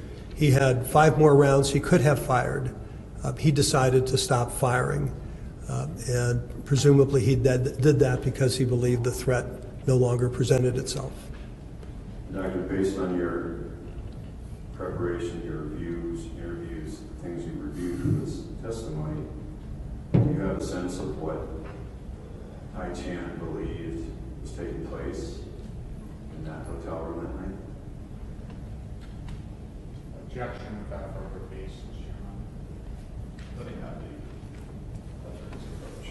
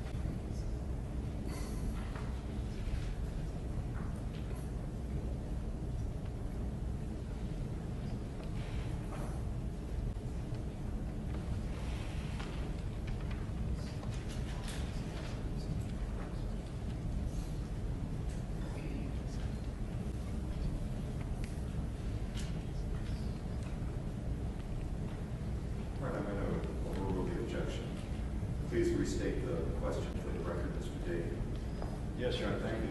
Dr. Comfort, what is your understanding of what Hai Chan perceived was happening in that hotel room?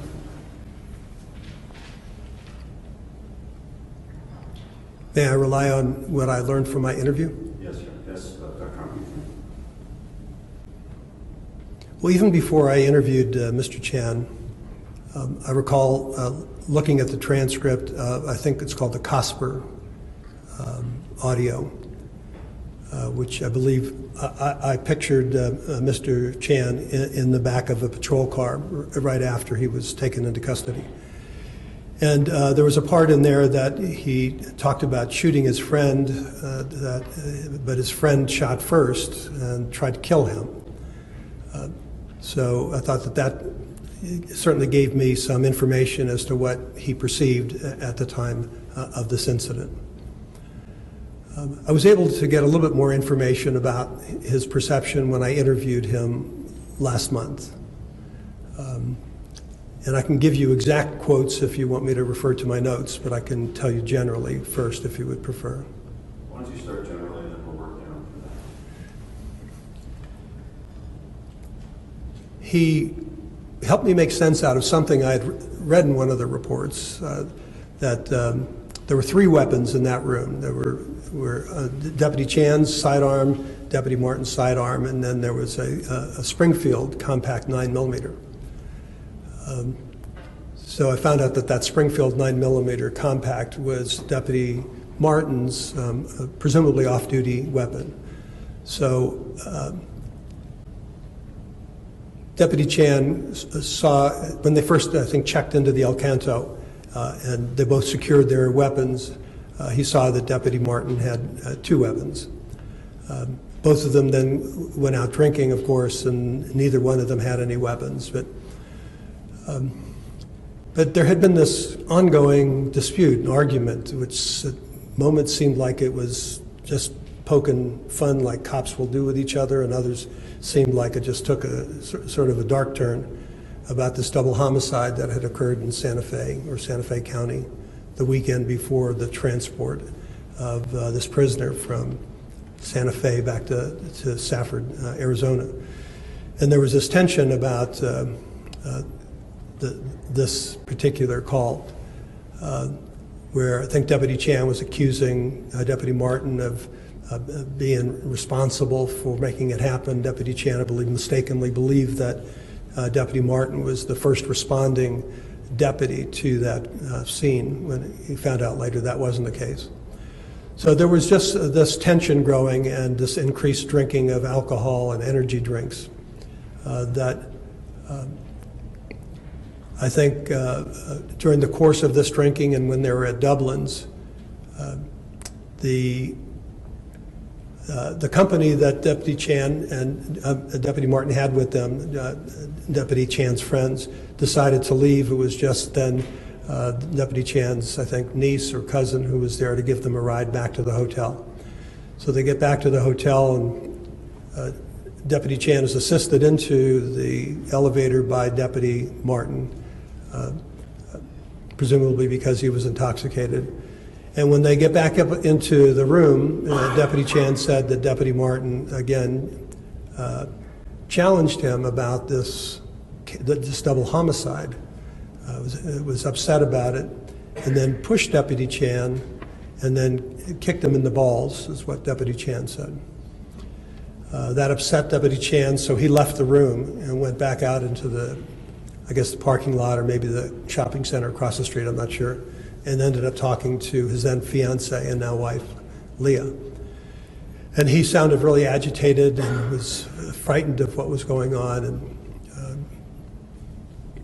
but ultimately decided to go back to the hotel where Deputy Martin was down in the lobby greeting him, and apparently had been worried about him and making a comment about, "I love you, bro," and so it sounded like things were sort of getting made up, and they went back up to the room.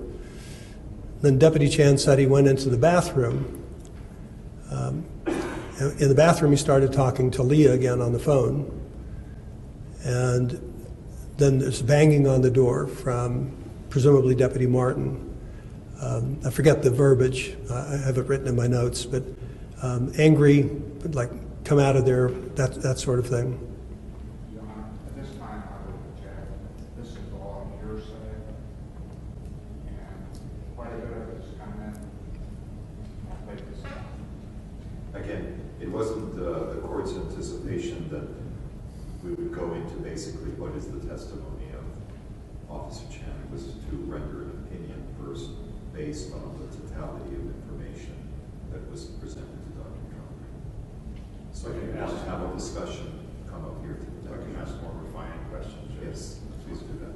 And again, the narrative is permitted with an expert witness, but I would recommend that we focus a little bit different and rely less on the hearsay statements that were made. That's fine, no problem. Dr. Trumper, was it your understanding that Tai Chan perceived at some point a deadly threat emerging from Jeremy Martin? Yes. How did that, what form did that take? Why did he perceive that? When he came out of the bathroom. Objection, we're getting into hearsay again. It's the perception and the understanding. Again, there's going to have to be a basis in which to exercise the opinion that I anticipate will be given. So I'm going to overrule that objection. And he commanded Deputy Martin to sit down in a chair. And he noticed Deputy Chan moving back toward the chair, but he had a gun in his hand. Deputy Chan said that Deputy Martin said in a nonchalant way, "I'm going to kill you." So who had the gun in his hand? Deputy Martin had the gun in his hand. Deputy Chan then said that he was hit by Deputy Martin, punched essentially and there was with one fist, and there was a gun in the other hand. And then they went to a scuffle. They went on the ground. Deputy Chan was concerned about the firearm and the threat that he said that Deputy Martin had made. And then the firearm goes off. Again, Dr. Trumper, again, the concern from the court's point of view is all the hearsay. He said this, he did. It's okay in terms of your understanding of the events that occurred, but stay away from the hearsay part of what has filled your testimony. Thank you, Your Honor. Again, provide the questions that are that's not. Yes, go ahead.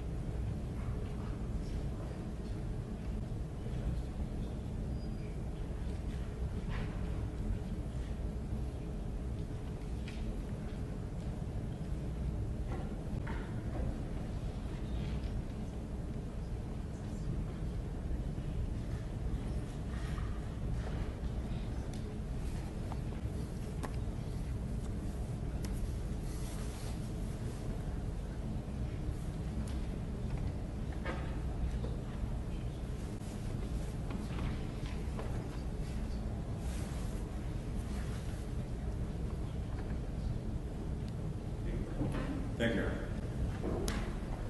Dr. Trumpeter, you said that you were able to, based on your interview, your work you did to review all the reports and the police department, do you have an opinion as to whether Mr. Chan genuinely believed he was facing a deadly threat that night?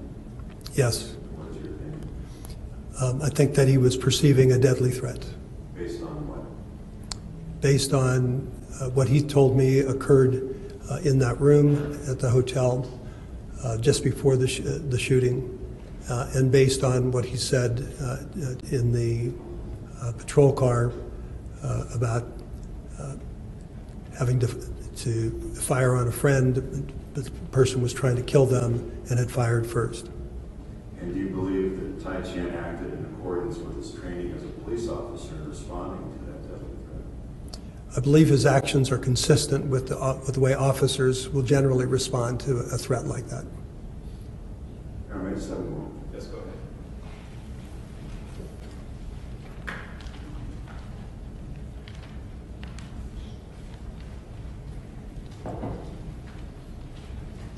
Counsel, what's your thank you. Mr. Cross-examination of Dr. Trump. Yes, Your Honor, thank you.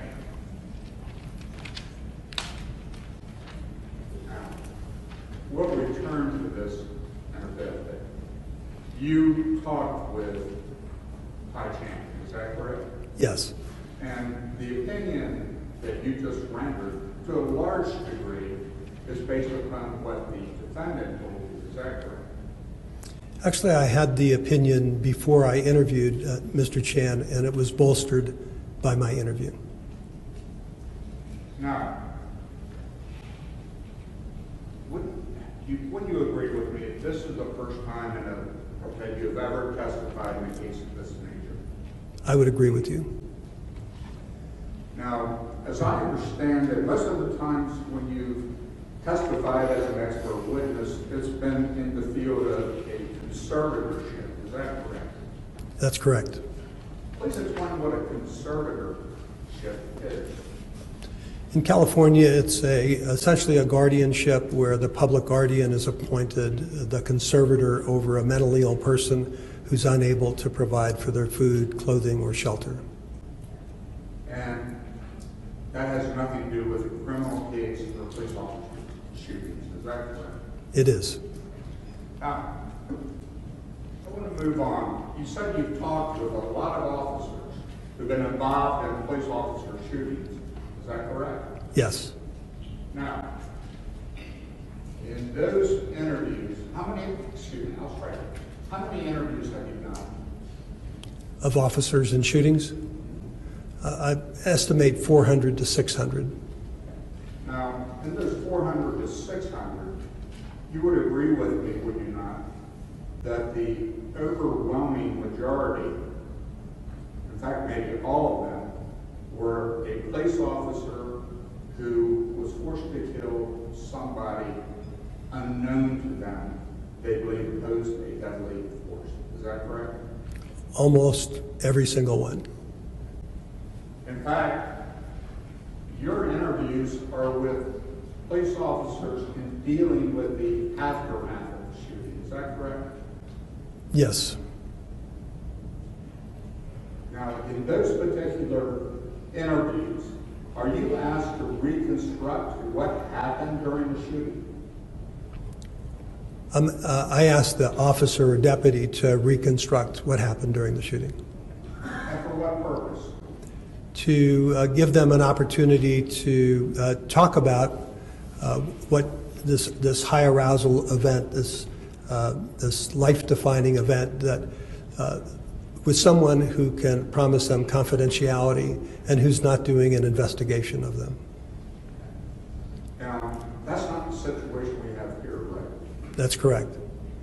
You did not interview Tai Chan on October the 28th of 2014. Is that correct? Yes. Nor did you interview him the following month. Correct. And let's see, you interviewed him last month, is that correct? I interviewed him on April 5th, 2017. Okay. And you're aware that this occurred on October the 28th of 2014, is that correct? Yes. So how many months difference is that? Oh, you can ask me to do that math. Now, have you ever been in that situation before where you've conducted an interview of an officer who's been involved in a shooting all those months afterwards, well over a year, almost 2 years afterwards? I have. Have they been follow-up interviews? I don't understand the word follow-up. Well, have you already interviewed those people one time, those persons one time? No. And was that for counseling? No. Did those officers want to speak with you, or did you approach them? Their attorneys wanted them to speak with me. And the attorneys wanted you to speak with the defendant in this case, is that correct? Yes. Now, you spoke with the defendant, but did you ever call or speak with Detective Irma Palos, the case agent in this case? No. Did you ever talk with Detective Frank Torres, who also served as a partial case agent in this case? No. Did you ever talk with any member of the Las Cruces Police Department whatsoever? No. Did you personally speak with anybody in the Santa Fe County Sheriff's Office? No. Now,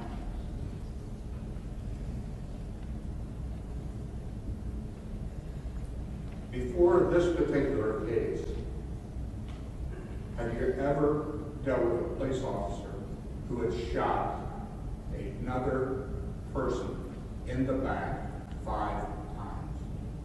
No. So that's another first for you, is that correct? Yes, sir. Now, I believe you said that there are 3 different reasons why a police officer would shoot somebody in the back. Is that correct? Well, I gave 3 different reasons. There's probably more. Okay. But you gave 3 reasons. Isn't there another 4th reason why somebody would shoot a police officer? Counsel's being argumentative. Answer the question, and now he's saying argument. Let him ask. It's cross-examination. He has latitude. Go ahead. Isn't there a 4th reason why a police officer would shoot somebody in the back 5 times? Well, I think that one could always consider the possibility that it was an intentional killing of that person. In other words, murder. Is that correct? Yes, sir.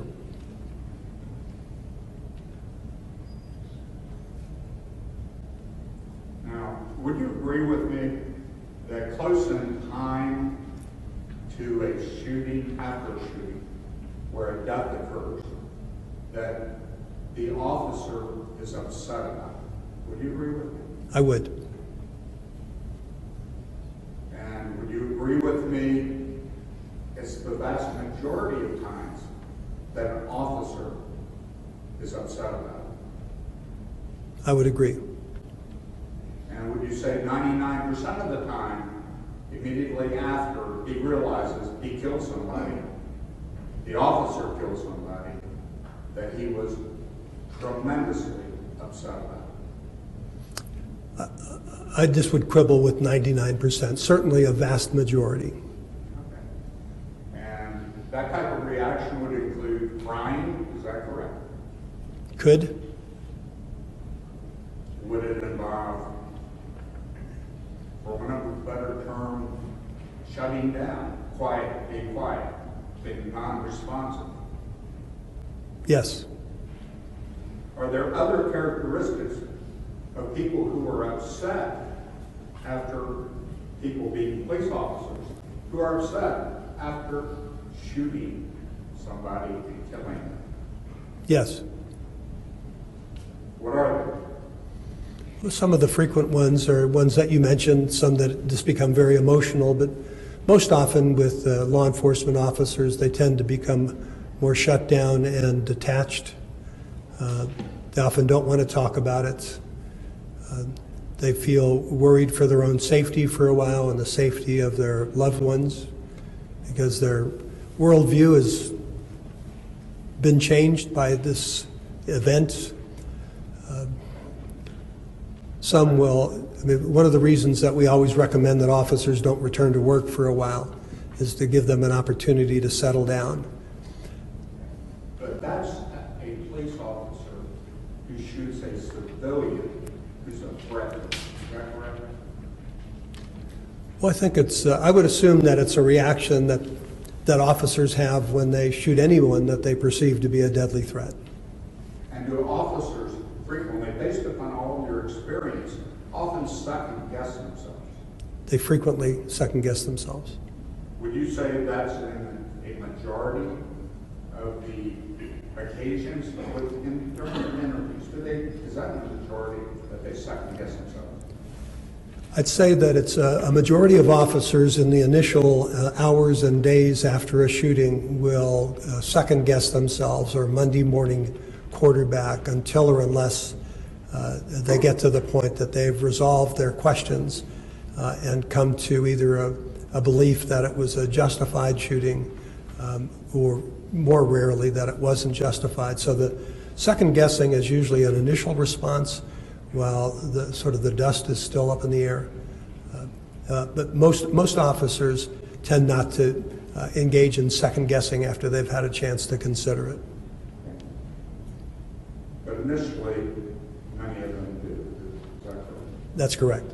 Now, you indicated that you teach de-escalation of force. Is that correct? Yes. What is de-escalation of force? Well, de-escalation generally is trying to gain compliance from someone through the use of persuasion and verbal tactics and the development of a relationship in order to avoid the use of force.